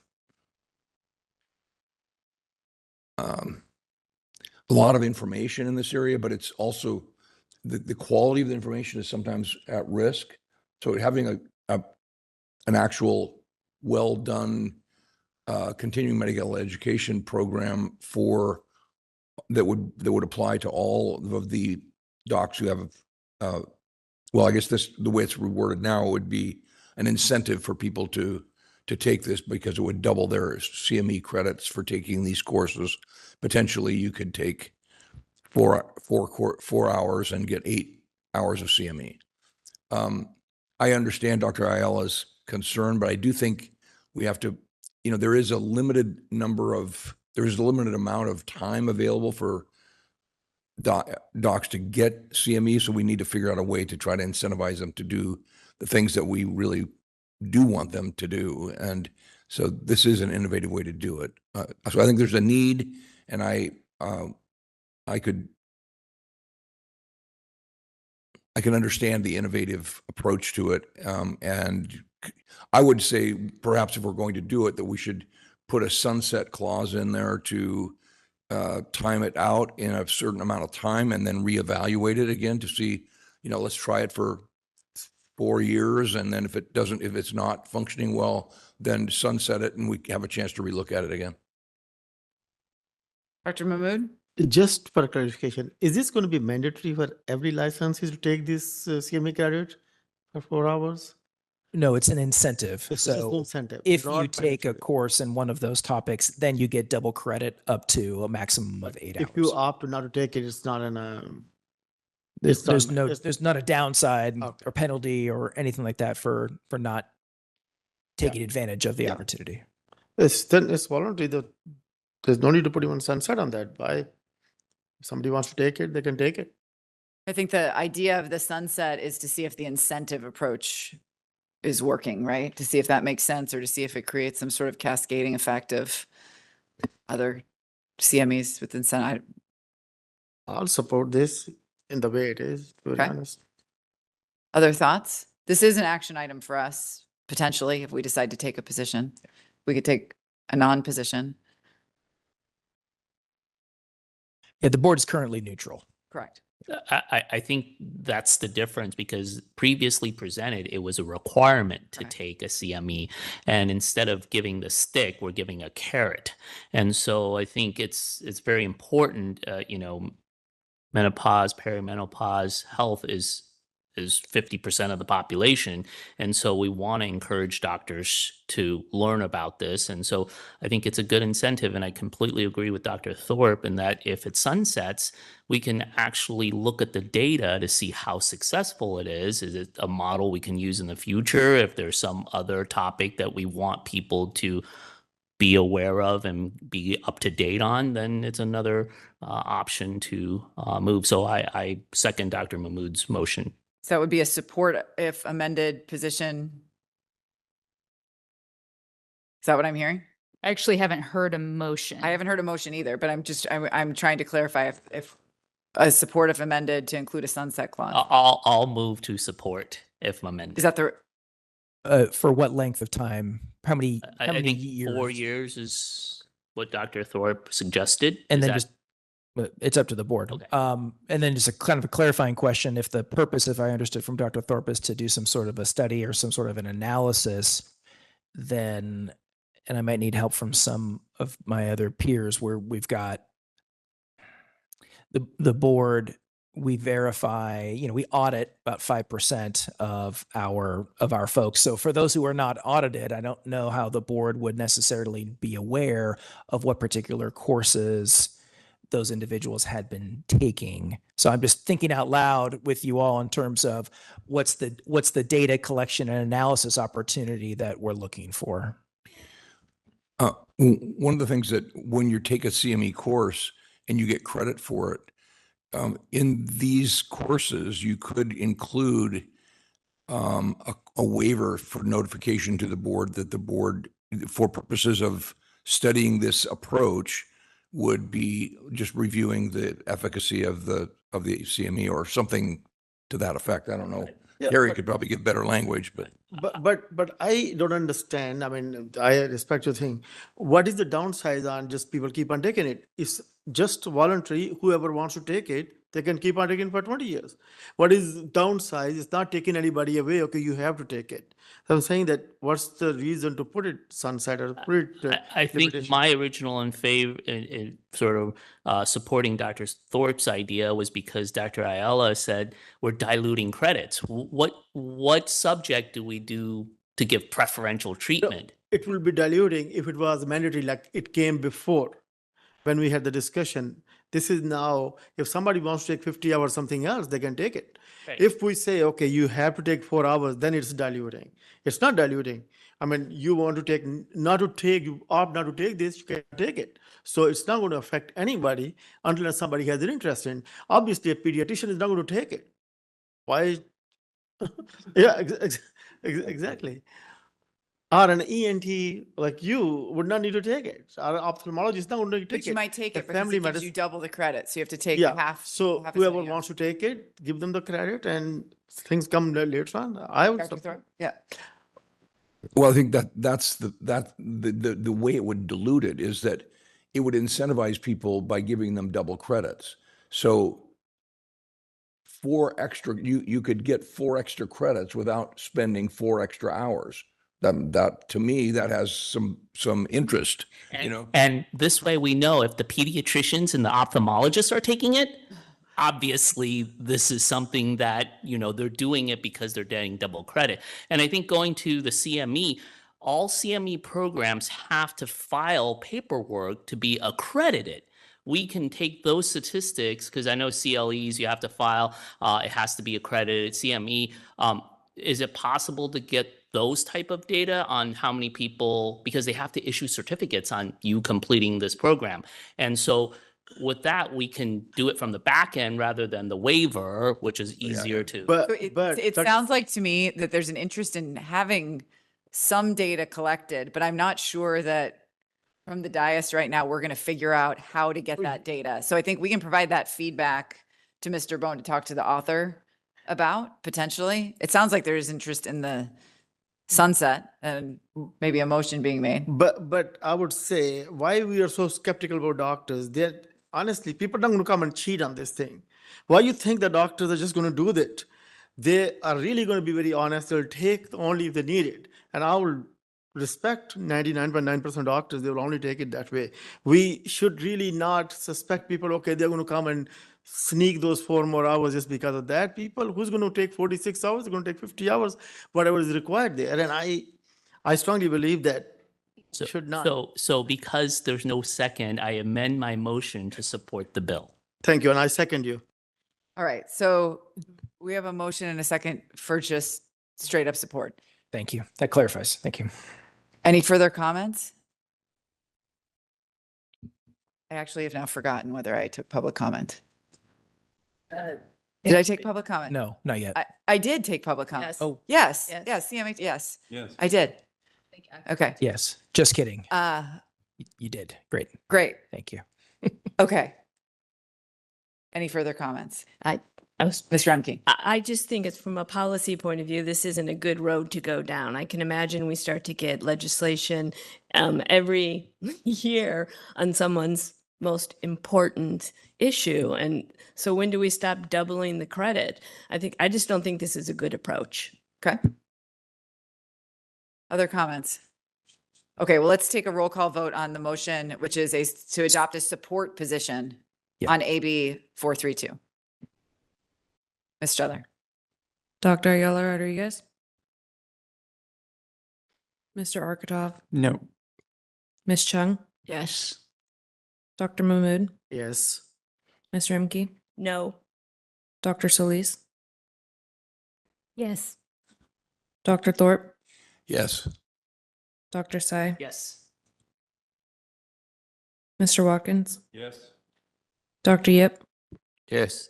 Ms. Lawson? Yes.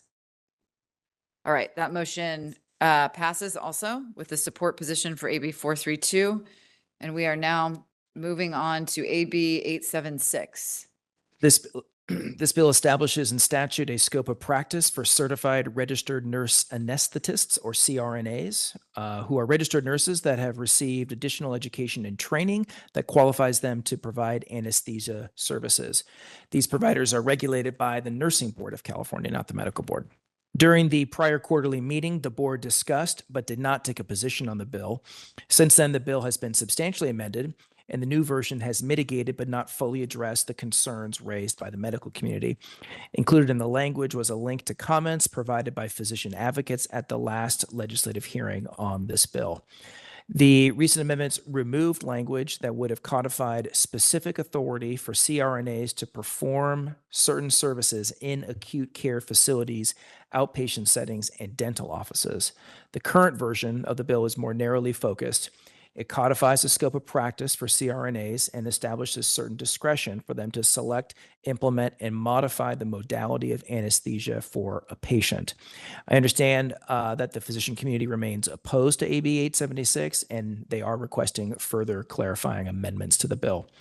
There is no staff recommendation for a position on the bill. If the board remains neutral, we will continue to monitor it and report back at the next board meeting. That concludes my prepared remarks, Madam Questions, comments from board members? Dr. Thorpe? I would just say it seems appropriate at this point to just remain neutral. We don't really know the details of the bill, and I would just say let's remain neutral on this, but that's my personal opinion. Other comments? I agree with Dr. Thorpe. Okay, let's hear. Well, Great. Let's hear from the public if there are no further comments. Any comments from those in the room? How about online, Sean? Yes, if you'd like to make a public comment on this piece of legislation, please raise your hand or type something in that Q&A window. Give you a few seconds.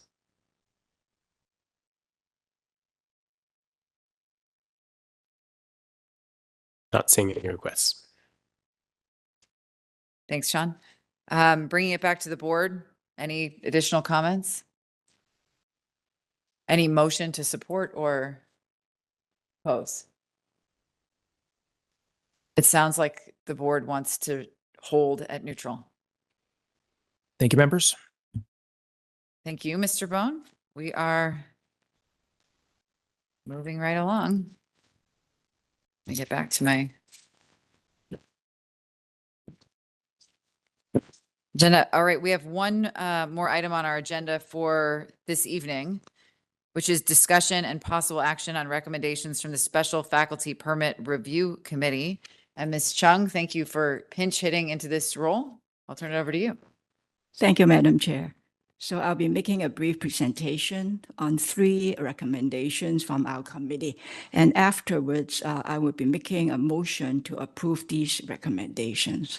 So the first recommendation relates to Dr. Mohammed Pakran.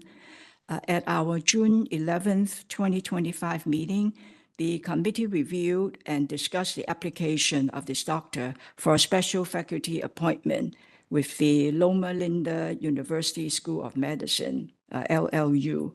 So if you want to follow more details, it's on our agenda item 11 in your board packet. Dr. Pakran is is eminent and internationally recognized expert in the field of glaucoma. So he possesses a diverse surgical skill set, including the micro incision and the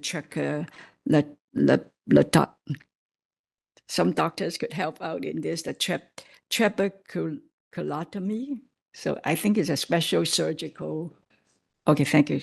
Thank you, Dr. Yip. So he's, as you see from his bio, he's very, very skilled, and this will offer LLU patients more treatment options for uncontrolled glaucoma, more than they are currently available. He has authored over 100 publications, and from 2012 to 2019, he served as the glaucoma section head at the Shahid Beheshti University. He currently serves as an associate professor at the University of Texas Medical Branch Department of Ophthalmology. Dr. Pakran's expertise will greatly benefit the population in the Inland Empire, which is an underserved population, and the LLU Eye Institute manages tertiary referrals of glaucoma patients in the region.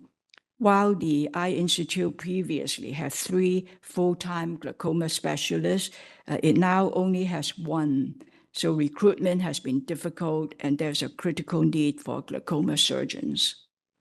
If approved for the special faculty permit by the board, Dr. Pakran will hold a full-time faculty position at the Loma Linda Eye Institute, providing glaucoma and comprehensive ophthalmology care within LLU, Riverside University Health System, Social Action, COPS Clinic, and the LLU Surgical Institute. He will also share emergency glaucoma on-call coverage, serve on the comprehensive on-call coverage panel, and assist with the LLU Hospital inpatient consultation service. Additionally, he will continue his scholarly activities, including clinical research and teaching medical students and residents. So our committee recommends that the board approve Dr. Pakran's application for a special faculty permit. The second recommendation pertains to Dr. Kanishka Thiran Jayasundara. At our July 30th, 2025 meeting, the committee reviewed and discussed the application for Dr. Jayasundara for a special faculty appointment with the UC Davis School of Medicine. And please refer to your packet for more detailed information on doctor's qualification.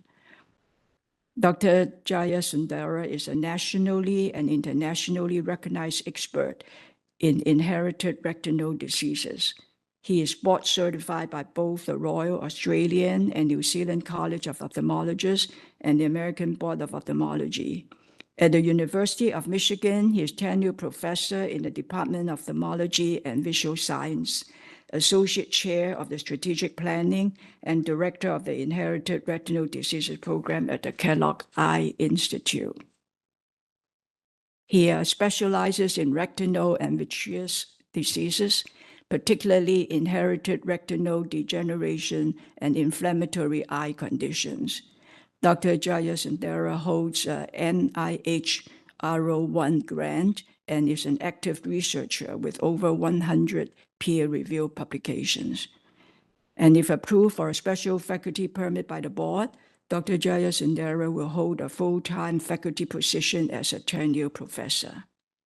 Additionally, if approved by the board, he will be appointed as chair of the Department of Ophthalmology and Vision Science at UC Davis and director of the Ernest Shannon Eye Institute. His roles will include developing referral lines from the community to the university to grow clinical practice, supporting the research mission of the department, overseeing the recruitment, promotion, and retention of the faculty, and spearheading fundraising efforts, also supporting the service expectations of the faculty and the staff. The committee recommends that the board approve Dr. Jayasundara's application for a special faculty permit and appointment as chair of the Department of Ophthalmology and Vision Science at UC Davis, and also as director of the Ernest Shannon Eye Institute at UC Davis. The third recommendation relates to Dr. Hettis Keda Kali Os. At our July 30th meeting, our committee reviewed a request from UC Davis to appoint special faculty permit holder, Dr. Oz, to division chair of neuroradiology in the Department of Radiology at UC Davis. And the details are also in the agenda number 11 in your packet.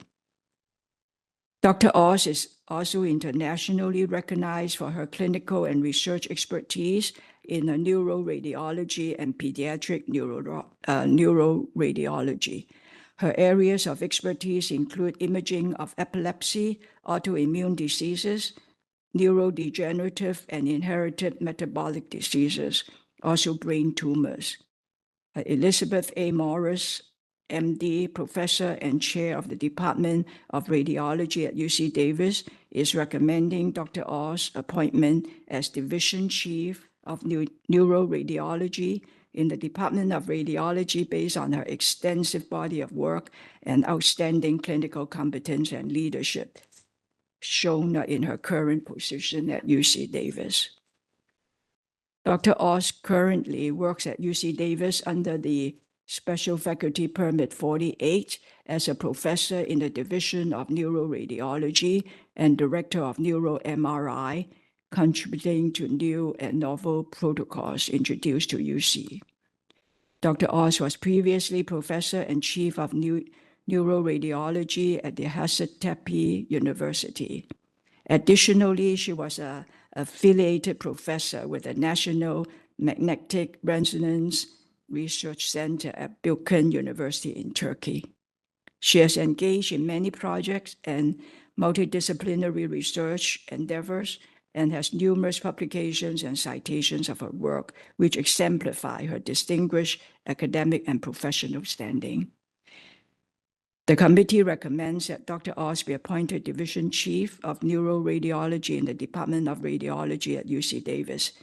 This concludes my report on the committee's recommendation. Thank you, Ms. Chung. Are there any questions or comments from the members? Dr. Yip. I move to accept the recommendation. One question just to clarify is the last professor, Dr. Oz, she already hold the permit, and now is that another category of permit, or how does it work? It's because they want to appoint her as division chair. And so that requires board approval for her to be appointed at that level. And what would be her license, like 2113, 2168, or same It's thing? Still a special faculty permit. So it doesn't change her permit number. I It see. just, Because the the position board change. approves her being a division chief. Is there a time frame on this? 4 year, 6 year? No. So as long as you stay in the previous, there's no need for reapply. But if she get promoted or become a director, etc., then she need another one, right? Like in this case, looks like. She doesn't need a new permit, but she Right. needs approval from the board Right, doesn't mean. for that level of position. I see. Okay. So move to accept recommendation for 3 faculty. Thank you. Do we have a Second. second? Thank you. And Dr. Ayala Rodriguez has a question. Yes. So for example, as a couple of them like have at least one has like an admin position. For these like faculty permits, is there a specific amount of hours, like clinical hours? For example, this one is like a chief position. Is the intent of the program like to bring like doctors to see patients directly, or is there like any room like for admin positions like that? Because for example, looking at the other one, like Dr. Kanishka, like part of the description is overseeing recruitment, promotion, retention of faculty, fundraising efforts, and things like that. So is that like part of the program, like that kind of like job description? I think there's a lot of flexibility with what they do in the work. They just have to have they have to be academically eminent to qualify for a permit under 2168.1. And they have to be offered a full-time position. And then there's a couple of different categories in there. There's not a certain number of hours that they have to be performing, clinical work. They're designated as faculty. So I'm sure there's admin, there's fundraising, there's all kinds of stuff that they may be tasked with doing. Any further questions? We have a motion and a second, so we'll take public comments if anyone has any. All right, I'm not seeing anyone jump up in the room. Sean, can you check online?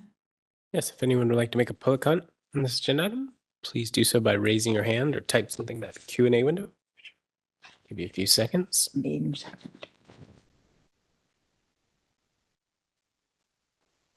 Not seeing any requests at this time.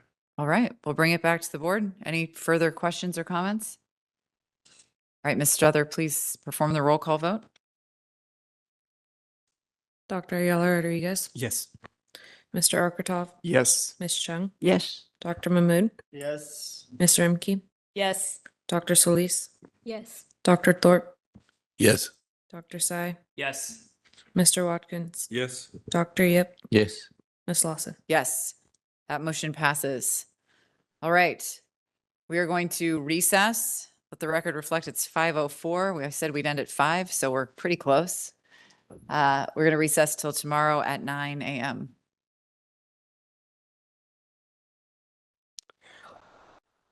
Good morning, everyone. Thank you for joining us for the Medical Board of California Quarterly Board Meeting Day 2.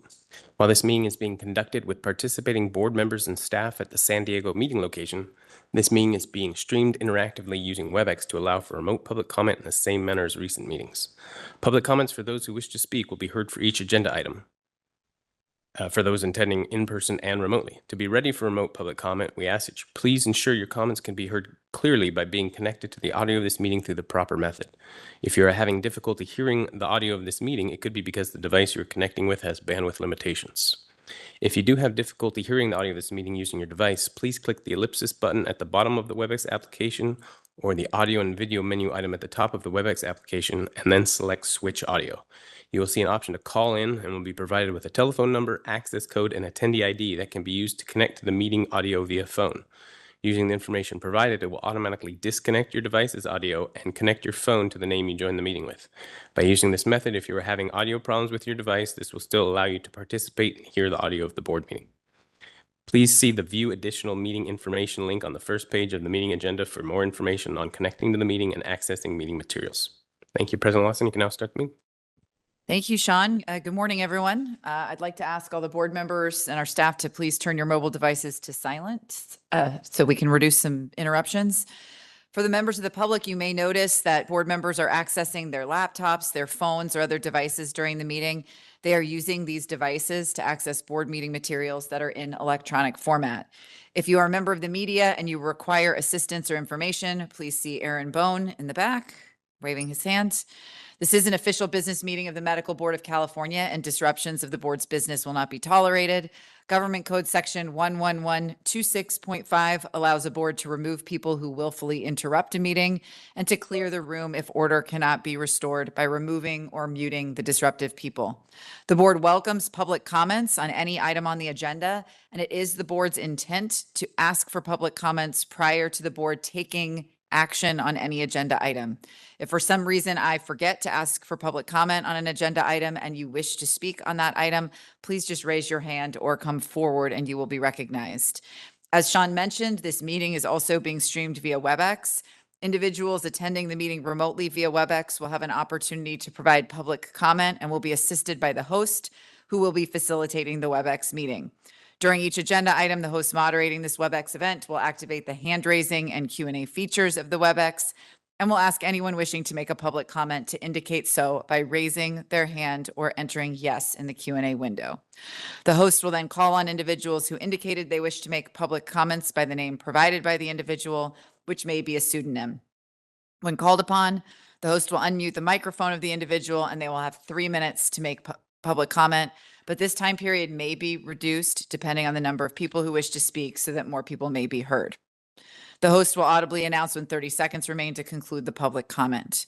After the individual's time for public comment has lapsed, the individual will be placed back on mute, and only one public comment per agenda item is allowed per attendee. I would like to remind all speakers to please stay on topic and keep your comments to 3 minutes or less.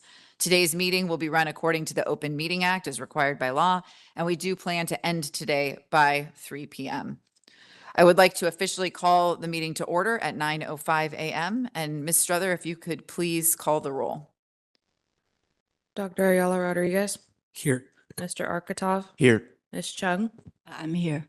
Dr. Mahmood, Ms. Rimke, Here. Dr. Solis, Here. Dr. Thorpe, Here. Dr. Tolbert, Ms. Torres, Dr. Sai, Here.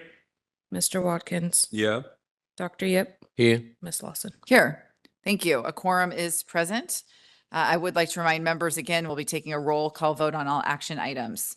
We're going to get right into it and move on to agenda item 13, presentation on workforce shortages, licensure portability, and the additional licensing models. And I'm very pleased to introduce our first speaker, Dr. Hank Chowdhury. Dr. Chowdhury is the president and CEO of the Federation of State Medical Boards, which operates the Federation Credentials Verification Service and co-owns the United States Medical Licensing Examination with the National Board of Medical Examiners. Dr. Chowdhury is also a clinical associate professor of medicine at the George Washington University School of Medicine and Health Sciences in Washington, D.C. In 2022 and again in 2023, Modern Healthcare recognized him as one of the 100 most influential people in healthcare. And additional details about Dr. Chowdhury's bio are included in your materials. Dr. Chowdhury, it's been a pleasure to get to know you over the years, and we very much appreciate you joining us to present on this crucial issue. Welcome. Thank you very much, President Lawson, Executive Director Verghese. Thank you for the members of the board for inviting us. With me is Ms. Andrea Chacon. She's FSMB's Chief of Staff. We're delighted to be with you. This is maybe my third or fourth visit to the medical board. I think the last time was before the pandemic, which seems like such a long time ago. But I'm delighted to meet with you this morning to give you an update on what's happening, not only at the FSMB, but also around the country as it relates to workforce issues. That's obviously a concern across the entire country, and there are a number of interesting things that are happening around the country. So let me begin with that. First, I bring you greetings from our FSMB Board of Directors. We represent, obviously, many states and territories across the country as well, and we include not just physicians, we have public members, we have executive directors as well. So about 4 or 5 years ago, probably Massachusetts was one of the first states to look at this issue broadly and put together a special commission to study their workforce needs, especially in their suburban and rural areas. But Tennessee was actually one of the first states 2 years ago to put together a pathway, which was novel at the time, a pathway to enable internationally trained physicians, as opposed to just international medical graduates, to be able to get licensed through a process, an expedited process, if you will, where if you had already trained overseas, you maybe did not have to necessarily do that training again in the United States. As you may know, for decades, the norm across all 50 states and territories had been that if you're an international medical graduate who wishes to get licensed in any of the jurisdictions in the U.S., that you had to first be eligible, of course, but also to complete residency training in the United States.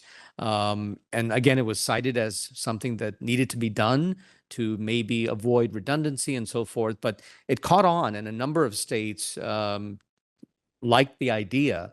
And next thing you know, in 2 years, we have 18 states that have passed laws to enable internationally trained physicians to enter a pathway to become licensed in their jurisdictions. And I'll go over some details in a little bit. Now, even though 18 states have done this, and there are about 13 states that have introduced legislation, it has not really taken off, and I'll explain a little bit why in a moment. But if you look at this map, you'll see the states in dark blue are the states that have passed these laws, sort of a Tennessee type approach. Light blue states are the states that have introduced legislation. And you'll notice California and part of Washington and part of New York are in yellow. And that's because these 3 states have had longstanding efforts to try to address their physician workforce issues. In the case of California, through your physician licensure program for physicians who speak Spanish who are from Mexico, for example. Washington also had a similar program. New York had a similar program for certain qualified internationally trained physicians to get licensed. But this was a much more broader approach that is being taken by a number of states. So a number of states, they started to do this on their own in trying to figure out, how do we do this? If we do want those who are trained overseas, how do we know their training overseas meets requirements? Because while they value having qualified physicians able to practice medicine in their jurisdiction, they're also concerned, obviously, about patient safety, making sure there are guardrails in place so that this is done thoughtfully. And after a while, as the first few states started to pass these laws, we noticed at the FSMB some differences in them. And so a number of the states turned to us and said, we're interested in doing this. Could the FSMB provide some guidance? For those of you who don't know, the FSMB was created by the state licensing boards back in 1912 to assist, provide resources, share best practices, provide education, and to answer questions and be helpful. And so that's very much what we do. But on this particular matter, we realized we couldn't do it all by ourselves. We needed some additional expertise. So we created this advisory commission on additional licensing models.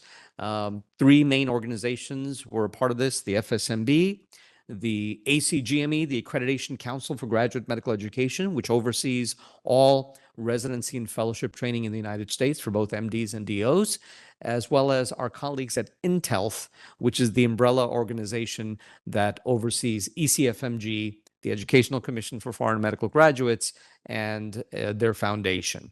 And so this is a picture of not only the three organizations, but also many of the leaders in the House of Medicine that we partnered with as part of this advisory commission to make sure that whatever recommendations we made were thoughtful and thoughtfully considered. So we had a representation from the American Medical Association, American Osteopathic Association, Association of American Medical Colleges, American Association of Colleges of Osteopathic Medicine, for example, National Board of Medical Examiners, the World Federation of Medical Education, for example, just to make sure we were thoughtful in how we proceeded.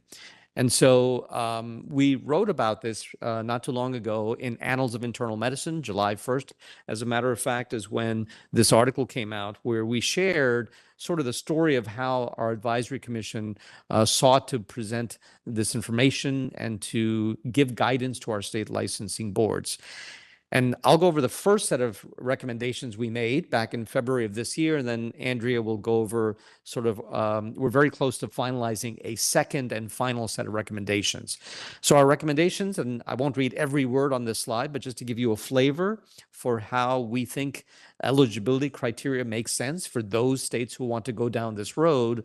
Number one, and this was felt to be quite important by the state medical boards, and you can imagine why, is that legislators can come up with the sort of 5,000 foot or 10,000 foot guidance, and that's fine, but it should be up to the state licensing boards to do the details. The rulemaking authority, because that's what state medical boards do best. They know it. They've been doing it for years, and they understand some of the nuances. Once you put something in a law, sometimes it's difficult to navigate around if it's too specific or too prescriptive. So number one recommendation was it's okay for states to do this if they're interested, but leave the details to the state boards and allow them some flexibility as events change or as circumstances change.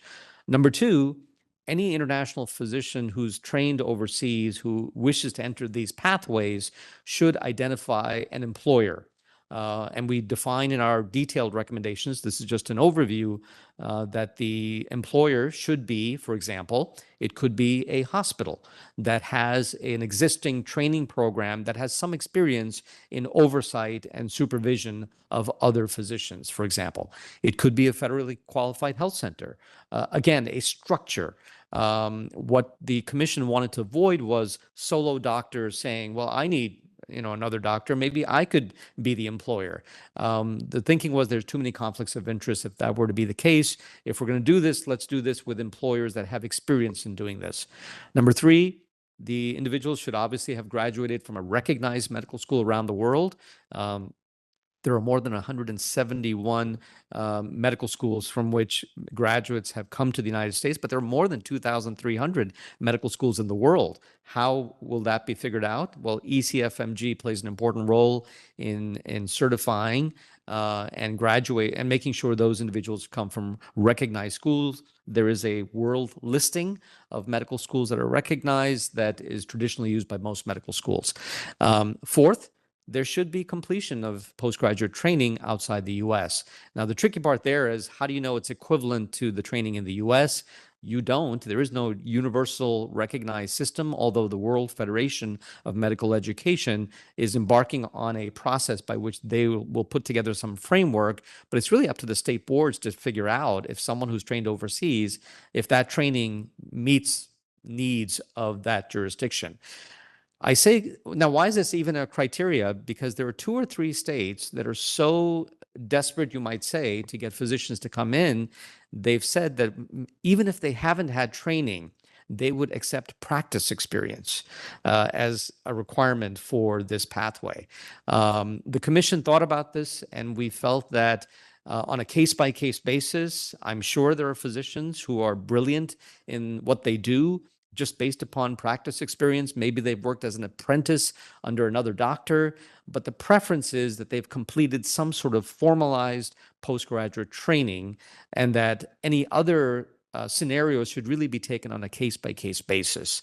Number 5, they should already possess a license to practice medicine in another country. Number 6, they shouldn't have been out of practice for many, many years. As you know, many states have requirements for physicians who leave licensure for whatever reason, and then wish to come back for reentry. In most states, it's a 2 to 3 years that if you haven't left practice for more than 2 to 3 years, there's an easy pathway to come back. But if you haven't practiced for 2 to 3 years or more, many states require additional, specific requirements. It could be an examination, could be demonstration of knowledge and skills. I think the commission wanted to avoid somebody who's been out of practice for 10 years, maybe is overseas, and sees this as an opportunity to help out. Number 7, there should be a period of provisional licensure. So no state is open to just giving a license to practice medicine, even though there's not a residency requirement for the U.S. training for this. There is a requirement of a period of provisional licensure where the employer would be required to supervise and make sure the physician is progressing and ready for an unlimited, unrestricted license to practice medicine. Number 8 was to make sure that once that provisional licensure period is done, that there's an assessment made of whether that individual is truly ready to become eligible for an unrestricted license. It shouldn't be automatic, in other words. And then finally, number 9, since this is quite new for the states, our recommendation is that states keep track of who's applying for these types of pathways, what kind of successes are they seeing, what works, what doesn't work, because it's important for that kind of sharing for all of the states to learn what works and what doesn't work. Let me turn it over now to Andrea to go over the rest of this. Thanks, Dr. Chowdhury, and it's really a pleasure to be with all of you. As Hank talked about, the first set of recommendations that were issued earlier this year, they were really focused towards state boards and legislators.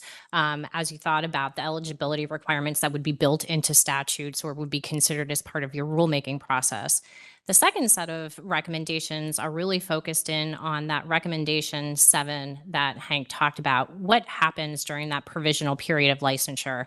And these recommendations are really targeted towards state boards, but also to the employers. As you think about, the kinds of employers in that recommendation number 2 in the previous set, or here,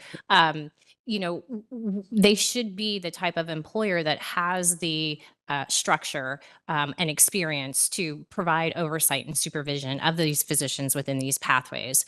So if you take a look at these, what we're calling assessment and supervisory considerations, and thinking about making sure that the physicians that are within these pathways on a pathway to full and unrestricted license, what should happen during that provisional period of licensure? And really, it should, in some respects, look like some of the requirements that physicians see going through a residency track. And so they should be able to be evaluated on all 6 general competencies. And in doing so, there should be a formative needs assessment at the beginning of the supervisory period, so we know the kind of skills this physician has and where there may be deficiencies, so that during this supervisory period, they are addressed and we ensure that the physician is able to provide safe and quality care. It's important to know what scope of practice the physician is intending to practice, whether that's primary care or a specialty, and they should be evaluated within that scope of practice, whether that's through a specialty-specific exam or another way that's taking into account what patients they're going to be seeing and in what areas they will be practicing. The assessment should be longitudinal and periodic, and it should be multimodal in the sense that not only are you looking at their knowledge, but you also want to look at their clinical skills. You want to look at how they are interacting with other staff, how they are interacting with their patients through some sort of multi-source feedback mechanism. And you want to look at their documentation. It may be that things like documentation through the medical record are going to be a little bit different in the United States than from the area in which they are practicing. And so doing that audit and review of the medical records is going to be an important thing to do. Most importantly, at the end of the supervisory period, we want to make sure that this physician is able to demonstrate that they are able to engage in independent and unsupervised practice. And so all the more reason that going through this longitudinal and periodic assessment through the supervisory period ensures that this physician is able, that you feel able, that you're able to grant that license, that they can engage in independent and unsupervised practice. And of course, that the level of supervision based on that needs assessment should really be tailored to the competence of the individual physician. And so thinking about, do they need full supervision? How much supervision is that going to look like? That all should be taken into consideration through these assessment modals. Of course, we think that the supervisors should be physicians, an MD or DO or equivalent. And most importantly, that one of the things that the commission has really thought a lot about is that we're not creating a mechanism for these physicians to be taken care of or taken advantage of. So we want to make sure that their rights are protected, that they are being treated equitably during this supervision period. As Hank mentioned, the final guidance document actually is going to be coming out next Wednesday. As I mentioned, it is targeted towards state boards and employers. So within those recommendations, you're going to see considerations and responsibilities for state boards as well as for the employers themselves. This will also be accompanied by a toolkit. Now, all of you here have programs like PACE, for example, that I'm sure that you utilize, and that may be something that is a resource for you for some of these physicians, especially where there may be questions raised about their competence. But this toolkit will be an additional set of recommendations that the board may wish to consider as you're doing your rulemaking, but certainly will be a resource for the employers that you identify that will be able to bring these physicians through these pathways. I won't spend a lot of time on these slides, but to show that we've taken a look and analyzed the legislation that has come through these 18 states, and we compared them with each other as well as some model language that was developed by Cicero, which is a think tank based out of Texas that was one of the drivers towards this legislation that has been enacted in 18 states. And we compared them with the eligibility requirements that Hank had mentioned and a couple of other things. And so the green is where you'll see a fair amount of consistency across the legislation. The blue is where there's some variability. On the next slide, I'll show you some areas of red where there's very little consistency. But just to show that, I think if you would have looked at this chart last year, there would have been even more variability. So I think that the guidance from the Advisory Commission has really allowed for some consistency and for considerations for boards and legislators as you've been thinking about what this legislation and your rulemaking might look like. On this slide, I just wanted to point out a couple of things. Again, just a continuation of those requirements from the first set of recommendations. The standard reporting requirements is something that really has not been built in any significant way into the legislation. And Hank's going to talk a little bit about sort of the implementation lessons learned to date. And I think it's really important to think about how you collect data to make sure that these pathways are actually intended or are positioned to meet the intended purpose, which is to, solve some of your workforce issues. And I think that remains to be seen. And so this is really just for you to take a look at as you, as any state thinks about what eligibility requirements they may build into their statute or rulemaking, so you have an understanding of what other states are doing or what you could be doing as you enter into considerations. And Hank, I'll turn this over to you for the final slide. Thank you, Andrea. So this is our last slide, and then we'd be happy to take any questions.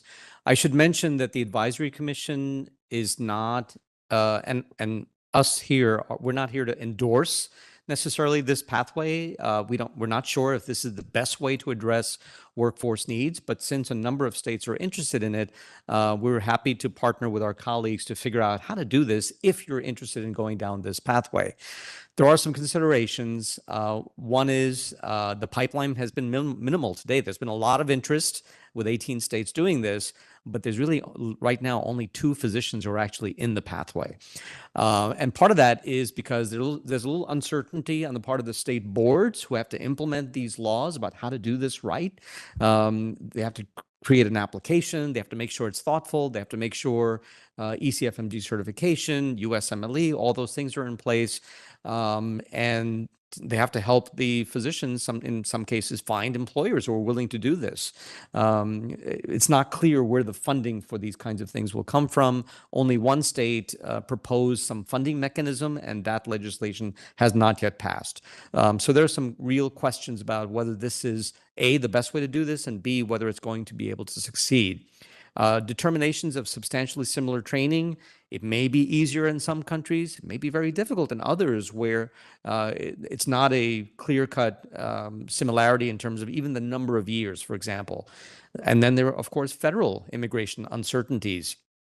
It's interesting that a broad swath of states are interested in these pathways because the federal government has different approaches towards immigration, and we'll have to see how this plays out. In most cases, individuals coming for internationally trained physician pathways will need H-1B licenses. It's not clear if the government will be limiting those kinds of visas. They did under the first Trump administration. It's not clear that the current administration will put some limitations on that. So there's some big questions marks related to immigration, which are obviously above state requirements. Quality of care assurances, are going to be employer dependent. So you're going to have to trust your. Remember, this is not a repeat residency program, so there's a reliance on and a trust of the employers to do what's right. And then ultimately, is this going to make a difference? Some states have actually said that those who enter these pathways during their provisional licensure period must work in an underserved area as defined by the state board, which makes sense. But once they get their full and unrestricted license, in some ways, they're a free agent. They can go anywhere they want within the state. How do you retain them to work in those underserved areas? Recruitment is one thing. Retention is sometimes challenging. So I'll stop there and happy to take any additional questions. Those are our email addresses. But thank you again for this opportunity to speak with you. Thank you both for being here. Questions from board members? Dr. Yip. Thank you. Thank you so much for the very needed information. I actually have personal experience. At UC Irvine, we tried to recruit urologists from Canada, and they were fellow, and then they stay on, and that's easier with the H visa. I think the roadblock is the immigration status. We're trying to recruit urology in Canada who is being fellowship trained, but they require to take the H visa, which actually in the private sector, it go on a lottery. It's not like you apply, you get it. So I think what we do here probably need to work with the federal government on the immigration status. That's the biggest hurdle. The second is examination. Some of the young kids, they don't want to step 3. They want to just come in and do it. So I think from the human resources standpoint, we should look at our neighbor, the Canadian and Mexican, which is close, which is badly needed. I think if we can work with whatever federal branch to work that kink out. Thank you, Dr. Yip. I think your points are very well taken. I think the larger immigration piece is the biggest question mark. For those international graduates who come in for training, they come in under J1 training licenses, which is a whole different category. For physicians who are already trained under supervision, it's going to be something that we'll have to see what comes out of Washington, D.C. I should mention almost all states have somewhere in their statutes an ability for exceptionally qualified physicians to get licensed. And that has always been around. It's not easy, but if there is a need as identified by a region, an employer, or by the board, there are those pathways. They're just not easy. This approach, though it has a lot of question marks, is one way to try to formalize it, but there are still many question marks left. Thank you. Dr. Ayala Rodriguez. Thank you so much for coming and for the presentation. We really appreciate it. My question is in regards equitable workloads and avoiding physician exploitation. So for example, in this particular cases, when physicians from abroad come, are there any requirements in other states about patient volume, for example, specifically during the initial probationary period? Because I think that even though they could receive same benefits, same salary, sometimes like patient load is like something like very undetermined. That's a great question. There are not, to be blunt. Having said that, one of the requirements is that the supervisory physician should be not only physicians, but they should be in the same specialty. So there's an understanding of what is typically expected in that particular medical or surgical specialty. And the other big question mark is individuals coming through these pathways, they're not resident physicians. They're not attending physicians. They're somewhere in between. How do you even figure out how much they should be compensated? What are they? They're not trainees? Are they employees? If they're employees, are they eligible for benefits? How much should they be paid? How much benefit should they have? Should they have on-call rooms? I mean, there are lots of questions that will need to be figured out. None of the legislation goes into that detail, which is why it's important for the states to share their experiences so that we can make some recommendations also. I would also highlight that's the importance of defining who is an appropriate employer, because you want to make sure that however it is you define that for that reason, you're not including the potential for physicians to be taken advantage of in different kinds of practice settings. Dr. Thorpe. Yeah, I see well, clearly we have issues with underserved populations and the challenges seem somewhat daunting because these very things that we've just raised, these questions that have been raised by my colleagues, who's going to monitor that? How does that get adjudicated? How do we know that, for instance, if we allow FQHCs to do this, there are chains of FQHCs throughout our state. Really, we're going to just turn these people loose in those places and expect them to supervise and monitor and not overload them with work? And are we going to be sending our investigators out to look and see what they're doing? Are we going to set the policies for that? There's a lot of, anyway, it's also interesting that there's only 2 people in the pipeline. So it's like, I don't know how big a problem this is going to be, but I think it is as evidenced by the fact that so many states have adopted this approach. It just speaks to the great need in the workforce. So I wonder what your thoughts are about how do we ensure that these people are actually quality people that are going to be integrated into the culture of the communities that they work?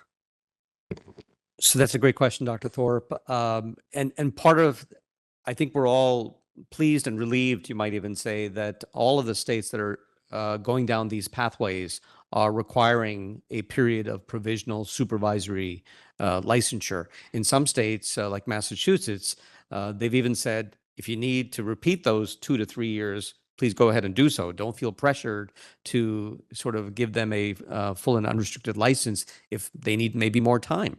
But at the end of the day, there's going to have to be some details about that. The state boards don't have a lot of the resources to monitor these things, and yet they're going to be asked to issue a license to practice medicine, an unrestricted license. So there has to be a level of trust there, number one, with the employer.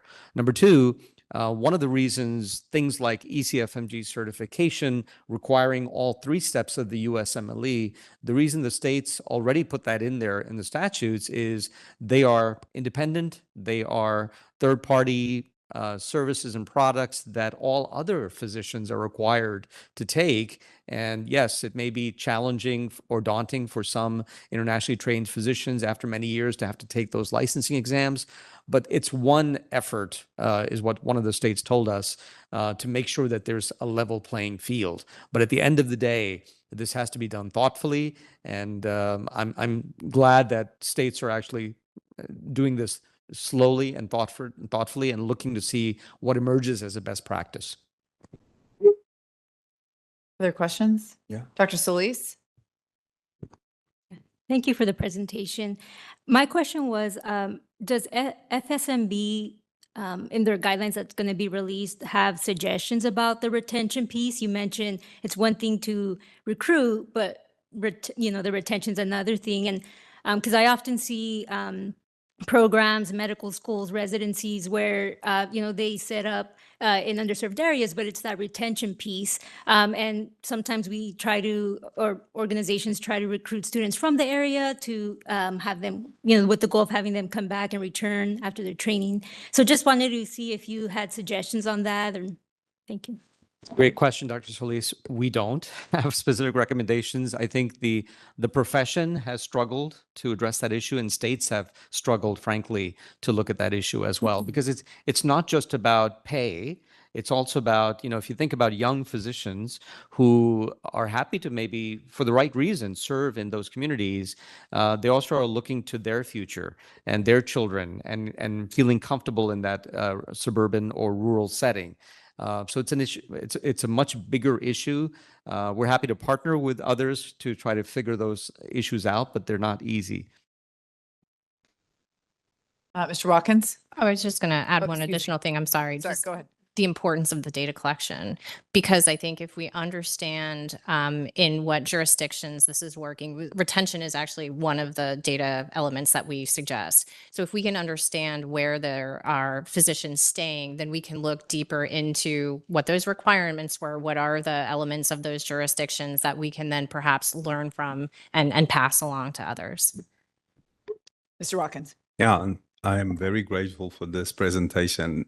It's kind of interesting because I spent a lot of time around a bunch of foreign doctors in South Africa recently, and their dream is to come and practice medicine in the US.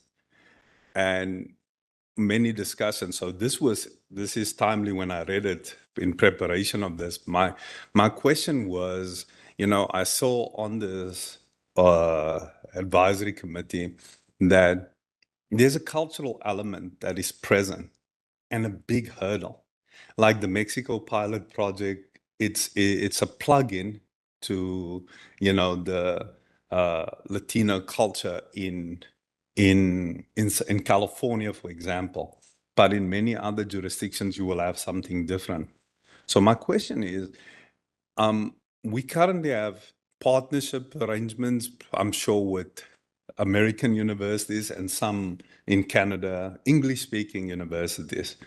And I'm just wondering what the approach would be. I'm just thinking like if the California, if the executive officer has an alliance, or we, the board, has an alliance with a South African or other countries, but they quote unquote top universities, and we make this available and say, hey, this is the criteria, then we can actually get it at the front of the quote unquote supply chain.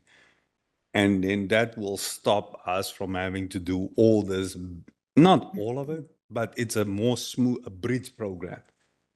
And I'm just thinking that this is really good. And I'm glad somebody started it, because I think there's going to be a lot of competition for skills in this space on the world stage, and we better get a cohesive game plan together. Well, thank you. You've raised a couple of good points. Let me, in the interest of time, try to answer it this way. On the culture piece, you're absolutely right. And the provisional licensure supervision period is not simply to make sure they know the knowledge and skills. It's to help them understand the culture of the community they're serving and to make sure that there's a fit there. But also beyond that, it's trying to understand the American healthcare system. It's quite different than in other parts of the world. Understanding an electronic medical record, understanding Medicare, Medicaid, assistance programs. It takes time for even U.S. medical school graduates to understand that. And so that's also assumed to be part of this process, because I think there's some anxiety about if the process is rushed too much, that you may end up with physicians who are qualified but not able to practice. The other piece I'll quickly mention, you didn't mention it, but is the issue of specialty certification. If you're a surgeon, let's say, and you go through this pathway, this is only about licensure. So yeah, you get a license to practice medicine. Are you going to be able to practice surgery if you're not recognized as a board certified physician? The American Board of Medical Specialties has told the Advisory Commission that they have a task force that is exploring this. What they've said thus far is it's possible that some physicians who have gone through these pathways could be eligible to sit for specialty certification examinations. We don't control that. That's up to the specialty certification boards, but that probably could be helpful because then, if, for instance, if you came in as a urologist and you did well in your supervisory period and you got licensed to practice medicine, but you can't really practice urology, primary care and family medicine is not a default specialty. Doesn't mean, well, all right, we'll let you do family medicine instead. That's a specialty of its own. And so I think those are additional questions that need to be sorted out, which is why getting data collection is going to be important. So we'll have more to share in the future, but I'm happy to share with you sort of where the states are right now. Other comments, questions? I guess just one from me, which is sort of a comment infused with a question, I suppose. I think that given that there are now 18 states and potentially others that are considering these pathways, and then the fact also that there are apparently only 2 physicians that are in these pathways. I mean, it's just signifying that we all have a problem we're trying to solve for, right? Which is a physician shortage that either exists today or we know is coming at some point in the future. And so the question is, where are the other workforce opportunities? Because there's, I mean, for a variety of reasons, the immigration uncertainty perhaps today being at the top of the list is the reasons why physicians aren't considering this pathway. But where are the other workforce opportunities? And that, of course, could probably be a presentation, a task force, a commission in and of itself. But I think we should be thinking about this holistically, not just one pathway or another. I would agree, Ms. Lawson. As you may know, and as I'm sure this board knows, across the country, there have been more medical schools starting than ever before, both MD and DO schools. Many schools have also increased their class sizes. One limitation has been federal funding for graduate medical education positions, but there are a number of pieces of legislation trying to expand that so that more of our U.S. graduates can do those kinds of residency trainings. So you're absolutely right. This is not the only pathway. There are many ways in which this can be put together. California's program with Mexico is an example of a success story, one might say. So we need to explore what works, figure out how to do this, and then I'm sure states will be interested because we have a nationwide shortage of as many as 86,000 physicians over the next 20 years. If you look at both HRSA data as well as from the Association of American Medical Colleges. Thank you. Other questions or comments before we open it up to the public to weigh in? All right, thank you both. Are there any public commenters in the room? All right, seeing none, Sean, do you want to open it up online?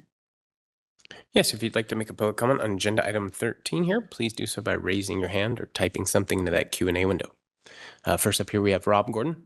Rob, you should be receiving a prompt on your end. Good morning. Audio test, can you hear me? We can, please go ahead. Yeah, and generally, my name is Rob Gordon. I'm a technology project manager here in San Diego. Most of those are community engagement projects. And to survive, I also have or for financial, whatever, I also have an online store, Baja Sierra Trading Company. Years ago, I was a program manager in Silicon Valley, at one time having 25 project managers reporting directly to me. That was during the .com boom. And that was a H-1B visa program, which is a horrible program. It's an indentured servitude, essentially. So right off the bat is we got rid of that 100 years ago. So the fact that you kind of sailed by that, that needs to be mentioned, especially for this particular board, which really has a history of anti-American beliefs and attitudes. I also want to say that yesterday, Ms. Cherry Webb, I'm an opponent of the Medical Board of California. I tried for 5 years. My successful mental health criminal program got criminalized by Family Health Care Centers of San Diego, which is a federally qualified health center here in San Diego. I believe it's a criminal enterprise, essentially. They just do really horrible things. And a man that fraudulently claimed he was Mr. Gordon, excuse me, but do you have comments directed toward the FSMB presentation? I do. Is this Carrie? Absolutely, I have. And you stopped me yesterday from talking. And I need to address that. That is now more important. I want my time put back on the clock. I think unless you can direct your comments toward the FSMB presentation. I have directly. Okay, that's enough. I have direct experience. I have more experience. At this time, there's no additional requests in queue. Apologies for that, everyone. We will bring it back to the board. Are there any final comments or questions? Okay, seeing none, thank you again. Thank you for taking the time to be with us. And as I mentioned, I mean, for other members of the board, especially the brand new members, I've had the opportunity to serve on FSMB subcommittees and participate in their annual conferences. And I know that we all, as part of our board service, receive their publications, et cetera. It's just been a wealth of resources, I think, for our staff, for our board, for me personally.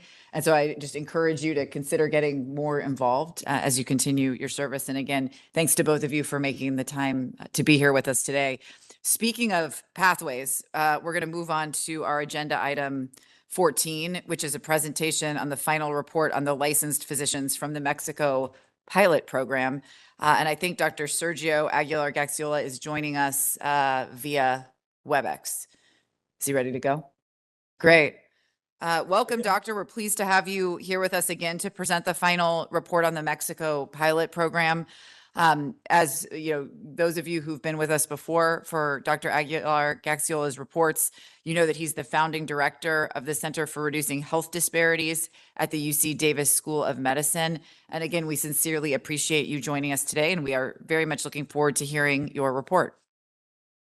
Thank you so much, President Lawson. And it's a pleasure to be with all of you to do what I think that is the fourth presentation related to the licensed physicians from Mexico pilot program. So let me share my screen so I can bring the presentation to you. Let me just make sure that I have it. That is, and it's ready to go, but let me just make sure.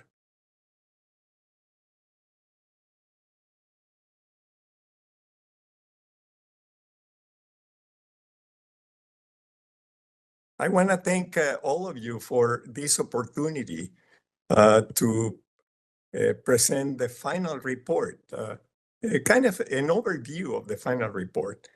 And I would like to just provide a little bit of background before I start with the slides. And that is that these Latino physicians from Mexico pilot program is a result of the Assembly Bill 1045 that was approved by the then governor back in 2002. And just a very briefly, in California for 3 years, actually, instead of 30 that were approved, 27 licensed physicians from Mexico had been allowed to practice in nonprofit community health centers in medically underserved areas, as I will illustrate with in my presentation.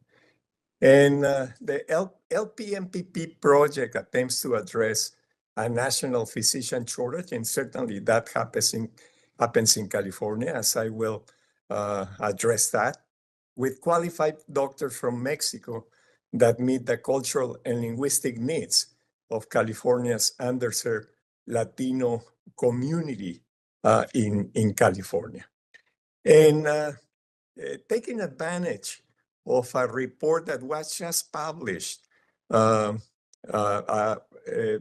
few days ago, which is the California Physicians Edition 2025, published as part of the Almanac series from the California Healthcare Foundation. And the author is someone that you are familiar with, is Dr. Janet Kaufman from UC San Francisco. Just to illustrate the importance of a program like the Latino Physicians from Mexico and the pilot project that I'm talking about. And just to make a comparison, these are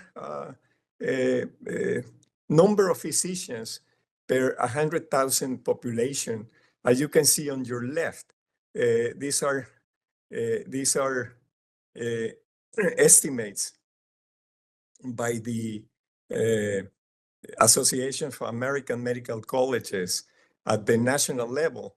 And you see there the number of MDs and it includes DOs as well. And compared to what happens in the US, which is these two graphics, and California, as you can see here, the numbers that they're coming from the medical board in 2023 is that the number of primary care physicians is just at the threshold of the recommended PCP supply. So there is a shortage in California compared to the nation as well. It's important to consider that as part of the context that I want to provide you with. We have been evaluating the efforts of this LPMPP program in 4 counties in which there is a law, very low in San Benito County, for example, to low concentration of PCPs. And as you can see there in the Salinas Valley in Monterey County, San Benito, as I mentioned, Tulare County, and also Los Angeles. And just to give you a little bit more information, these are the primary care physicians and specialists by region with the latest information available, which is 2023.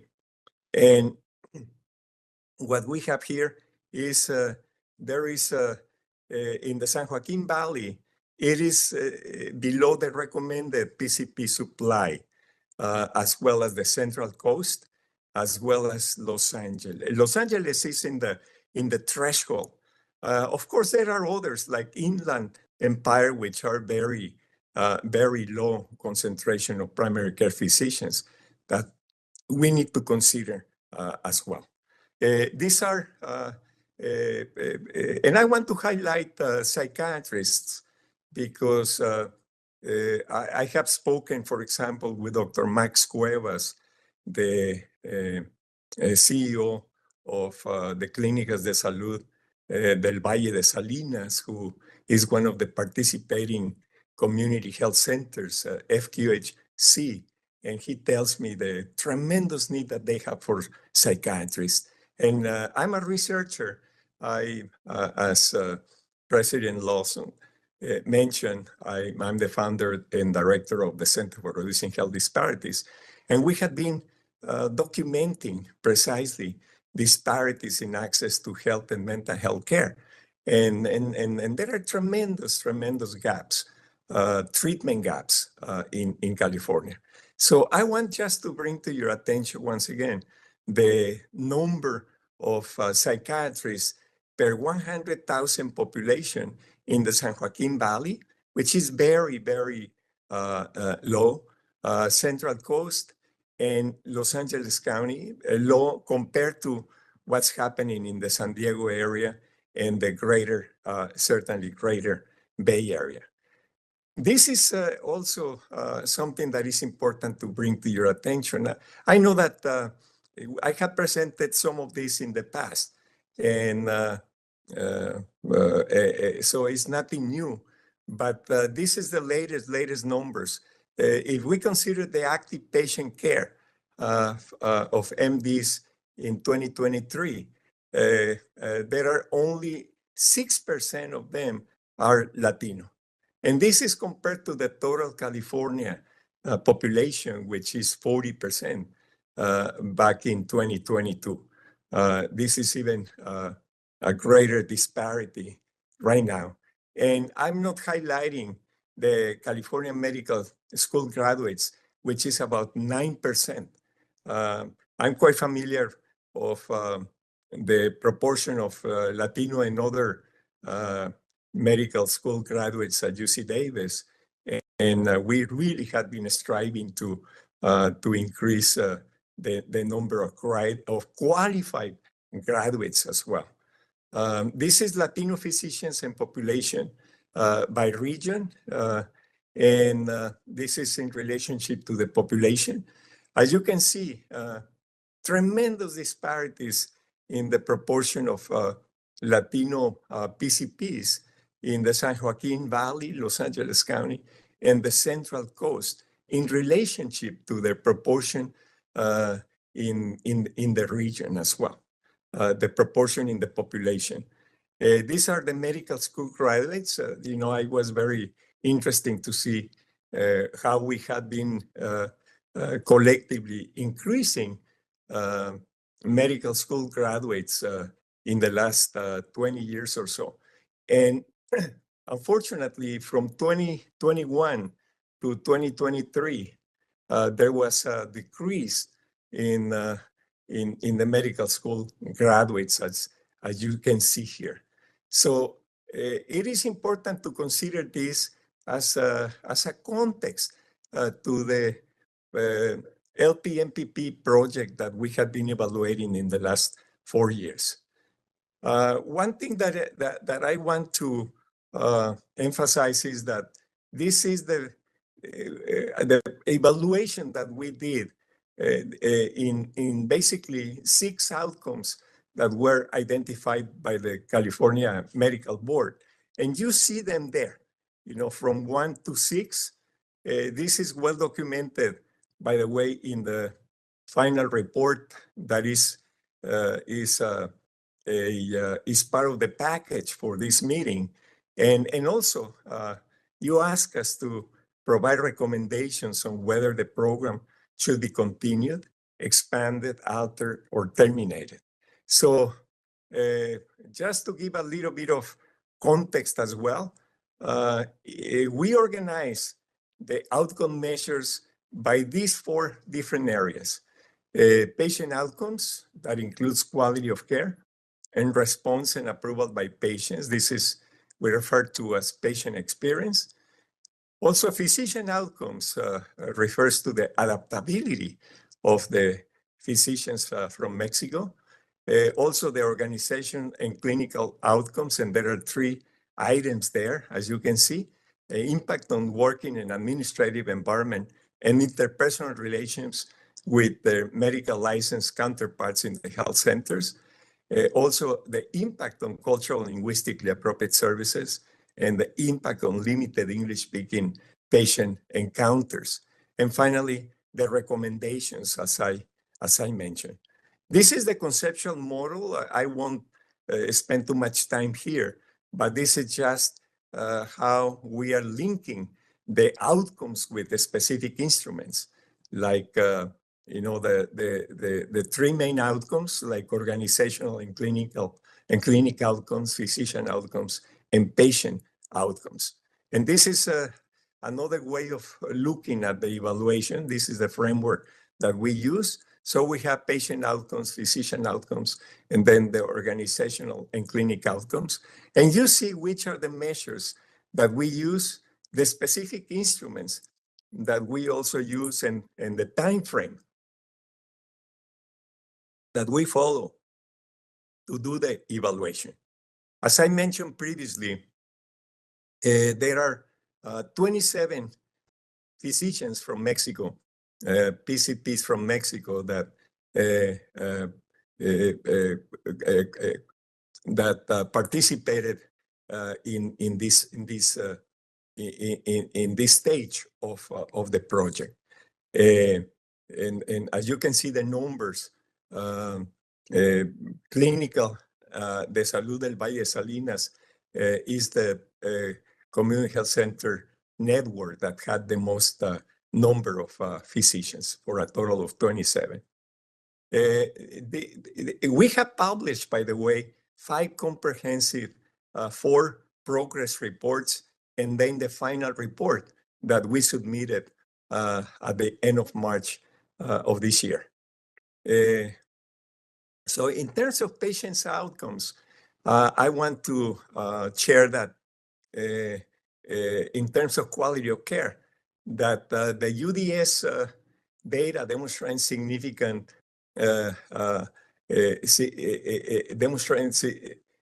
significant increases in the detection and treatment of chronic conditions, particularly in diabetes and hypertension.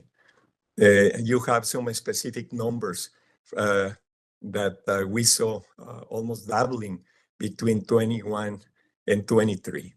Also, chart reviews, which we did, indicated high rates of concordant care with clinical guidelines, and the LPNPP physicians were praised for patient follow-up, contributing to reduced emergency room usage, as well as other important outcomes. And I included a couple of quotes, because the final report, we focused primarily, although not exclusively, on the qualitative outcomes, because we had a very robust qualitative assessment of the evaluation as well. So the first quote: "These doctors bring in a quality, great quality care for their patients and their knowledge."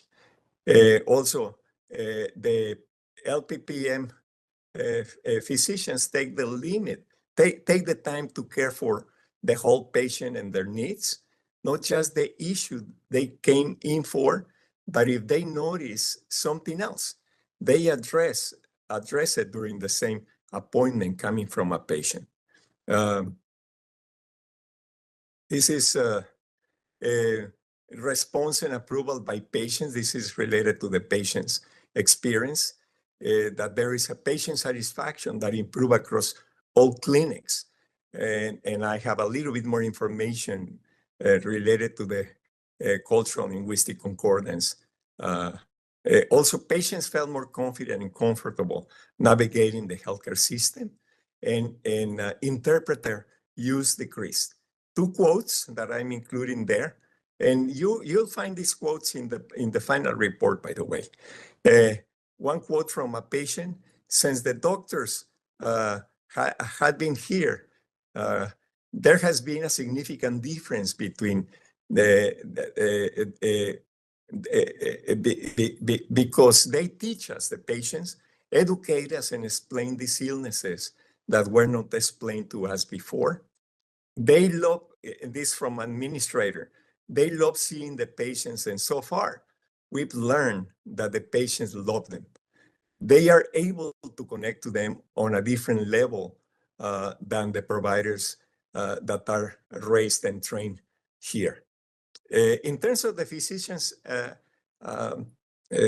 outcomes, and this related to the adaptability of the physicians, the physicians from Mexico adapted to clinical guidelines and EMR so quickly, and also many served as informal mentors and participated in team-based care models. But one thing that is important to highlight, and that is that there was emotional distress noted in the Mexican physicians, including fatigue and burnout. This is related to the workload and the cultural adaptation challenges. So I have included a couple of quotes here. One by an administrator. They are providing not only a care that's consistent with our standards, but they are adapting to the setting well. They are being integrated within the team and the patients. And this is from a non-LPMMP provider, their counterparts. He is getting better as time goes by, but it's been a little bit slower with him. Again, in respect to knowledge, quality of work, and bedside manners, it's been really good. These are the organizational and clinical outcomes related to administrative and working environments. There was the observation that from staff that there was an improved teamwork, mutual respect and communication among clinic teams since the physicians from Mexico started. Some staff noted declines, a little bit of declines in job satisfaction, potentially linked to increased patient load and onboarding stress as well. 2 quotes included there by administrators. Everybody's been very happy, very happy and accepting and welcoming too of the new providers.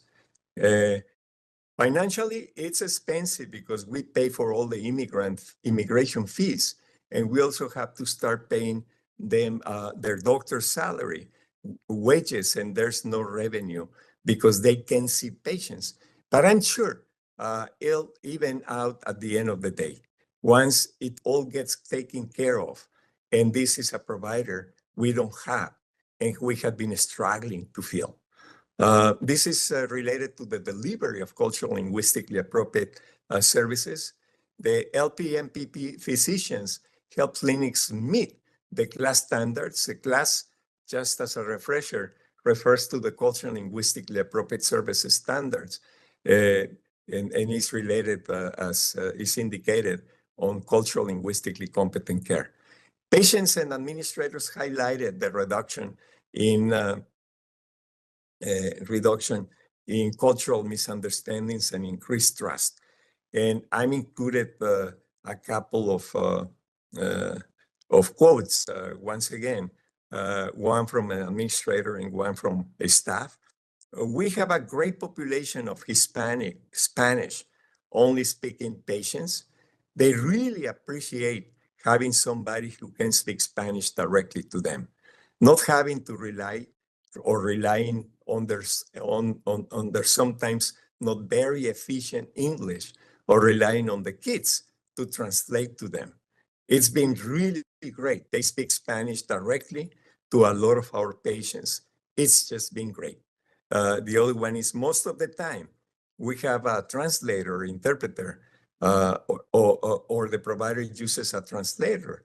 I feel like the patients are really okay, or they don't think we're understanding them. As where the provider speaks Spanish, they can speak to the patient face to face and explain to them. I think that these quotes are illustrative, once again, of the points that I'm trying to get across in the slides. This is another one, encounters by limited English proficiency patients. LPMPP physicians increase clinic capacity to serve Spanish-speaking patients without delay. And both the staff and patients reported fewer miscommunications and increased adherence to treatment plans. Once again, a couple of quotes to illustrate these points, one by a patient and the other one by a non-LPMPP provider. The patient, I think it's important that the providers speak our language because they bring an interpreter or a nurse, but then you hold back more. Whereas when your doctor speaks your language, you speak directly to them, and it's no longer like there's a third person there. This is from the non-LPMPP provider.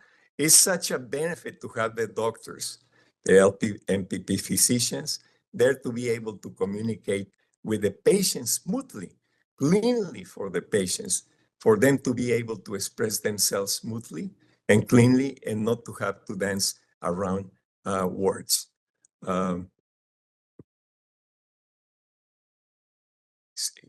So these are the recommendations that we included in our final report. This is just a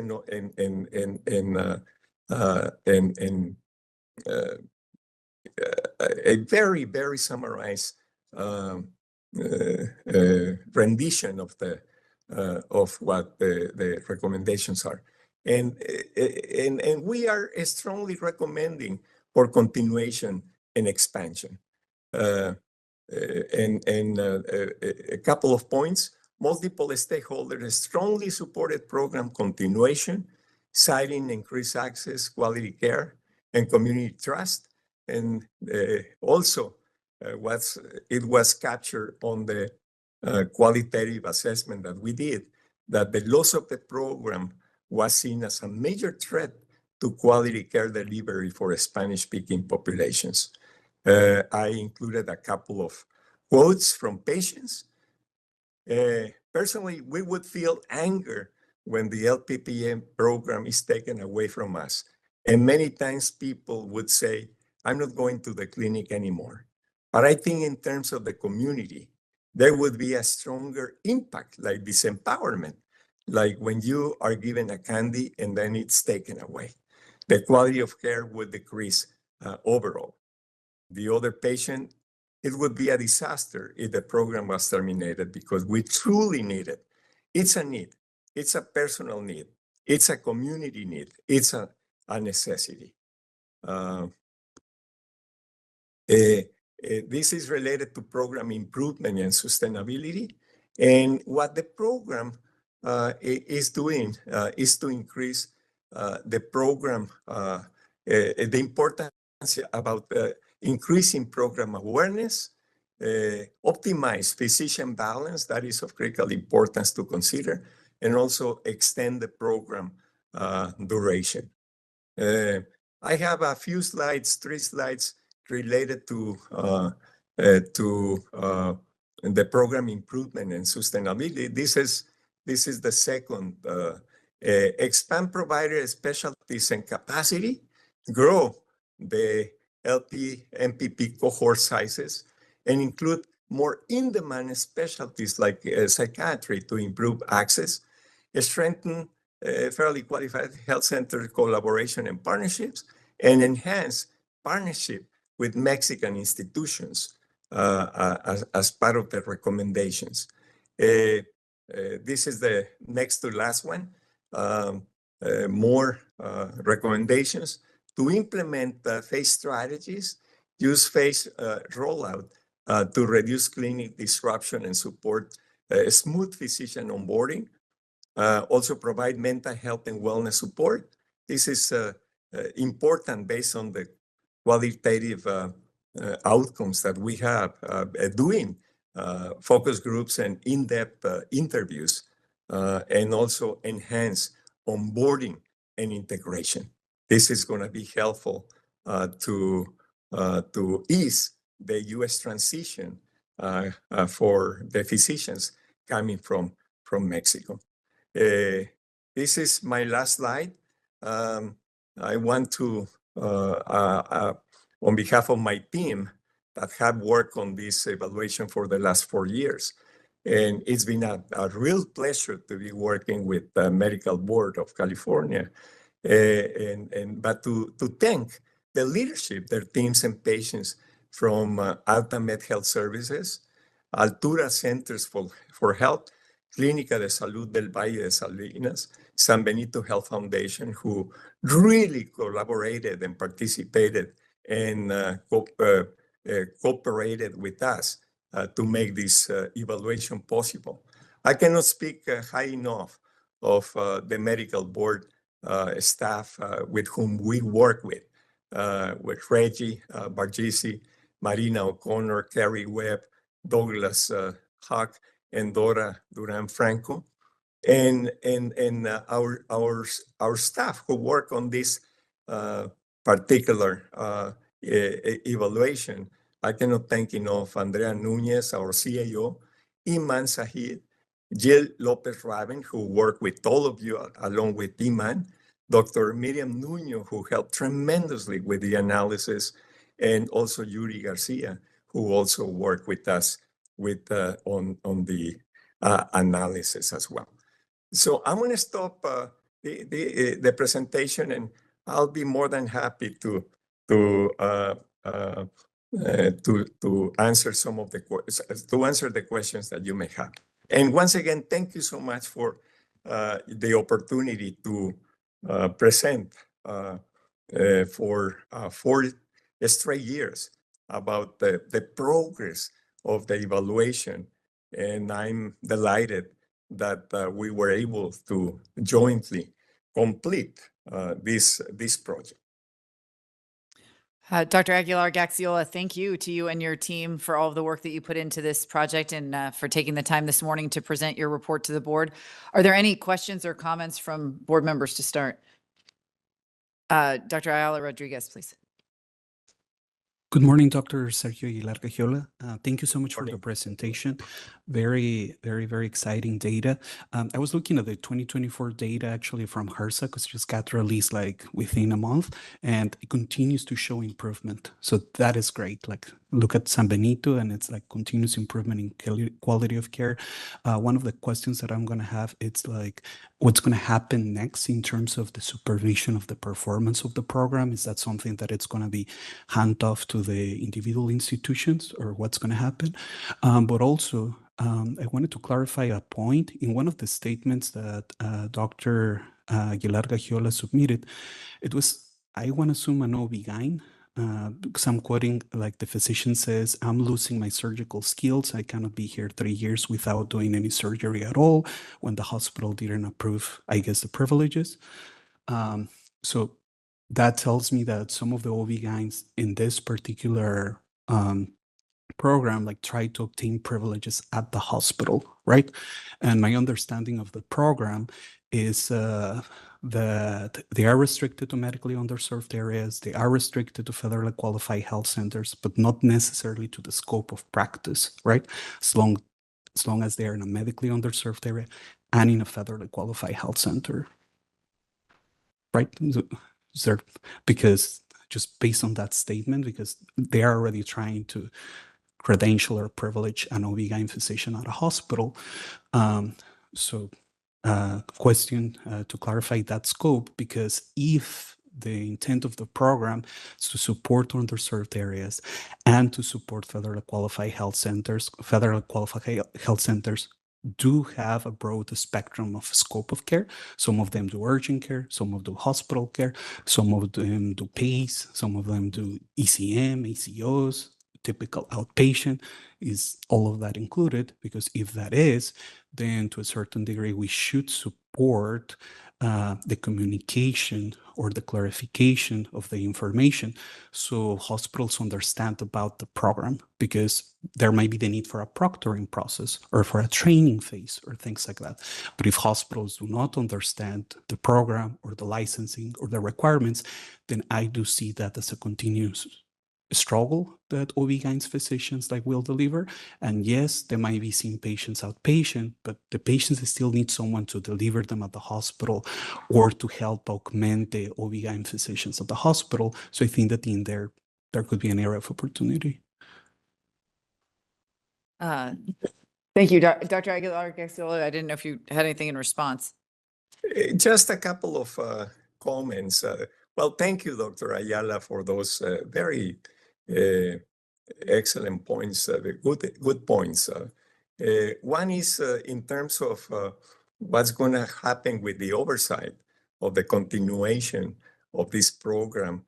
We haven't been privy to that, so I won't be able to answer that. I think that it's important to have oversight, but we haven't been involved in those discussions.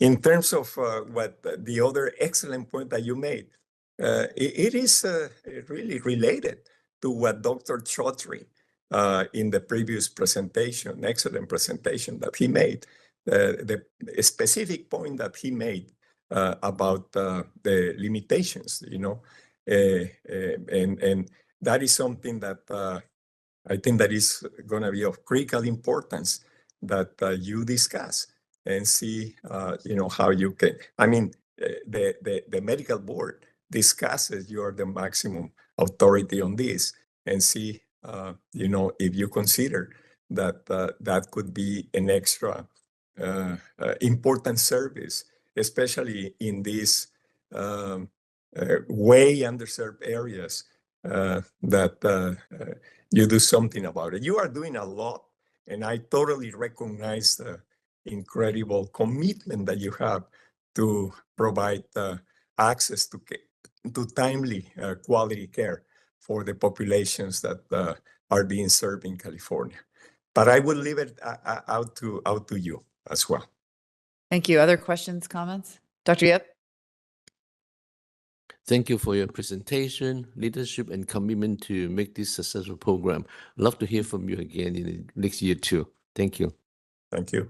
Thanks. Dr. Solis? Thank you for the presentation.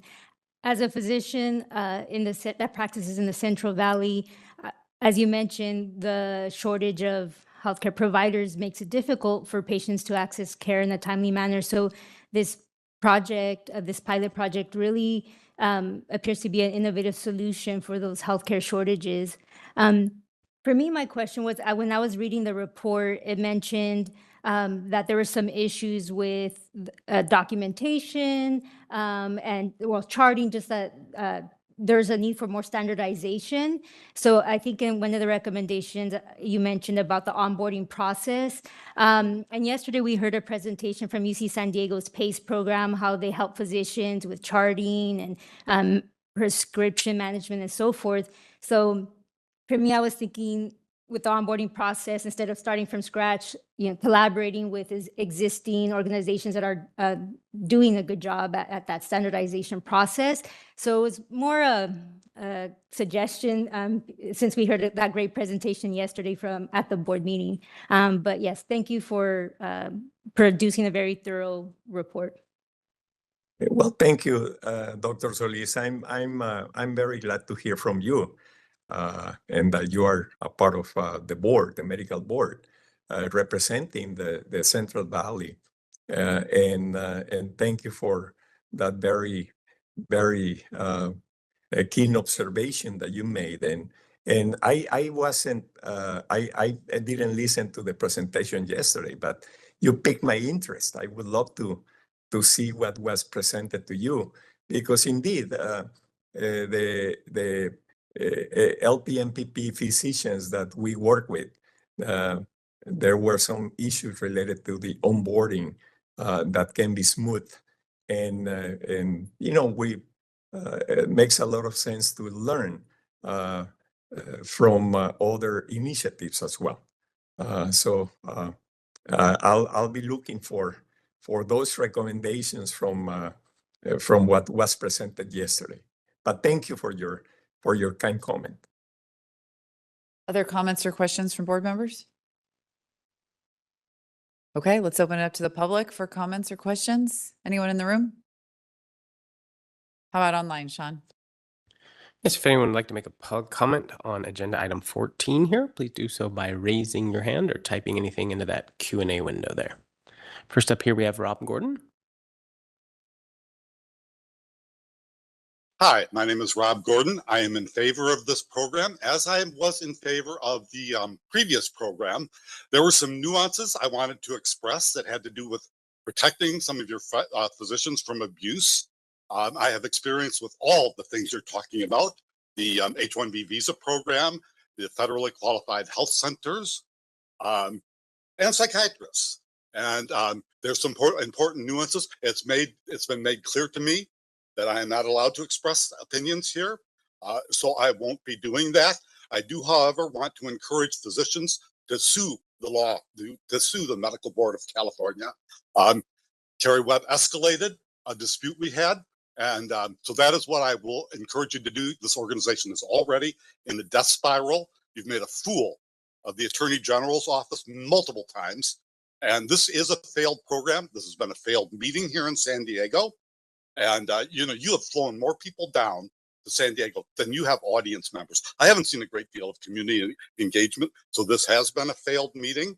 I just hope you go home. You know, we're supposed to have basic freedoms in this country. You've denied them.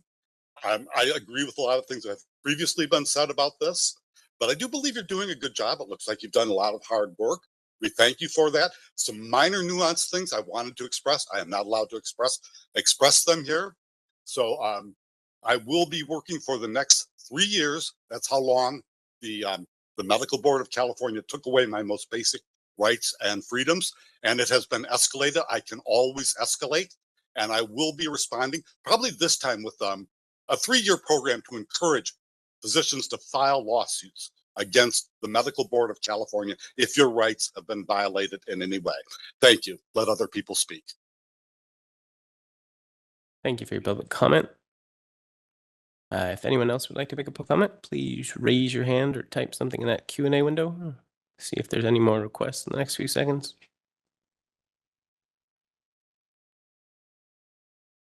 Okay, I'm not seeing any additional requests. Thanks, Sean. We'll bring it back to the board. I think Ms. Webb, you had a follow-up to Dr. Ayala Rodriguez. Yes, I just wanted to respond to your questions about supervision, and the supervision will be provided by the clinics who employ these physicians. There is a secondary level of peer review that takes place, and UC San Francisco will be providing that service under the code. As far as I'm aware, none of the physicians that have received this license, the 27 physicians have received hospital privileges. And this is a similar issue to what Dr. Chaudhry was talking about. You know, that can be a significant barrier to the types of care that they'll be able to provide. But as far as working in the clinics, you know, we've heard from the patients, their colleagues, administrators, and other staff that they're providing a great service. Any follow-up questions before we move on?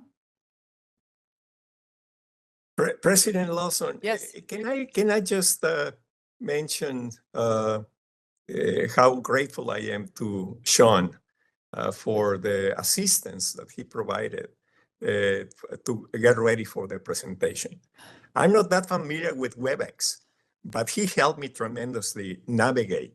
And I'm delighted that I didn't encounter any difficulties thanks to the excellent assistance that I got from Sean. Thank you. We are all grateful for Sean, and that is a great segue into our moving on to agenda item 15, which is Sean's show, a presentation on the complaint tracking system. We'll turn it over to you, Sean. Thank you very much, Doctor. I'll go ahead and move you back to attendee now. Great. Okay.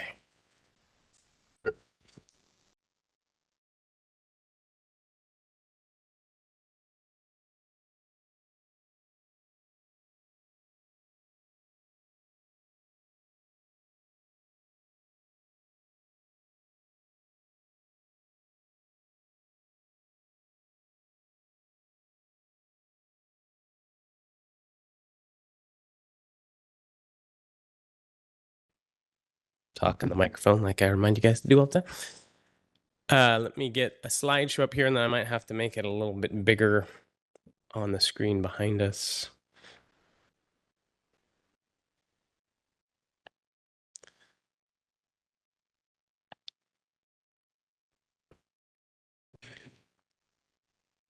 Okay, let me switch that. Sorry.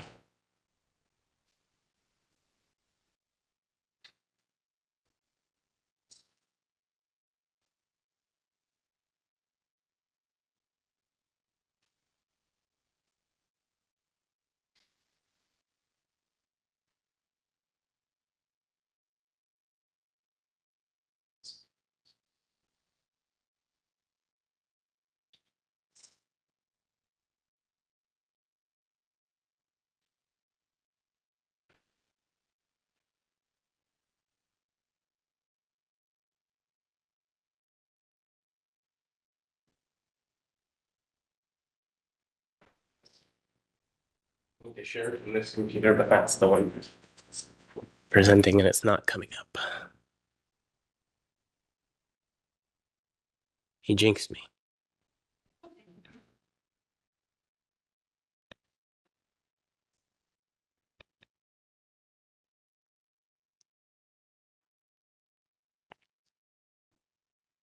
Sorry. I have to leave and rejoin the meeting here.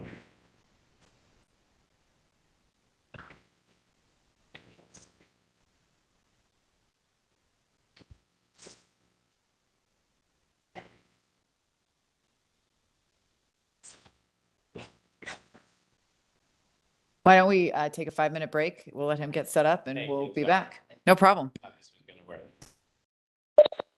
Sean, let's get back up online and get going again. We're back online. Thank you so much. Great. Apologies, live demos never go the way you planned. I have to share from over here, so apologies for being behind the camera and everything like that. But wanted to start off recapping presentation that we gave last time, just to go over how we got to this part for the new board members and to remind all the existing board members how we've led up to this. So here I've got the slide up and then we will jump to the demo next. But before we get to the demo, we'll spend a few minutes here just through these slides. Just a background for those not familiar with Breeze yet. It has been possible in Breeze since its launch in 2013 to submit complaints online. But once you submit that complaint, kind of goes into a black box in Breeze in terms of getting any updates from Breeze or anything like that. You're reliant on paper letters sent by the complaint unit or contact with the complaint unit through phone or like I said, paper letters and some emails and things like that. So back in 2021, we dreamt up conceived a project to build a interface so that people could go in there and look at their complaint status and see what's going on through it as it progresses through its life cycle. Because it's a public facing application, we're required by the State Information Management Manual, we call it SIM. It has a project approval lifecycle process that we had to follow and work with the Department of Consumer Affairs through that. First part of that is to come up with the objectives that you want for the system. So the objectives, when we originally dreamt this up, the objectives we were looking to meet were to increase visibility for the patient or authorized representative on the progression of the complaints they have submitted to the board, provide status of complaints faster than traditional paper letters sent through postal mail, provide information outside of traditional business hours. That's when like our call center is operating from 8 to 5. This way people are busy at work during the day can get the status in the middle of the night if they choose to. And then, side benefit would be to reduce enforcement staff time spent on routinely answering case inquiries so that they can more efficiently spend time processing complaints instead of just providing those updates as they come in every day. We held 2 interested parties meetings as part of the planning for this. So after those original objectives were set, we held these 2 interested party meetings, one on March 6, 2023, and the second on June 21st, 2023, where we provided a dedicated and extended opportunity for public comment on the presentation that was originally given at the May 2022 board meeting. This would allow the public to provide suggestions and request additional functionality in the proposed system. Prior board members, Ms. Lubiano and Dr. Bolot had attended those meetings, providing suggestions of their own and assisted in taking public comments and documenting the suggestions. The recordings of those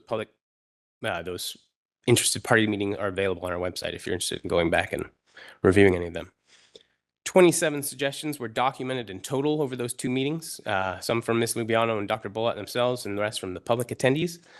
Each suggestion was captured in a tracking list, which was published and discussed as agenda item 14 during the December 1st, 2023 board meeting.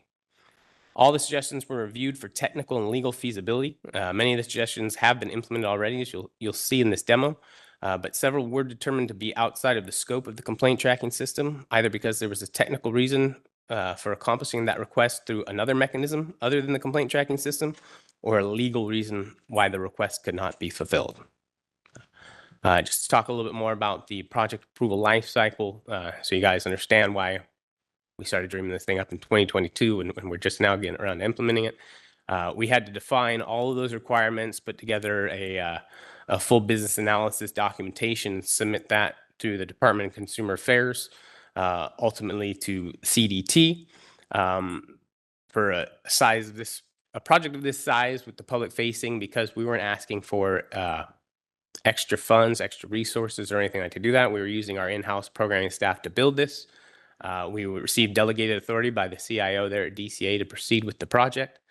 And by the time programmer resources freed up, we started development in early January of 2025. So what you'll be seeing here today is the development that's happened since then. It first started with pulling the data out of Breeze and then building the interface that I'll be showing you today. Before I go jumping into the demo, though, I want to just put out a few disclaimers here. So we'll be looking at some complaints that have complainants and respondents that are made up by me. So they're, joke names, actor names, things like that. But so if there is anything that complaint numbers, anything like that, they're all fictional. This is all in a test environment, nothing relating to production stuff. I just want to make that clear. If anyone's trying to ask questions about these complaint numbers, they're all made up in my mind. So we did take into account realistic current enforcement activity coding standards. So the timeframes and the order of things that you see in these complaints would follow along with how things are done today with current business processes. Some of the backdating and stuff like that may extend before some of these processes were in place, but it's just to give you an example of what a current complaint that goes forward. We won't be having complaints older than the current coding processes viewable in the complaint tracking system. Only open complaints and complaints submitted after a certain day once we decide to go live. So even though some of these dates will be backdated, they're following modern coding standards, if that makes sense. I'll also be showing you from a development environment, so it doesn't have quite the horsepower of the production systems and stuff like that. So we're going to see some loading times and things like that. But let me go ahead now and share with you another screen here.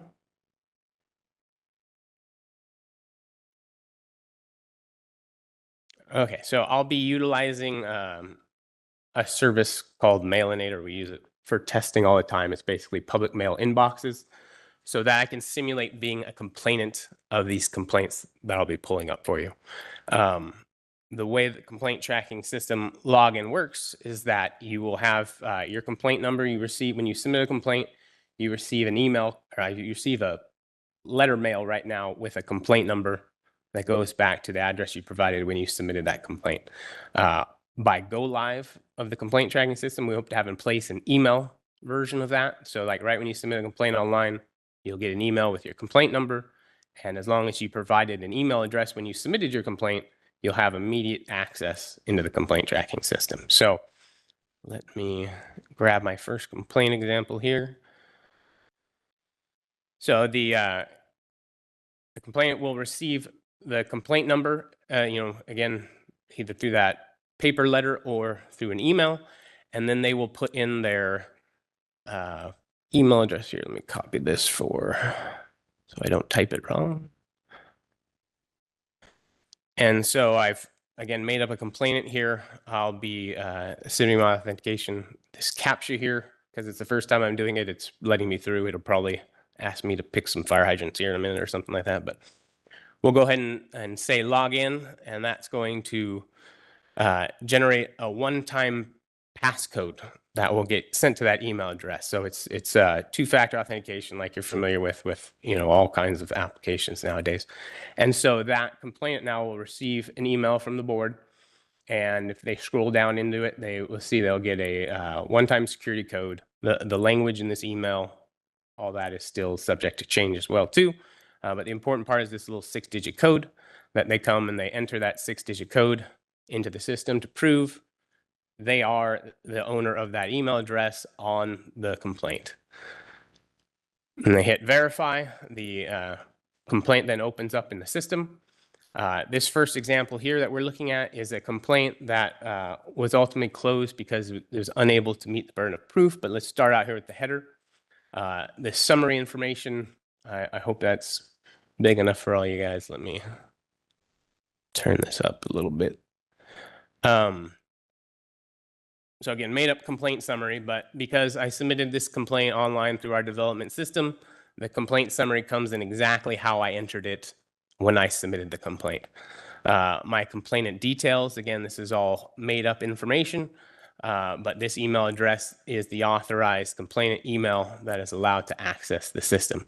We see the fake doctor, that fake licensee that this complaint is about, the respondent information. Here we have a link to their DCA search profile, so you can see address information, the current status of their license, expiration dates, and all those things over there, and we'll see example of that here in a few minutes. And then we come down to the complaint activities. And so the first thing we saw up here was that this complaint is closed. Again, the styling, the text here, all subject to change, and I'll get more into that here later on, but the first indicator up here is this complaint is closed.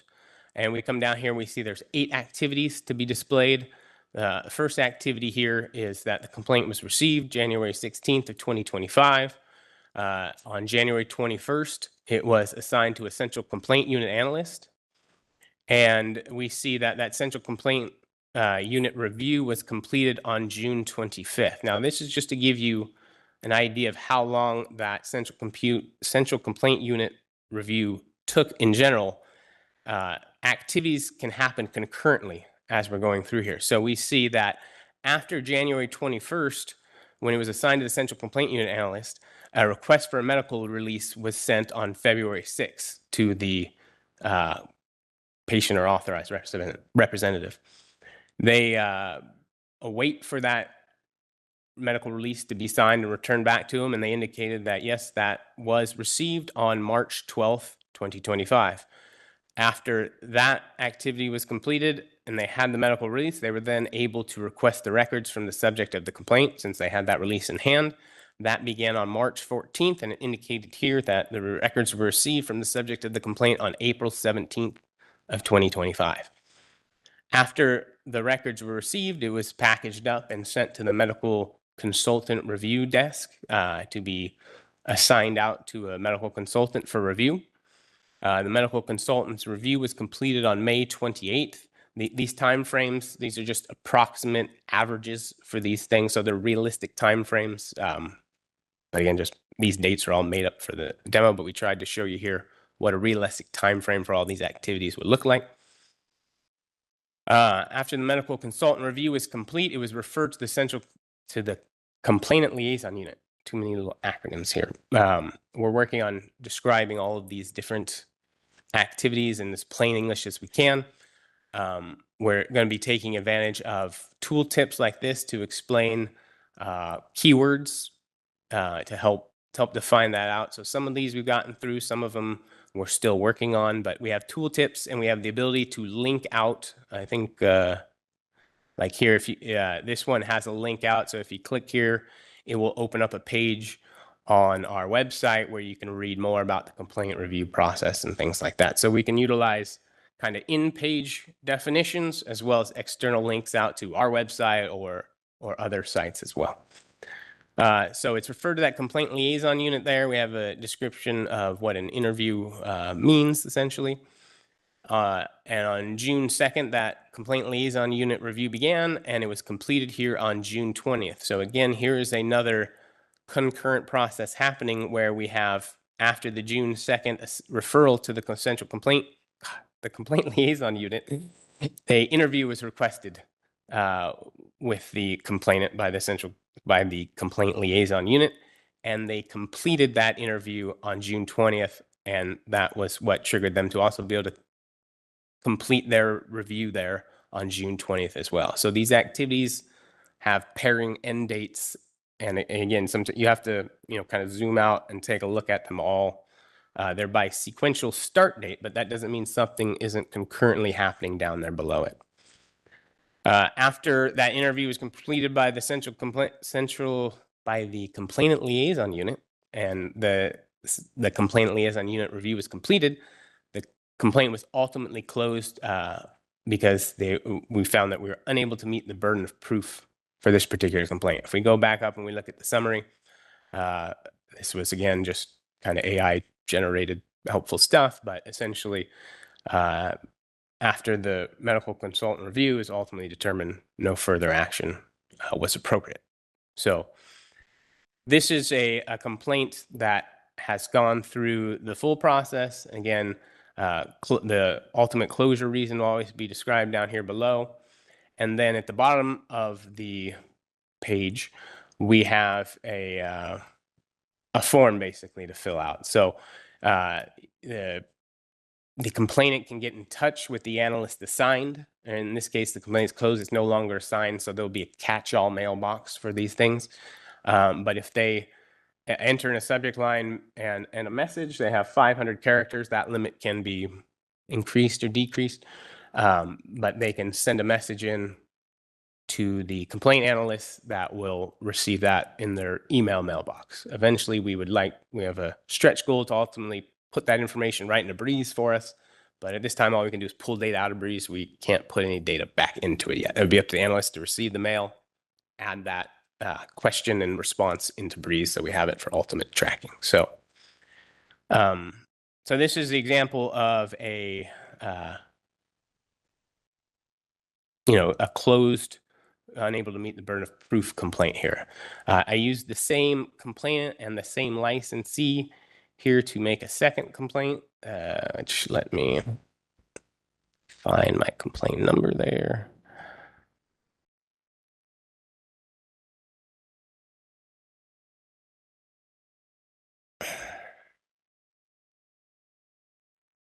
Sorry, I see my messy workspace. Still doesn't think I'm a robot. Good. Sometimes I get caught in that loop for quite a while. So a new alert now, new license or multi-factor authentication code comes through. Enter that in to log into the. So every time you log in, this is like an example of a complainant that has multiple complaints active. Every different complaint number, they have to log in every time, get that multi-factor authentication code and enter that in there. So this is another complaint that, again, totally made up here, but this one we have still open. The complaint was regarding the doctor treated me earlier this year and diagnosed for a torn meniscus in the right knee. The doctor provided imaging and treatment plan for the meniscus tear. My ongoing knee pain persisted even after following the recommendations. Again, we see the complainant information. This time I intentionally left the complainant phone number empty here to show that if the complainant was reviewing this and they saw, hey, the board doesn't have my phone number and wants to be able to contact me by phone, it would be a good use of the contact us form down here at the bottom to just write an email and say, hey, my phone number is this. The analyst can add that to the complaint record, and then it would show up the next time after it's been added into the system. And we see again the licensee that this complaint is against. And then we scroll down now, we see we have 12 activities in this open complaint. Again, the complaint was received by the board, assigned to the central complaint unit. The review is completed, but we see some concurrent activities happening here. So a request for a medical release, again, usually happens in almost every case. This time records were requested from the hospital after that release was provided. The records were received from the hospital there on March 3rd, and it went to a medical consultant program for review. The review was completed here on April 11th, and after April 11th, it was referred to the central complaint. I don't know why I have so much trouble saying that. The complainant liaison unit again. And the complainant liaison unit began their review on April 18th. We see here it closed on May 7th, but we have some concurrent activities happening down here below on April 23rd. The complainant liaison unit there requested an interview. That interview then again was completed on May 7th. And in this example, in this situation, we're trying to illustrate that the complainant liaison unit, when they interviewed the complainant again, the complainant provided additional information indicating that for their knee issue, they went and saw a second practitioner and got a second opinion, basically. And based on that information being received now, the complainant liaison unit sends it back to the central complaint unit, where additional records were requested from this other hospital to get this second opinion there done. And then that additional information now is sent back to the medical consultant review program to review now with both of the files. And after reviewing that second file and the information received, then the complaint unit was confident they had enough information that this justified being sent to HQIU for investigation. And so it gets referred to investigation here on July 8th, and basically gets assigned to an investigator on July 11th. Concurrent activities happening down here again. On July 8th, a complainant impact statement was requested by the central complaint unit. Here we're indicating, even though we're in August, this probably would have been completed by now. But this date, this yellow color now here shows that there's an outcome still pending on this item. So we're trying to use colors right now. We're trying to stay away from any positive or negative connotation about greens and reds. So we're actually looking at what it might look like to use icons or something else to demonstrate there's something pending. But for right now, and for all of the prior wireframes and mock-ups that I've shown you guys, we've used these green and yellow and red colors. So, but that yellow is basically there right now to tell the complainant, keep your eye on this one. The outcome of this will change. You know, the requested will eventually be replaced with either the complainant impact statement was received or that we ultimately got no response. And then when it's referred to investigation, at the time that it gets assigned to an actual investigator, we see here that it was assigned to an HQIU investigator as opposed to our complaint information office investigators. And that happened on July 11th, and that investigation there is still pending as well. So their ultimate notice when they log in to look at their complaint, they see basically here, hey, Mike, this complaint is still open. You know, one of the things we heard a lot is that complaints get closed, letters get sent, but letters ultimately take time to get delivered. The mail system is not perfect. Letters don't always get to the intended recipients all the time. So at any point now, a complainant can log in. They can see their complaint is closed, their complaint's open. We'll be adding more and more email triggers for events like these to ultimately, hopefully, replace that paper letter process. But we'll always have to have some sort of paper letter for those that don't provide email addresses and things like that. Where's the yellow that we were talking about? You can use your mic. Just for the.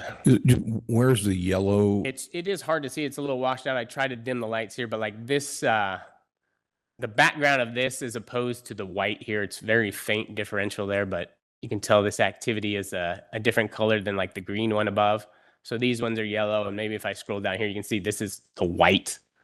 Right. So sorry, it's a little bright in this room, but so again, this here's a complaint that's still open. The complainant can still send messages in depending on who has the complaint. In this situation, HQIU investigator would have the complaint. So the message would get routed to them via email. All right, and so then finally, I have one more complaint to show you, one that resulted in some discipline here. So let me pull up that example. And this is a different complainant and a different licensee as well too. Hey, 3 green check marks. It's a miracle. So I need to go to a different mailbox now, and I've gotten a new code, this again to a different fictional complainant. Get that security code to access that complaint. We set this at 3 minutes. Obviously for this demo, I've got everything ready and stuff like that, but we can play around with that time for how long that lasts and see what works best for users. If we need to bump that up to 5 minutes or something, I think that would be perfectly acceptable. This one is a formal complaint regarding the conduct of a doctor whose treatment resulted in serious harm and demonstrated a shocking lack of professional competence. Again, this is all just generated by AI, but we're looking to find an example that would result in discipline. So the complainant information here again we see is different, and this time against a different licensee. I'll be visiting this link here in just a second. Let me preload it, in fact, because I know that'll take a second to come up. But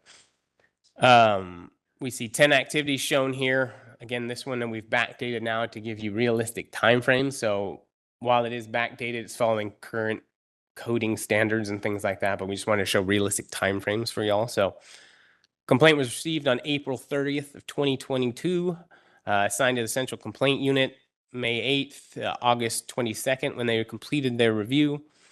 During that time, they again requested the medical release, received that. They sent to the medical consultant program for review. Medical consultant program forwarded it on, referred it to investigation on August 22nd. It was assigned to investigator on September 5th. We see here that assigned to the HQIU investigator on September 5th, and then their field investigation ran through January 27th of 2024. The thing that we wanted to point out, illustrate here is during the confidential HQIU investigation, there isn't a lot of activities. The investigation's being done in the field, and so there's no information really that we can share during that time. We do know that the investigation, though, completed on January 27th of 2024, and all of the information that field investigators gathered was packaged up and sent back to the board to review for case disposition. When it was reviewed, since this was kind of an egregious case, I believe, as we were setting it up to be, it very quickly was referred to the Office of the Attorney General for filing of an accusation. And so it's sent over there on January 28th, 2024, and accepted by them on March 8th of 2024. The accusation gets put together and ultimately filed on May 25th of 2024. And then we see ultimately that on July 14th, 2025, the case was closed, indicating that the license has been revoked.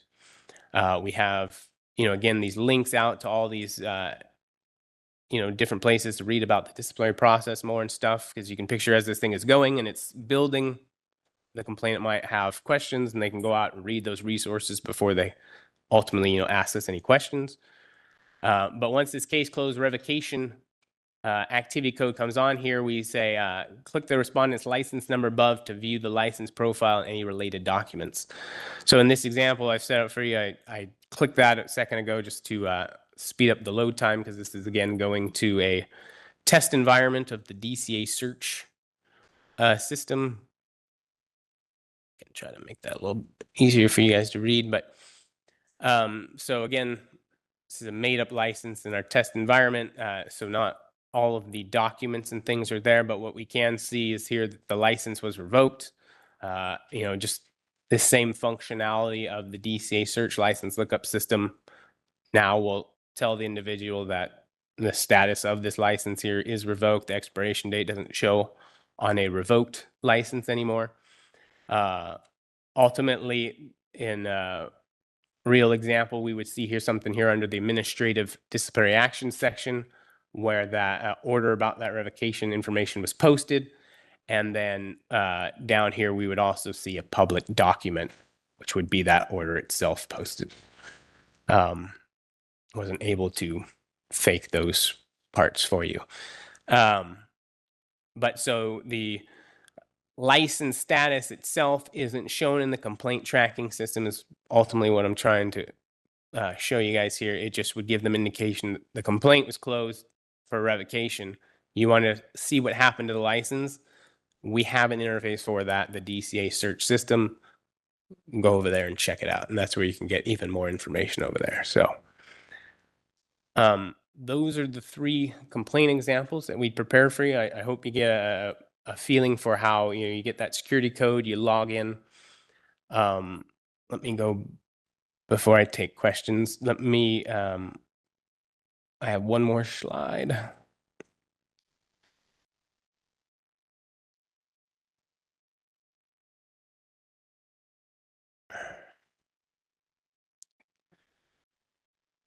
So this is our phase one. We call it the minimum viable product that we could put together, having the resources we have with out doing a lot of these stretch goals that we eventually want to do. The first one there for or these enhancements that we like to make in the future are again after the first release, which again we're targeting for the end of this year, beginning of next year.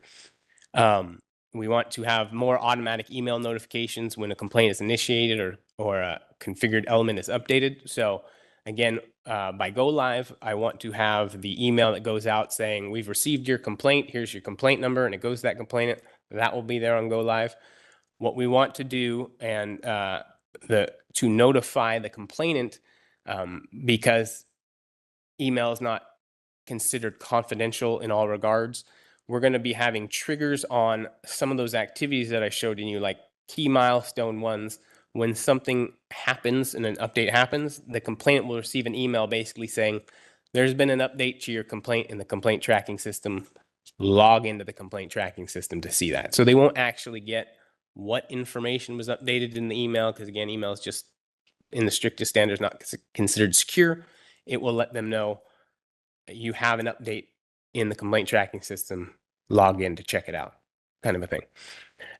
We can make all of that was one of the suggestions made during the interested parties meeting early on. But we don't need to build that functionality into the complaint tracking system because that can be built into Breeze. We can do that with interfaces made in Breeze. So Breeze will send out the email letting them know that there's an update, and the complaint tracking system is placed to view that update. So we'll be able to configure those as we go live and on an ongoing basis when new activities and things like that are determined. Eventually, we would like to be able to pull documents out of Breeze to show them right in the complaint tracking system too. So the second bullet point here is viewing electronic copies of the original complaint form. Sometimes complaints are still submitted on paper. In the case of those, when they're not submitted online, when they're not submitted online, the summary information I showed you up at the top isn't available. If it gets scanned in as a document, it's attached to the complaint in Breeze, the analysts don't take the time to bother recapping and typing all of that stuff from the paper letters in. So they will eventually be able to hopefully pull that document up, view it, to make sure what they submitted is the same thing that the complaint analysts are reviewing there. We want to have electronic copies of the letters that go out. Again, right now, all communication is done through paper letters. And so when we generate those letters, we attach them in Breeze. We'd like to be able to pull those letters out, show them right through the complaint tracking system. Maybe they can view their letter electronically through the complaint tracking system faster than the postal mail can deliver it one day. We want to log those messages directly into Breeze, as I commented on early. And one of them that I've already kind of got a working idea on would be able to upload files directly through the complaint tracking system. So with that medical release, I mean, we all see that medical release happening on all these complaints. Initially, when they first add that activity on there, it'll be pending.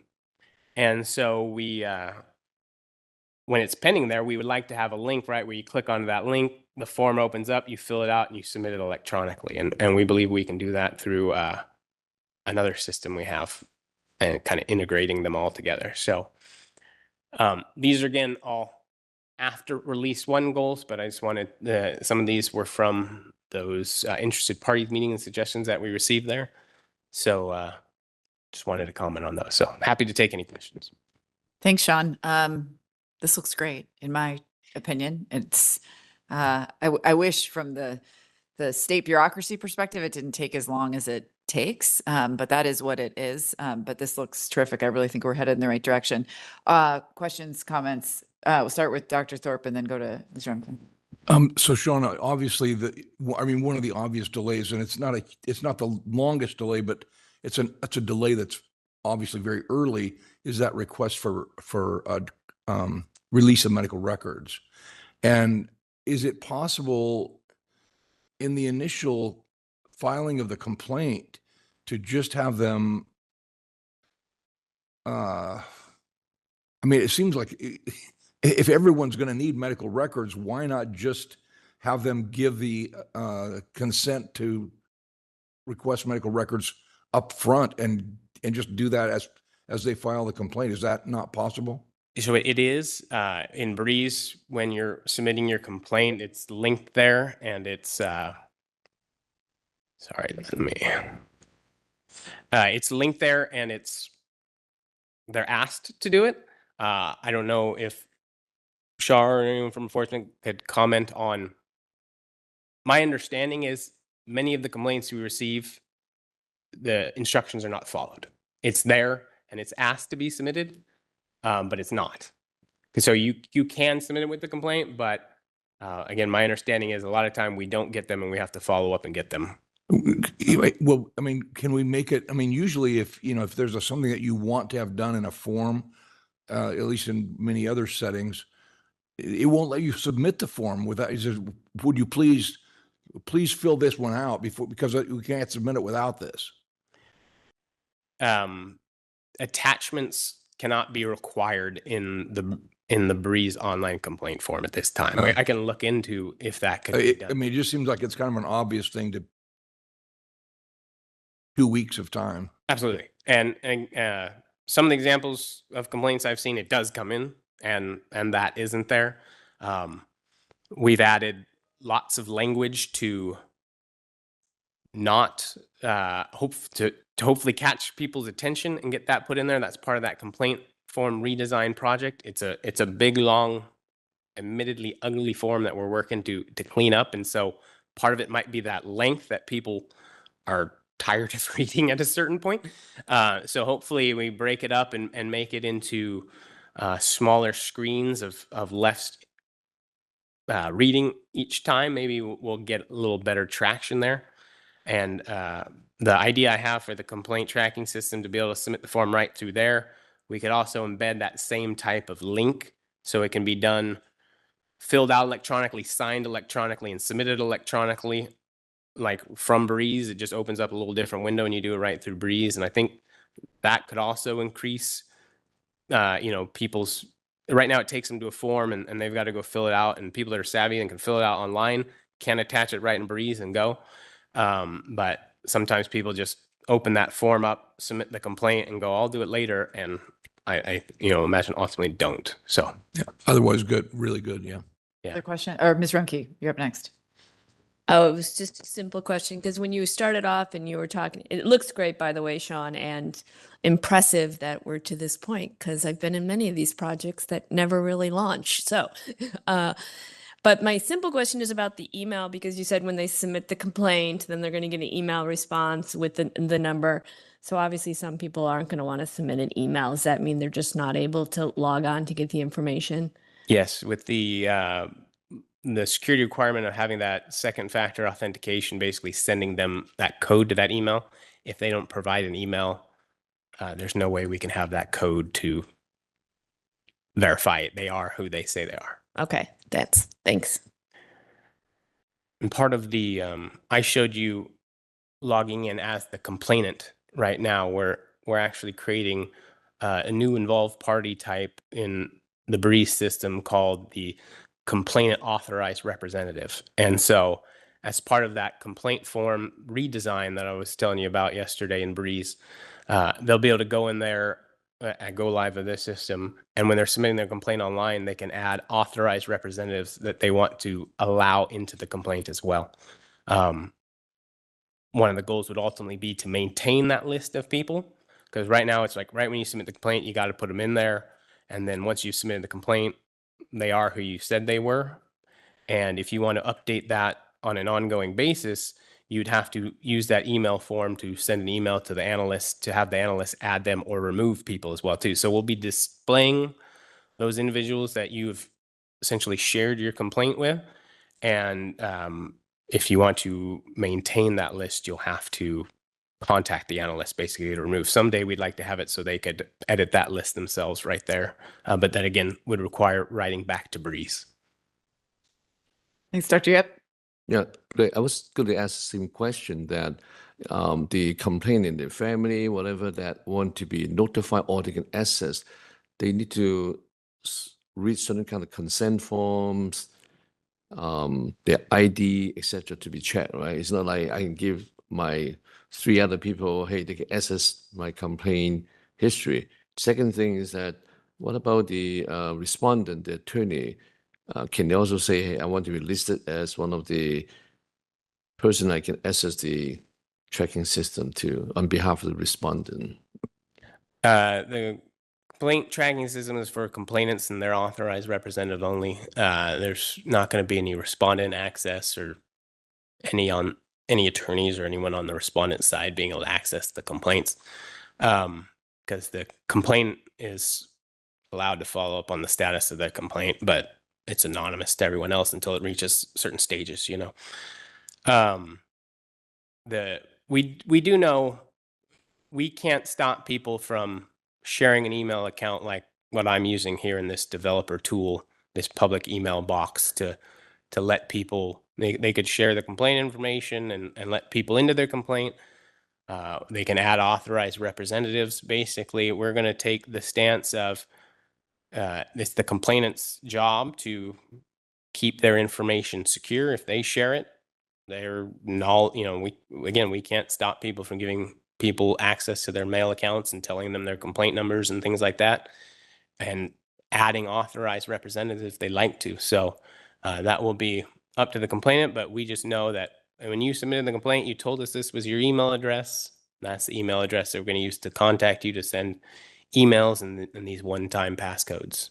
So it's as secure as we can make it in terms of access, but we can't protect from the other end openly sharing their information, taking screenshots, that kind of thing.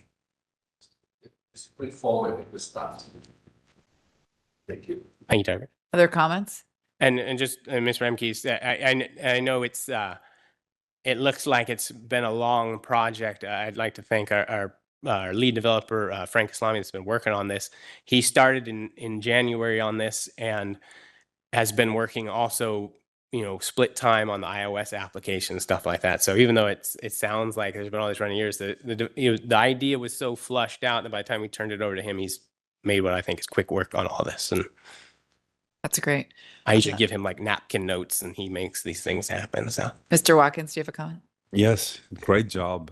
And just a question. So when, you know, it goes to the central complaints unit and then it gets handed over, there's this section at the bottom where they get to have feedback, right? And you said that when it's not assigned to a person, it goes somewhere. Does it go to the liaison office so that somebody can always be on top of it? Or when it's at that level, the first phase? And at HQI, if it goes to HQI, where's the catch-all there? So maybe I misspoke, but so the only time a complaint would not be assigned to somebody would be when it is closed. Right? Okay. It kind of goes into a closed bucket. It has a memory of who the last assigned analyst was, who the last person was assigned to, but we're on a closed complaint, we're going to route those to a different contact because essentially it's off that analyst's desk at that point once it's closed. But when it's open, it's always assigned to somebody, whether it's in the central complaint unit, the complainant liaison unit, or HQIU or CIO or any of our different units here. So those the individual person, right, will get an email. Say it's assigned to me, right? I'll get an email in my mailbox saying that Troy McClure trying to contact me about his complaint, and he sent me this message. But I'm in San Diego for a board meeting, so I can't answer that right away. So it will also go to a catch-all group where the manager of the unit and things like that can access that to follow up those complaints. Because the way we're doing this contact form, and it's for state of California security policies, we can't put an email address right on the website anymore. And so it's different. Like when you send an email to me, and if I have an out of office message, you get a bounce back from me saying that Sean's out of the office, you know, and I have a message there to contact somebody else while I'm gone.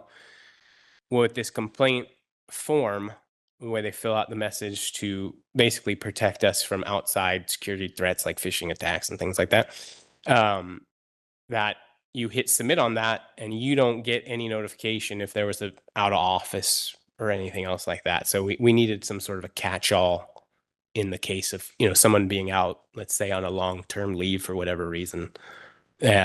Usually the complaint would be reassigned, you know, but if it's just a couple days into the vacation, it may not be reassigned yet. So this catch-all bucket for now. Well, awesome. So the exciting part is launch date. I have personally reviewed hundreds of complaints. Like I mentioned yesterday, I have I think I've taken Reggie and Marina and Shar and Carrie and all the whole exec teams. I think I probably stole 20 hours of their time in the last 2 weeks to review things, and we've made a dent. You know, I mean, I'm happy with how this looks and stuff like that, but we're literally one of these activities. Sometimes we'd be discussing one description of an activity for 2 hours, to asking AI to rewrite it in plain language for us and trying to clarify things. And then when you start looking at it in the full list of all the different activities, and you see how this activity pairs with this, and are we being consistent language throughout and stuff like that. So development's done. I mean, this is working, this is happening. I expect stylistic changes and maybe some text changes and things like that, but the big brunt of the work now is reviewing hundreds of complaints with the executive team, with the enforcement team. We're still targeting, and I still think it's totally doable, that the end of 2025, beginning of 2026 was always our goal. The project approval lifecycle documentation scheduling that we came up with 6 months development, 6 months of testing. So the development pretty much on track, and the testing, we plan on spending the rest of the year kind of testing all this stuff out. After we've reviewed it here internally, we have to review it with HQIU and AG's office and get everyone's blessing before we go live. So I think by the next board meeting I'll have a better time frame for you, but I'd say we're still on track for the end of the year. Other comments, questions? Anyone in the room with public comments or questions? How about online, Sean? Let's check. Yeah.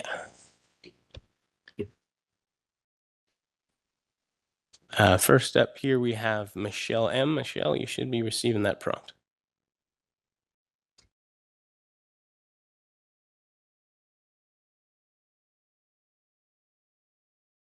I am Shel Montserrat Ramos, and I'm a consumer watchdog. Thank you, Sean, for all of your work on this project. I must add specifically for all the new board members on the board, this was not a project that was dreamed up by this board. This is a project that was recommended by me. It was effectively advocated for by our amazing volunteer advocacy team that represents cities across the state, and it would never have happened without the support of Dr. Yip. Thank you, Dr. Yip, for supporting a recommendation from the public. I also must add that this is another project that senators from the Senate Rules Committee lauded this board for undertaking, a project that was recommended by advocates, your public stakeholders. I think it's important to state this because it indicates how the board once used to work with advocates and the public on issues and projects that would not only benefit the public, but would also help enforcement staff. When it would have been helpful to see the slides before this presentation, I've also requested time and time again that we have a review of the project before this stage, but again, that didn't happen. One thing, I don't see contact information for the analyst who is handling the complaint. That has been a problem with complainants receiving letters without contact information. I do see there's a generic contact form, but it is not to a specific person that the complainant knows is managing their complaint. The intention of this project was to increase communication with enforcement staff, not decrease it. The intention of this project was to be able to track your complaint so you know who has it, where it is in the system, and where you can submit additional information to the staff who currently has your complaint. We are working with the public to become active participants in the enforcement process. We are not members of the public who just submit complaints and hope for a good outcome. We participate, we seek investigations through other entities. Therefore, we do have additional information to provide as our complaints move through the process. Once I see per your demo that the complaint has been referred to a field office for an investigation, but again, no contact information. Please understand we are stakeholders in this process. Yes, we are here to ensure that our complaints are reviewed and investigated and hopefully go to accusation, but we also understand that it takes our participation to ensure that our complaints make it through the process. We need to know who has our complaints in order to effectively manage our complaints and provide board staff with the information they need while the complaint is still in the process. Regarding medical records release forms, our advocate families have signed their medical record release forms, yet they get requested up to 4 additional times to sign a release form they have already signed. Again, thank you for your work, Sean. Thank you for your public comment. If I could, and I just want to, maybe I didn't point it out. So we did do interested parties meetings and gathered those requirements. And during that project approval lifecycle, those requirements were baselined in documentation with the objectives that we were trying to make. Once we received approval to move forward with this phase 1 release, I'm not allowed, it's called scope creep in the IT world, and we're not allowed to change the requirements now at this point. So that's why after those interested parties meeting where we requested public feedback and the suggested functionality, and then we reviewed them at the following board meeting and discussed it, held public comments there again, and we approved those minimum viable product requirements. That determined what the system was going to be right then and there. So again, all those future enhancements and things like that I talked about, there's always the ability to add to it. But for this first release, I have to stick to that window of what we set out to do there. So I just wanted to point that out. And again, the contact info, that was an original wireframe mockup we did show a analyst email address there. Since then, state policy has been statewide. You can't have an email address on your websites anymore. It's the first thing a organization would do if they wanted to try to attack the board or any state department or any business in general is they would have a bot scrape your whole website looking for email addresses and target those for phishing campaigns and all kinds of things and stuff like that. So we've been told we cannot have email addresses, even the webmaster email address can't be on the website anymore. So we've switched everything out on our website to contact forms like this, and that change was based on that being changed there. So I just wanted to point out, yes, we did have a screenshot one time that had the direct contact information, but ultimately it's delivered to the same place. It's just we can't show that email address because an automated scraper would use it to attack. But thank you again for your public comment. We'll go next here to Rob Gordon. Rob, you should be receiving that prompt. Yeah, hi, Sean. I kind of wish I could learn how to not have empathy. It's just kind of natural to me, because that failed demo you had where everybody had to take a break, and I'd just be too much of a hypocrite if I ripped you a new one for that, because it's happened to me many times. Applications seem to know when you're doing something in public. But I do have a few comments. First and most important, and I've said this repeatedly, I will keep saying it, and on an emergency basis, you have to notify the public to not fill out that form, no matter what. People need to know that they're going to be losing all their legal rights if that form is submitted. There's some things you could do to mitigate that. Nice concept from the legal field. I wasn't allowed to say it in the meeting yesterday. I was shut down. My freedom of speech was taken away.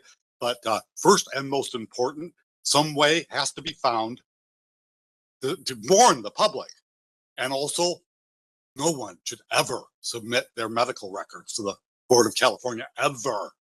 Your medical records are not private.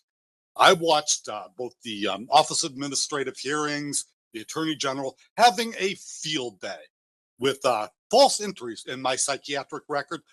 Nothing I could do, nothing I could say could change that. So we really need to warn the people of the community about that. Now, a few other things,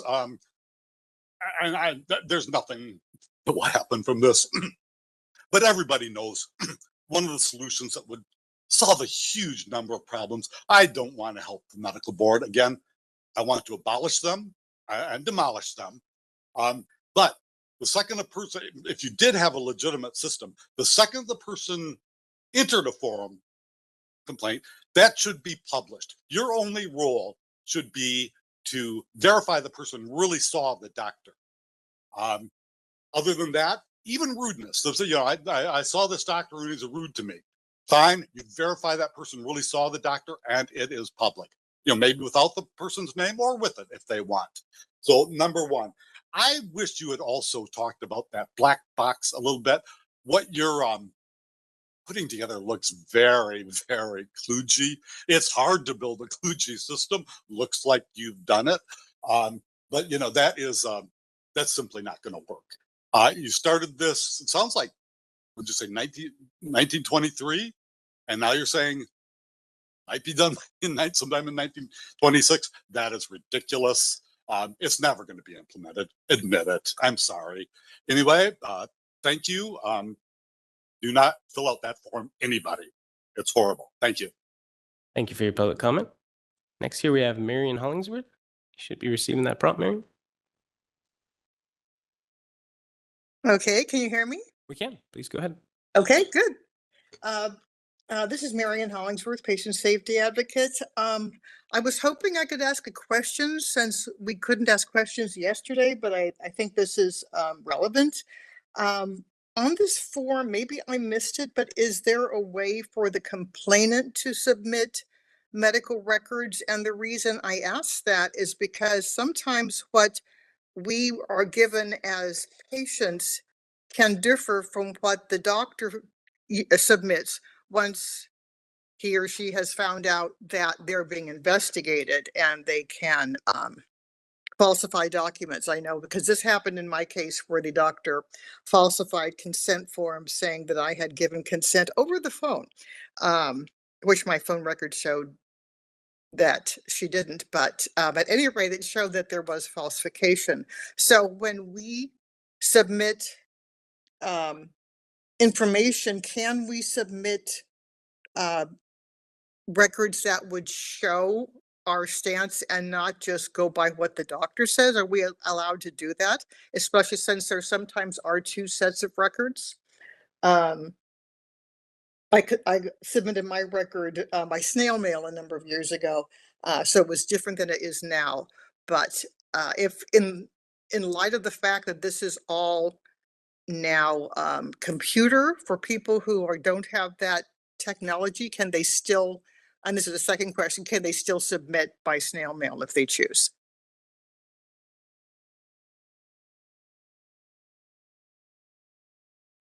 Thank you for your public comment. No, I don't get a chance to get it. Ms. Hollingsworth, as you know, this isn't a back and forth, but I just conferred with Ms. Webb, and those records, your records can be submitted already today.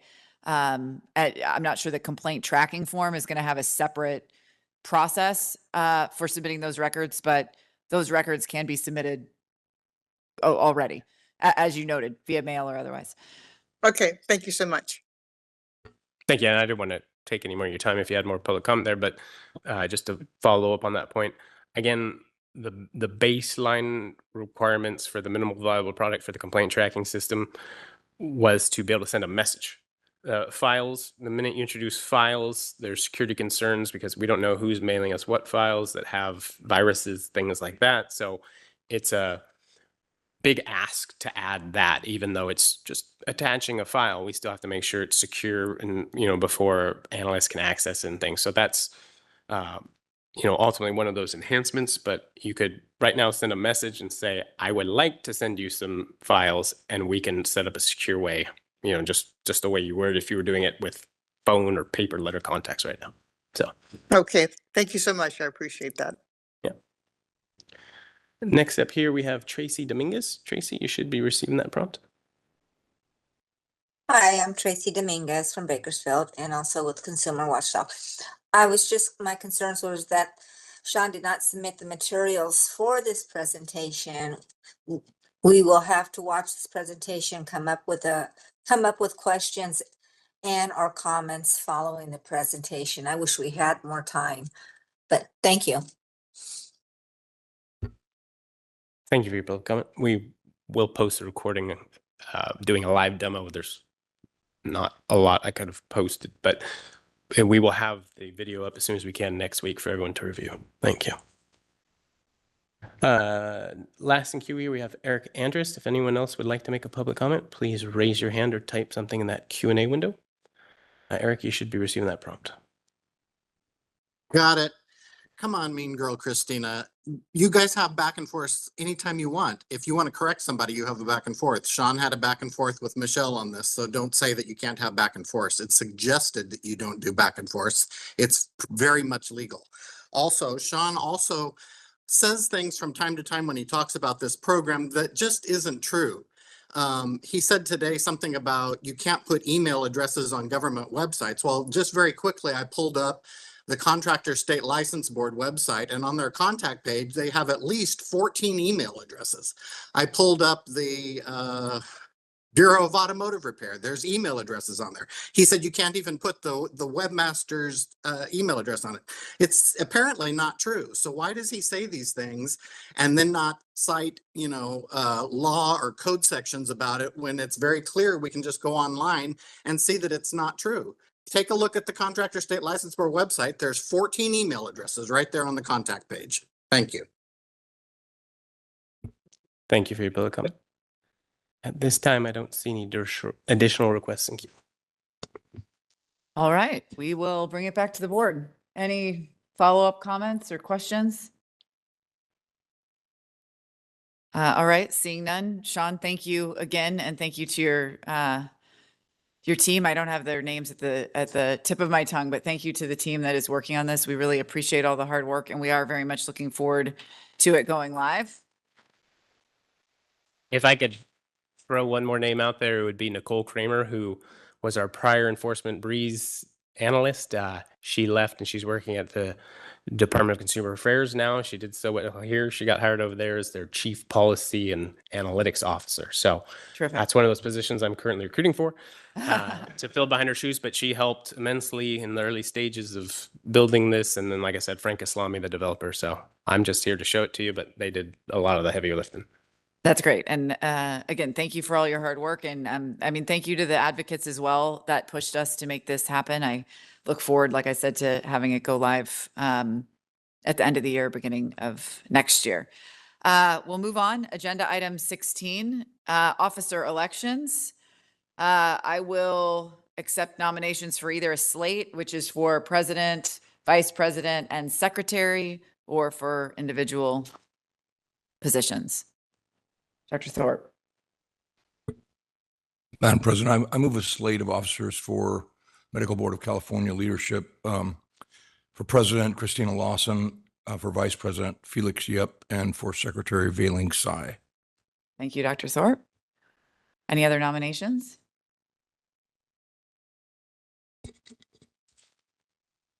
All right, seeing that there are not any other nominations, I guess we don't need a second on nominations if I'm correct about my rules of parliamentary procedure. And so I think we will go to comments next before we have a roll call vote on that slate of officers. Any comments in the room?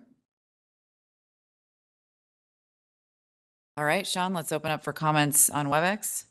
Yes, if you'd like to make a public comment on agenda item 16, please do so by raising your hand or type something in that Q&A window. First up here, we have Rob Gordon. Rob, you should be receiving that prompt.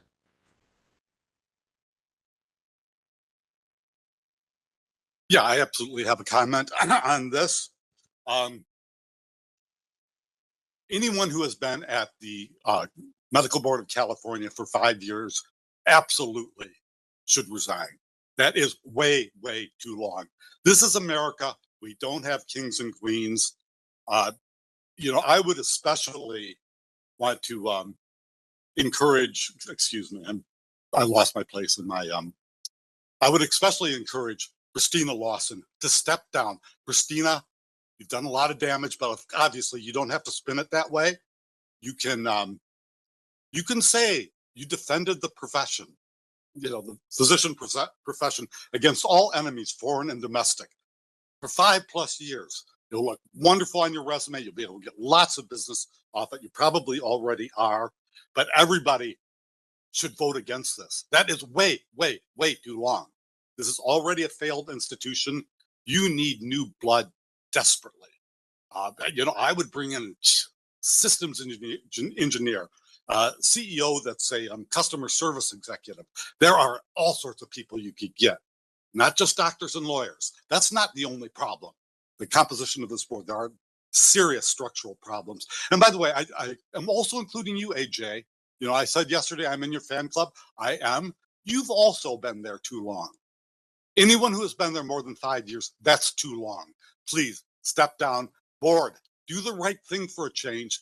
Vote against a whole slate. You're betraying people of California.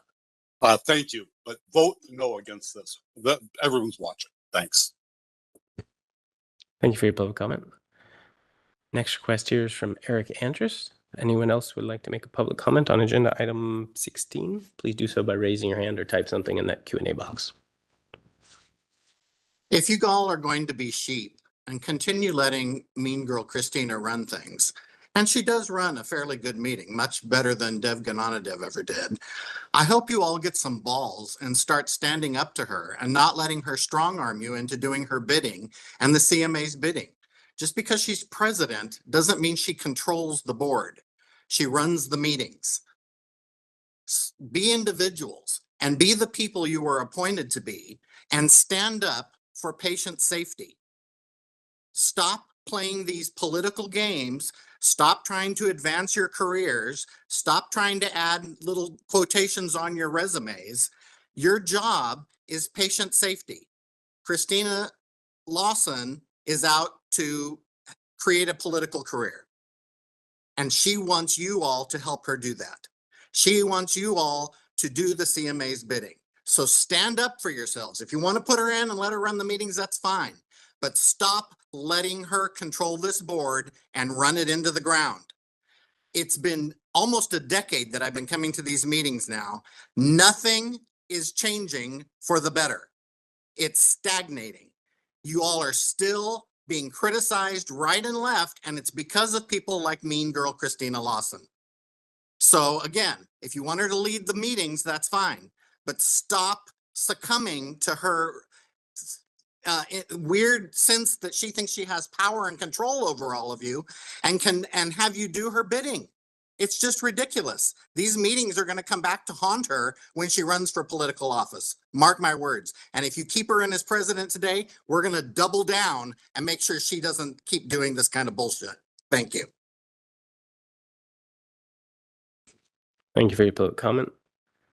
Here we have Marion Hollingsworth. You should be receiving that prompt. Okay, can you hear me? We can. Please go ahead. Yep. Thank you so much. This is Marion Hollingsworth, Patient Safety Advocate. I was wondering why Ms. Lawson is up for a 3rd year as president. For some reason, I thought it was just a 2-year limit for that. It's time to get some fresh blood in there. I would also suggest that someone nominate Mr. Watkins for one of these positions, since he has the public safety as tantamount for this agency and not the importance of the profession. So please consider Mr. Watkins for one of these positions. Thank you. Thank you for your public comment. This time, there are no additional requests in the queue. All right, we'll bring it back to the board. Any further comments? Any further nominations? Seeing none, Ms. Struther, if you would please perform the roll call vote. Dr. Ayala Rodriguez, Yes. Mr. Arkatov. Yes. Ms. Chung. Yes. Ms. Remke. Yes. Dr. Solis. Yes. Dr. Thorpe. Yes. Dr. Sai. Yes. Mr. Watkins. Yes. Dr. Yip. Yes. Ms. Lawson. Yes. Thank you for your trust in me, in Dr. Yip, and in Dr. Sai. And Dr. Yip and Dr. Sai, I look forward to working directly with you over the course of the next year on all of the board's important initiatives. Moving on to my, as I always say, my favorite agenda item, which is agenda item 17, future agenda items. Do any board members have requests or recommendations or suggestions for future agenda items? Dr. Yip. Um, excuse me. I would love to work with the staff to analyze the 96% complaint that did not end up in discipline. We can report on the nature, the outcome. For example, maybe wrong agency, medical record request, etc. Letter of public reprimand without string attached. What happened to them? The FSMB, they also have existing data that we can help to compare other states. And also the second is to maybe start working on and research on the other state. Maybe we pick the most populated 10 or 15 state with the help of the SMB about the discipline guidelines. Is it time for update? We can have a task force to review those and get input from all the interest party. Thank you. Thank you, Dr. Yip. Dr. Thorpe. Yeah, I have three. I'd like to, the issue of this, the increasing the ratio of PA to, physician to PA to in supervising, let's go so from the current ratio is 1 to 4, and the proposed, what I heard was going to 1 to 8. I really think that what I would like to see ultimately is a task force between the medical board and the PA board trying to work on how do we evaluate this and make it work so that it actually is safe and effective and that PAs are actually getting what they need in terms of supervision. So I don't know, I'm not sure if that's an agenda item or just a question. I'm not sure what the right way to do that is. Secondly, one of the things that really concerns me is that the electronic health record has, nobody wants to go back to paper. I understand that. But the electronic health record is a disaster in so many ways. And I think just some kind of an assessment of how the electronic health record has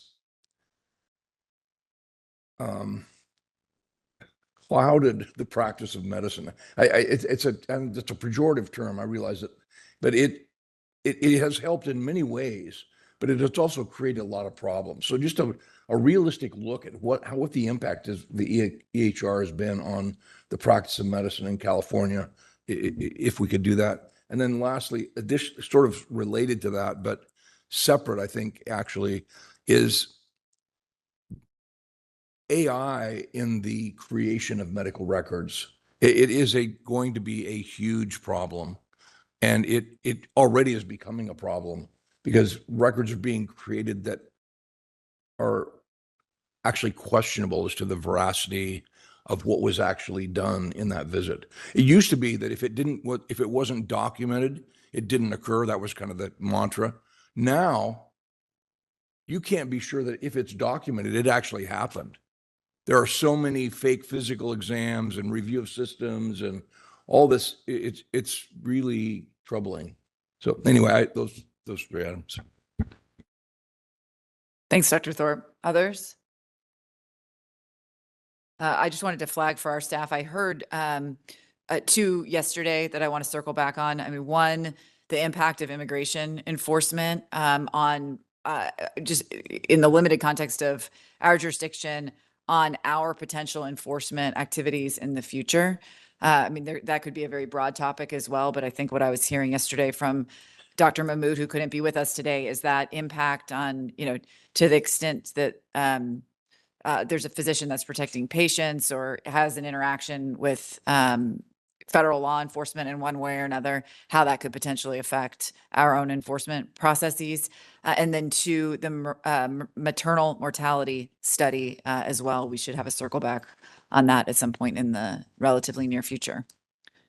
All right, I think we need to go to public comments before we move along.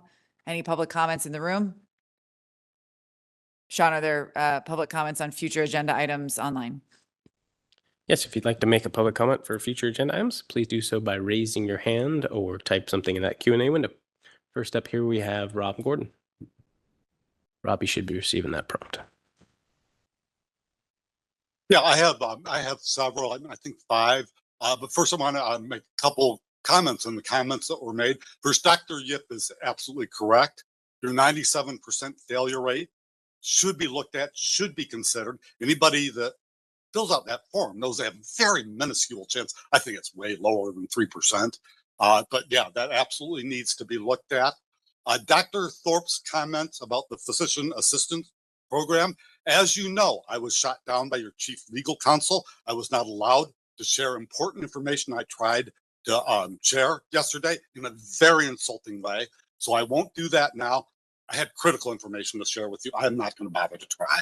So let me move on to the agenda items.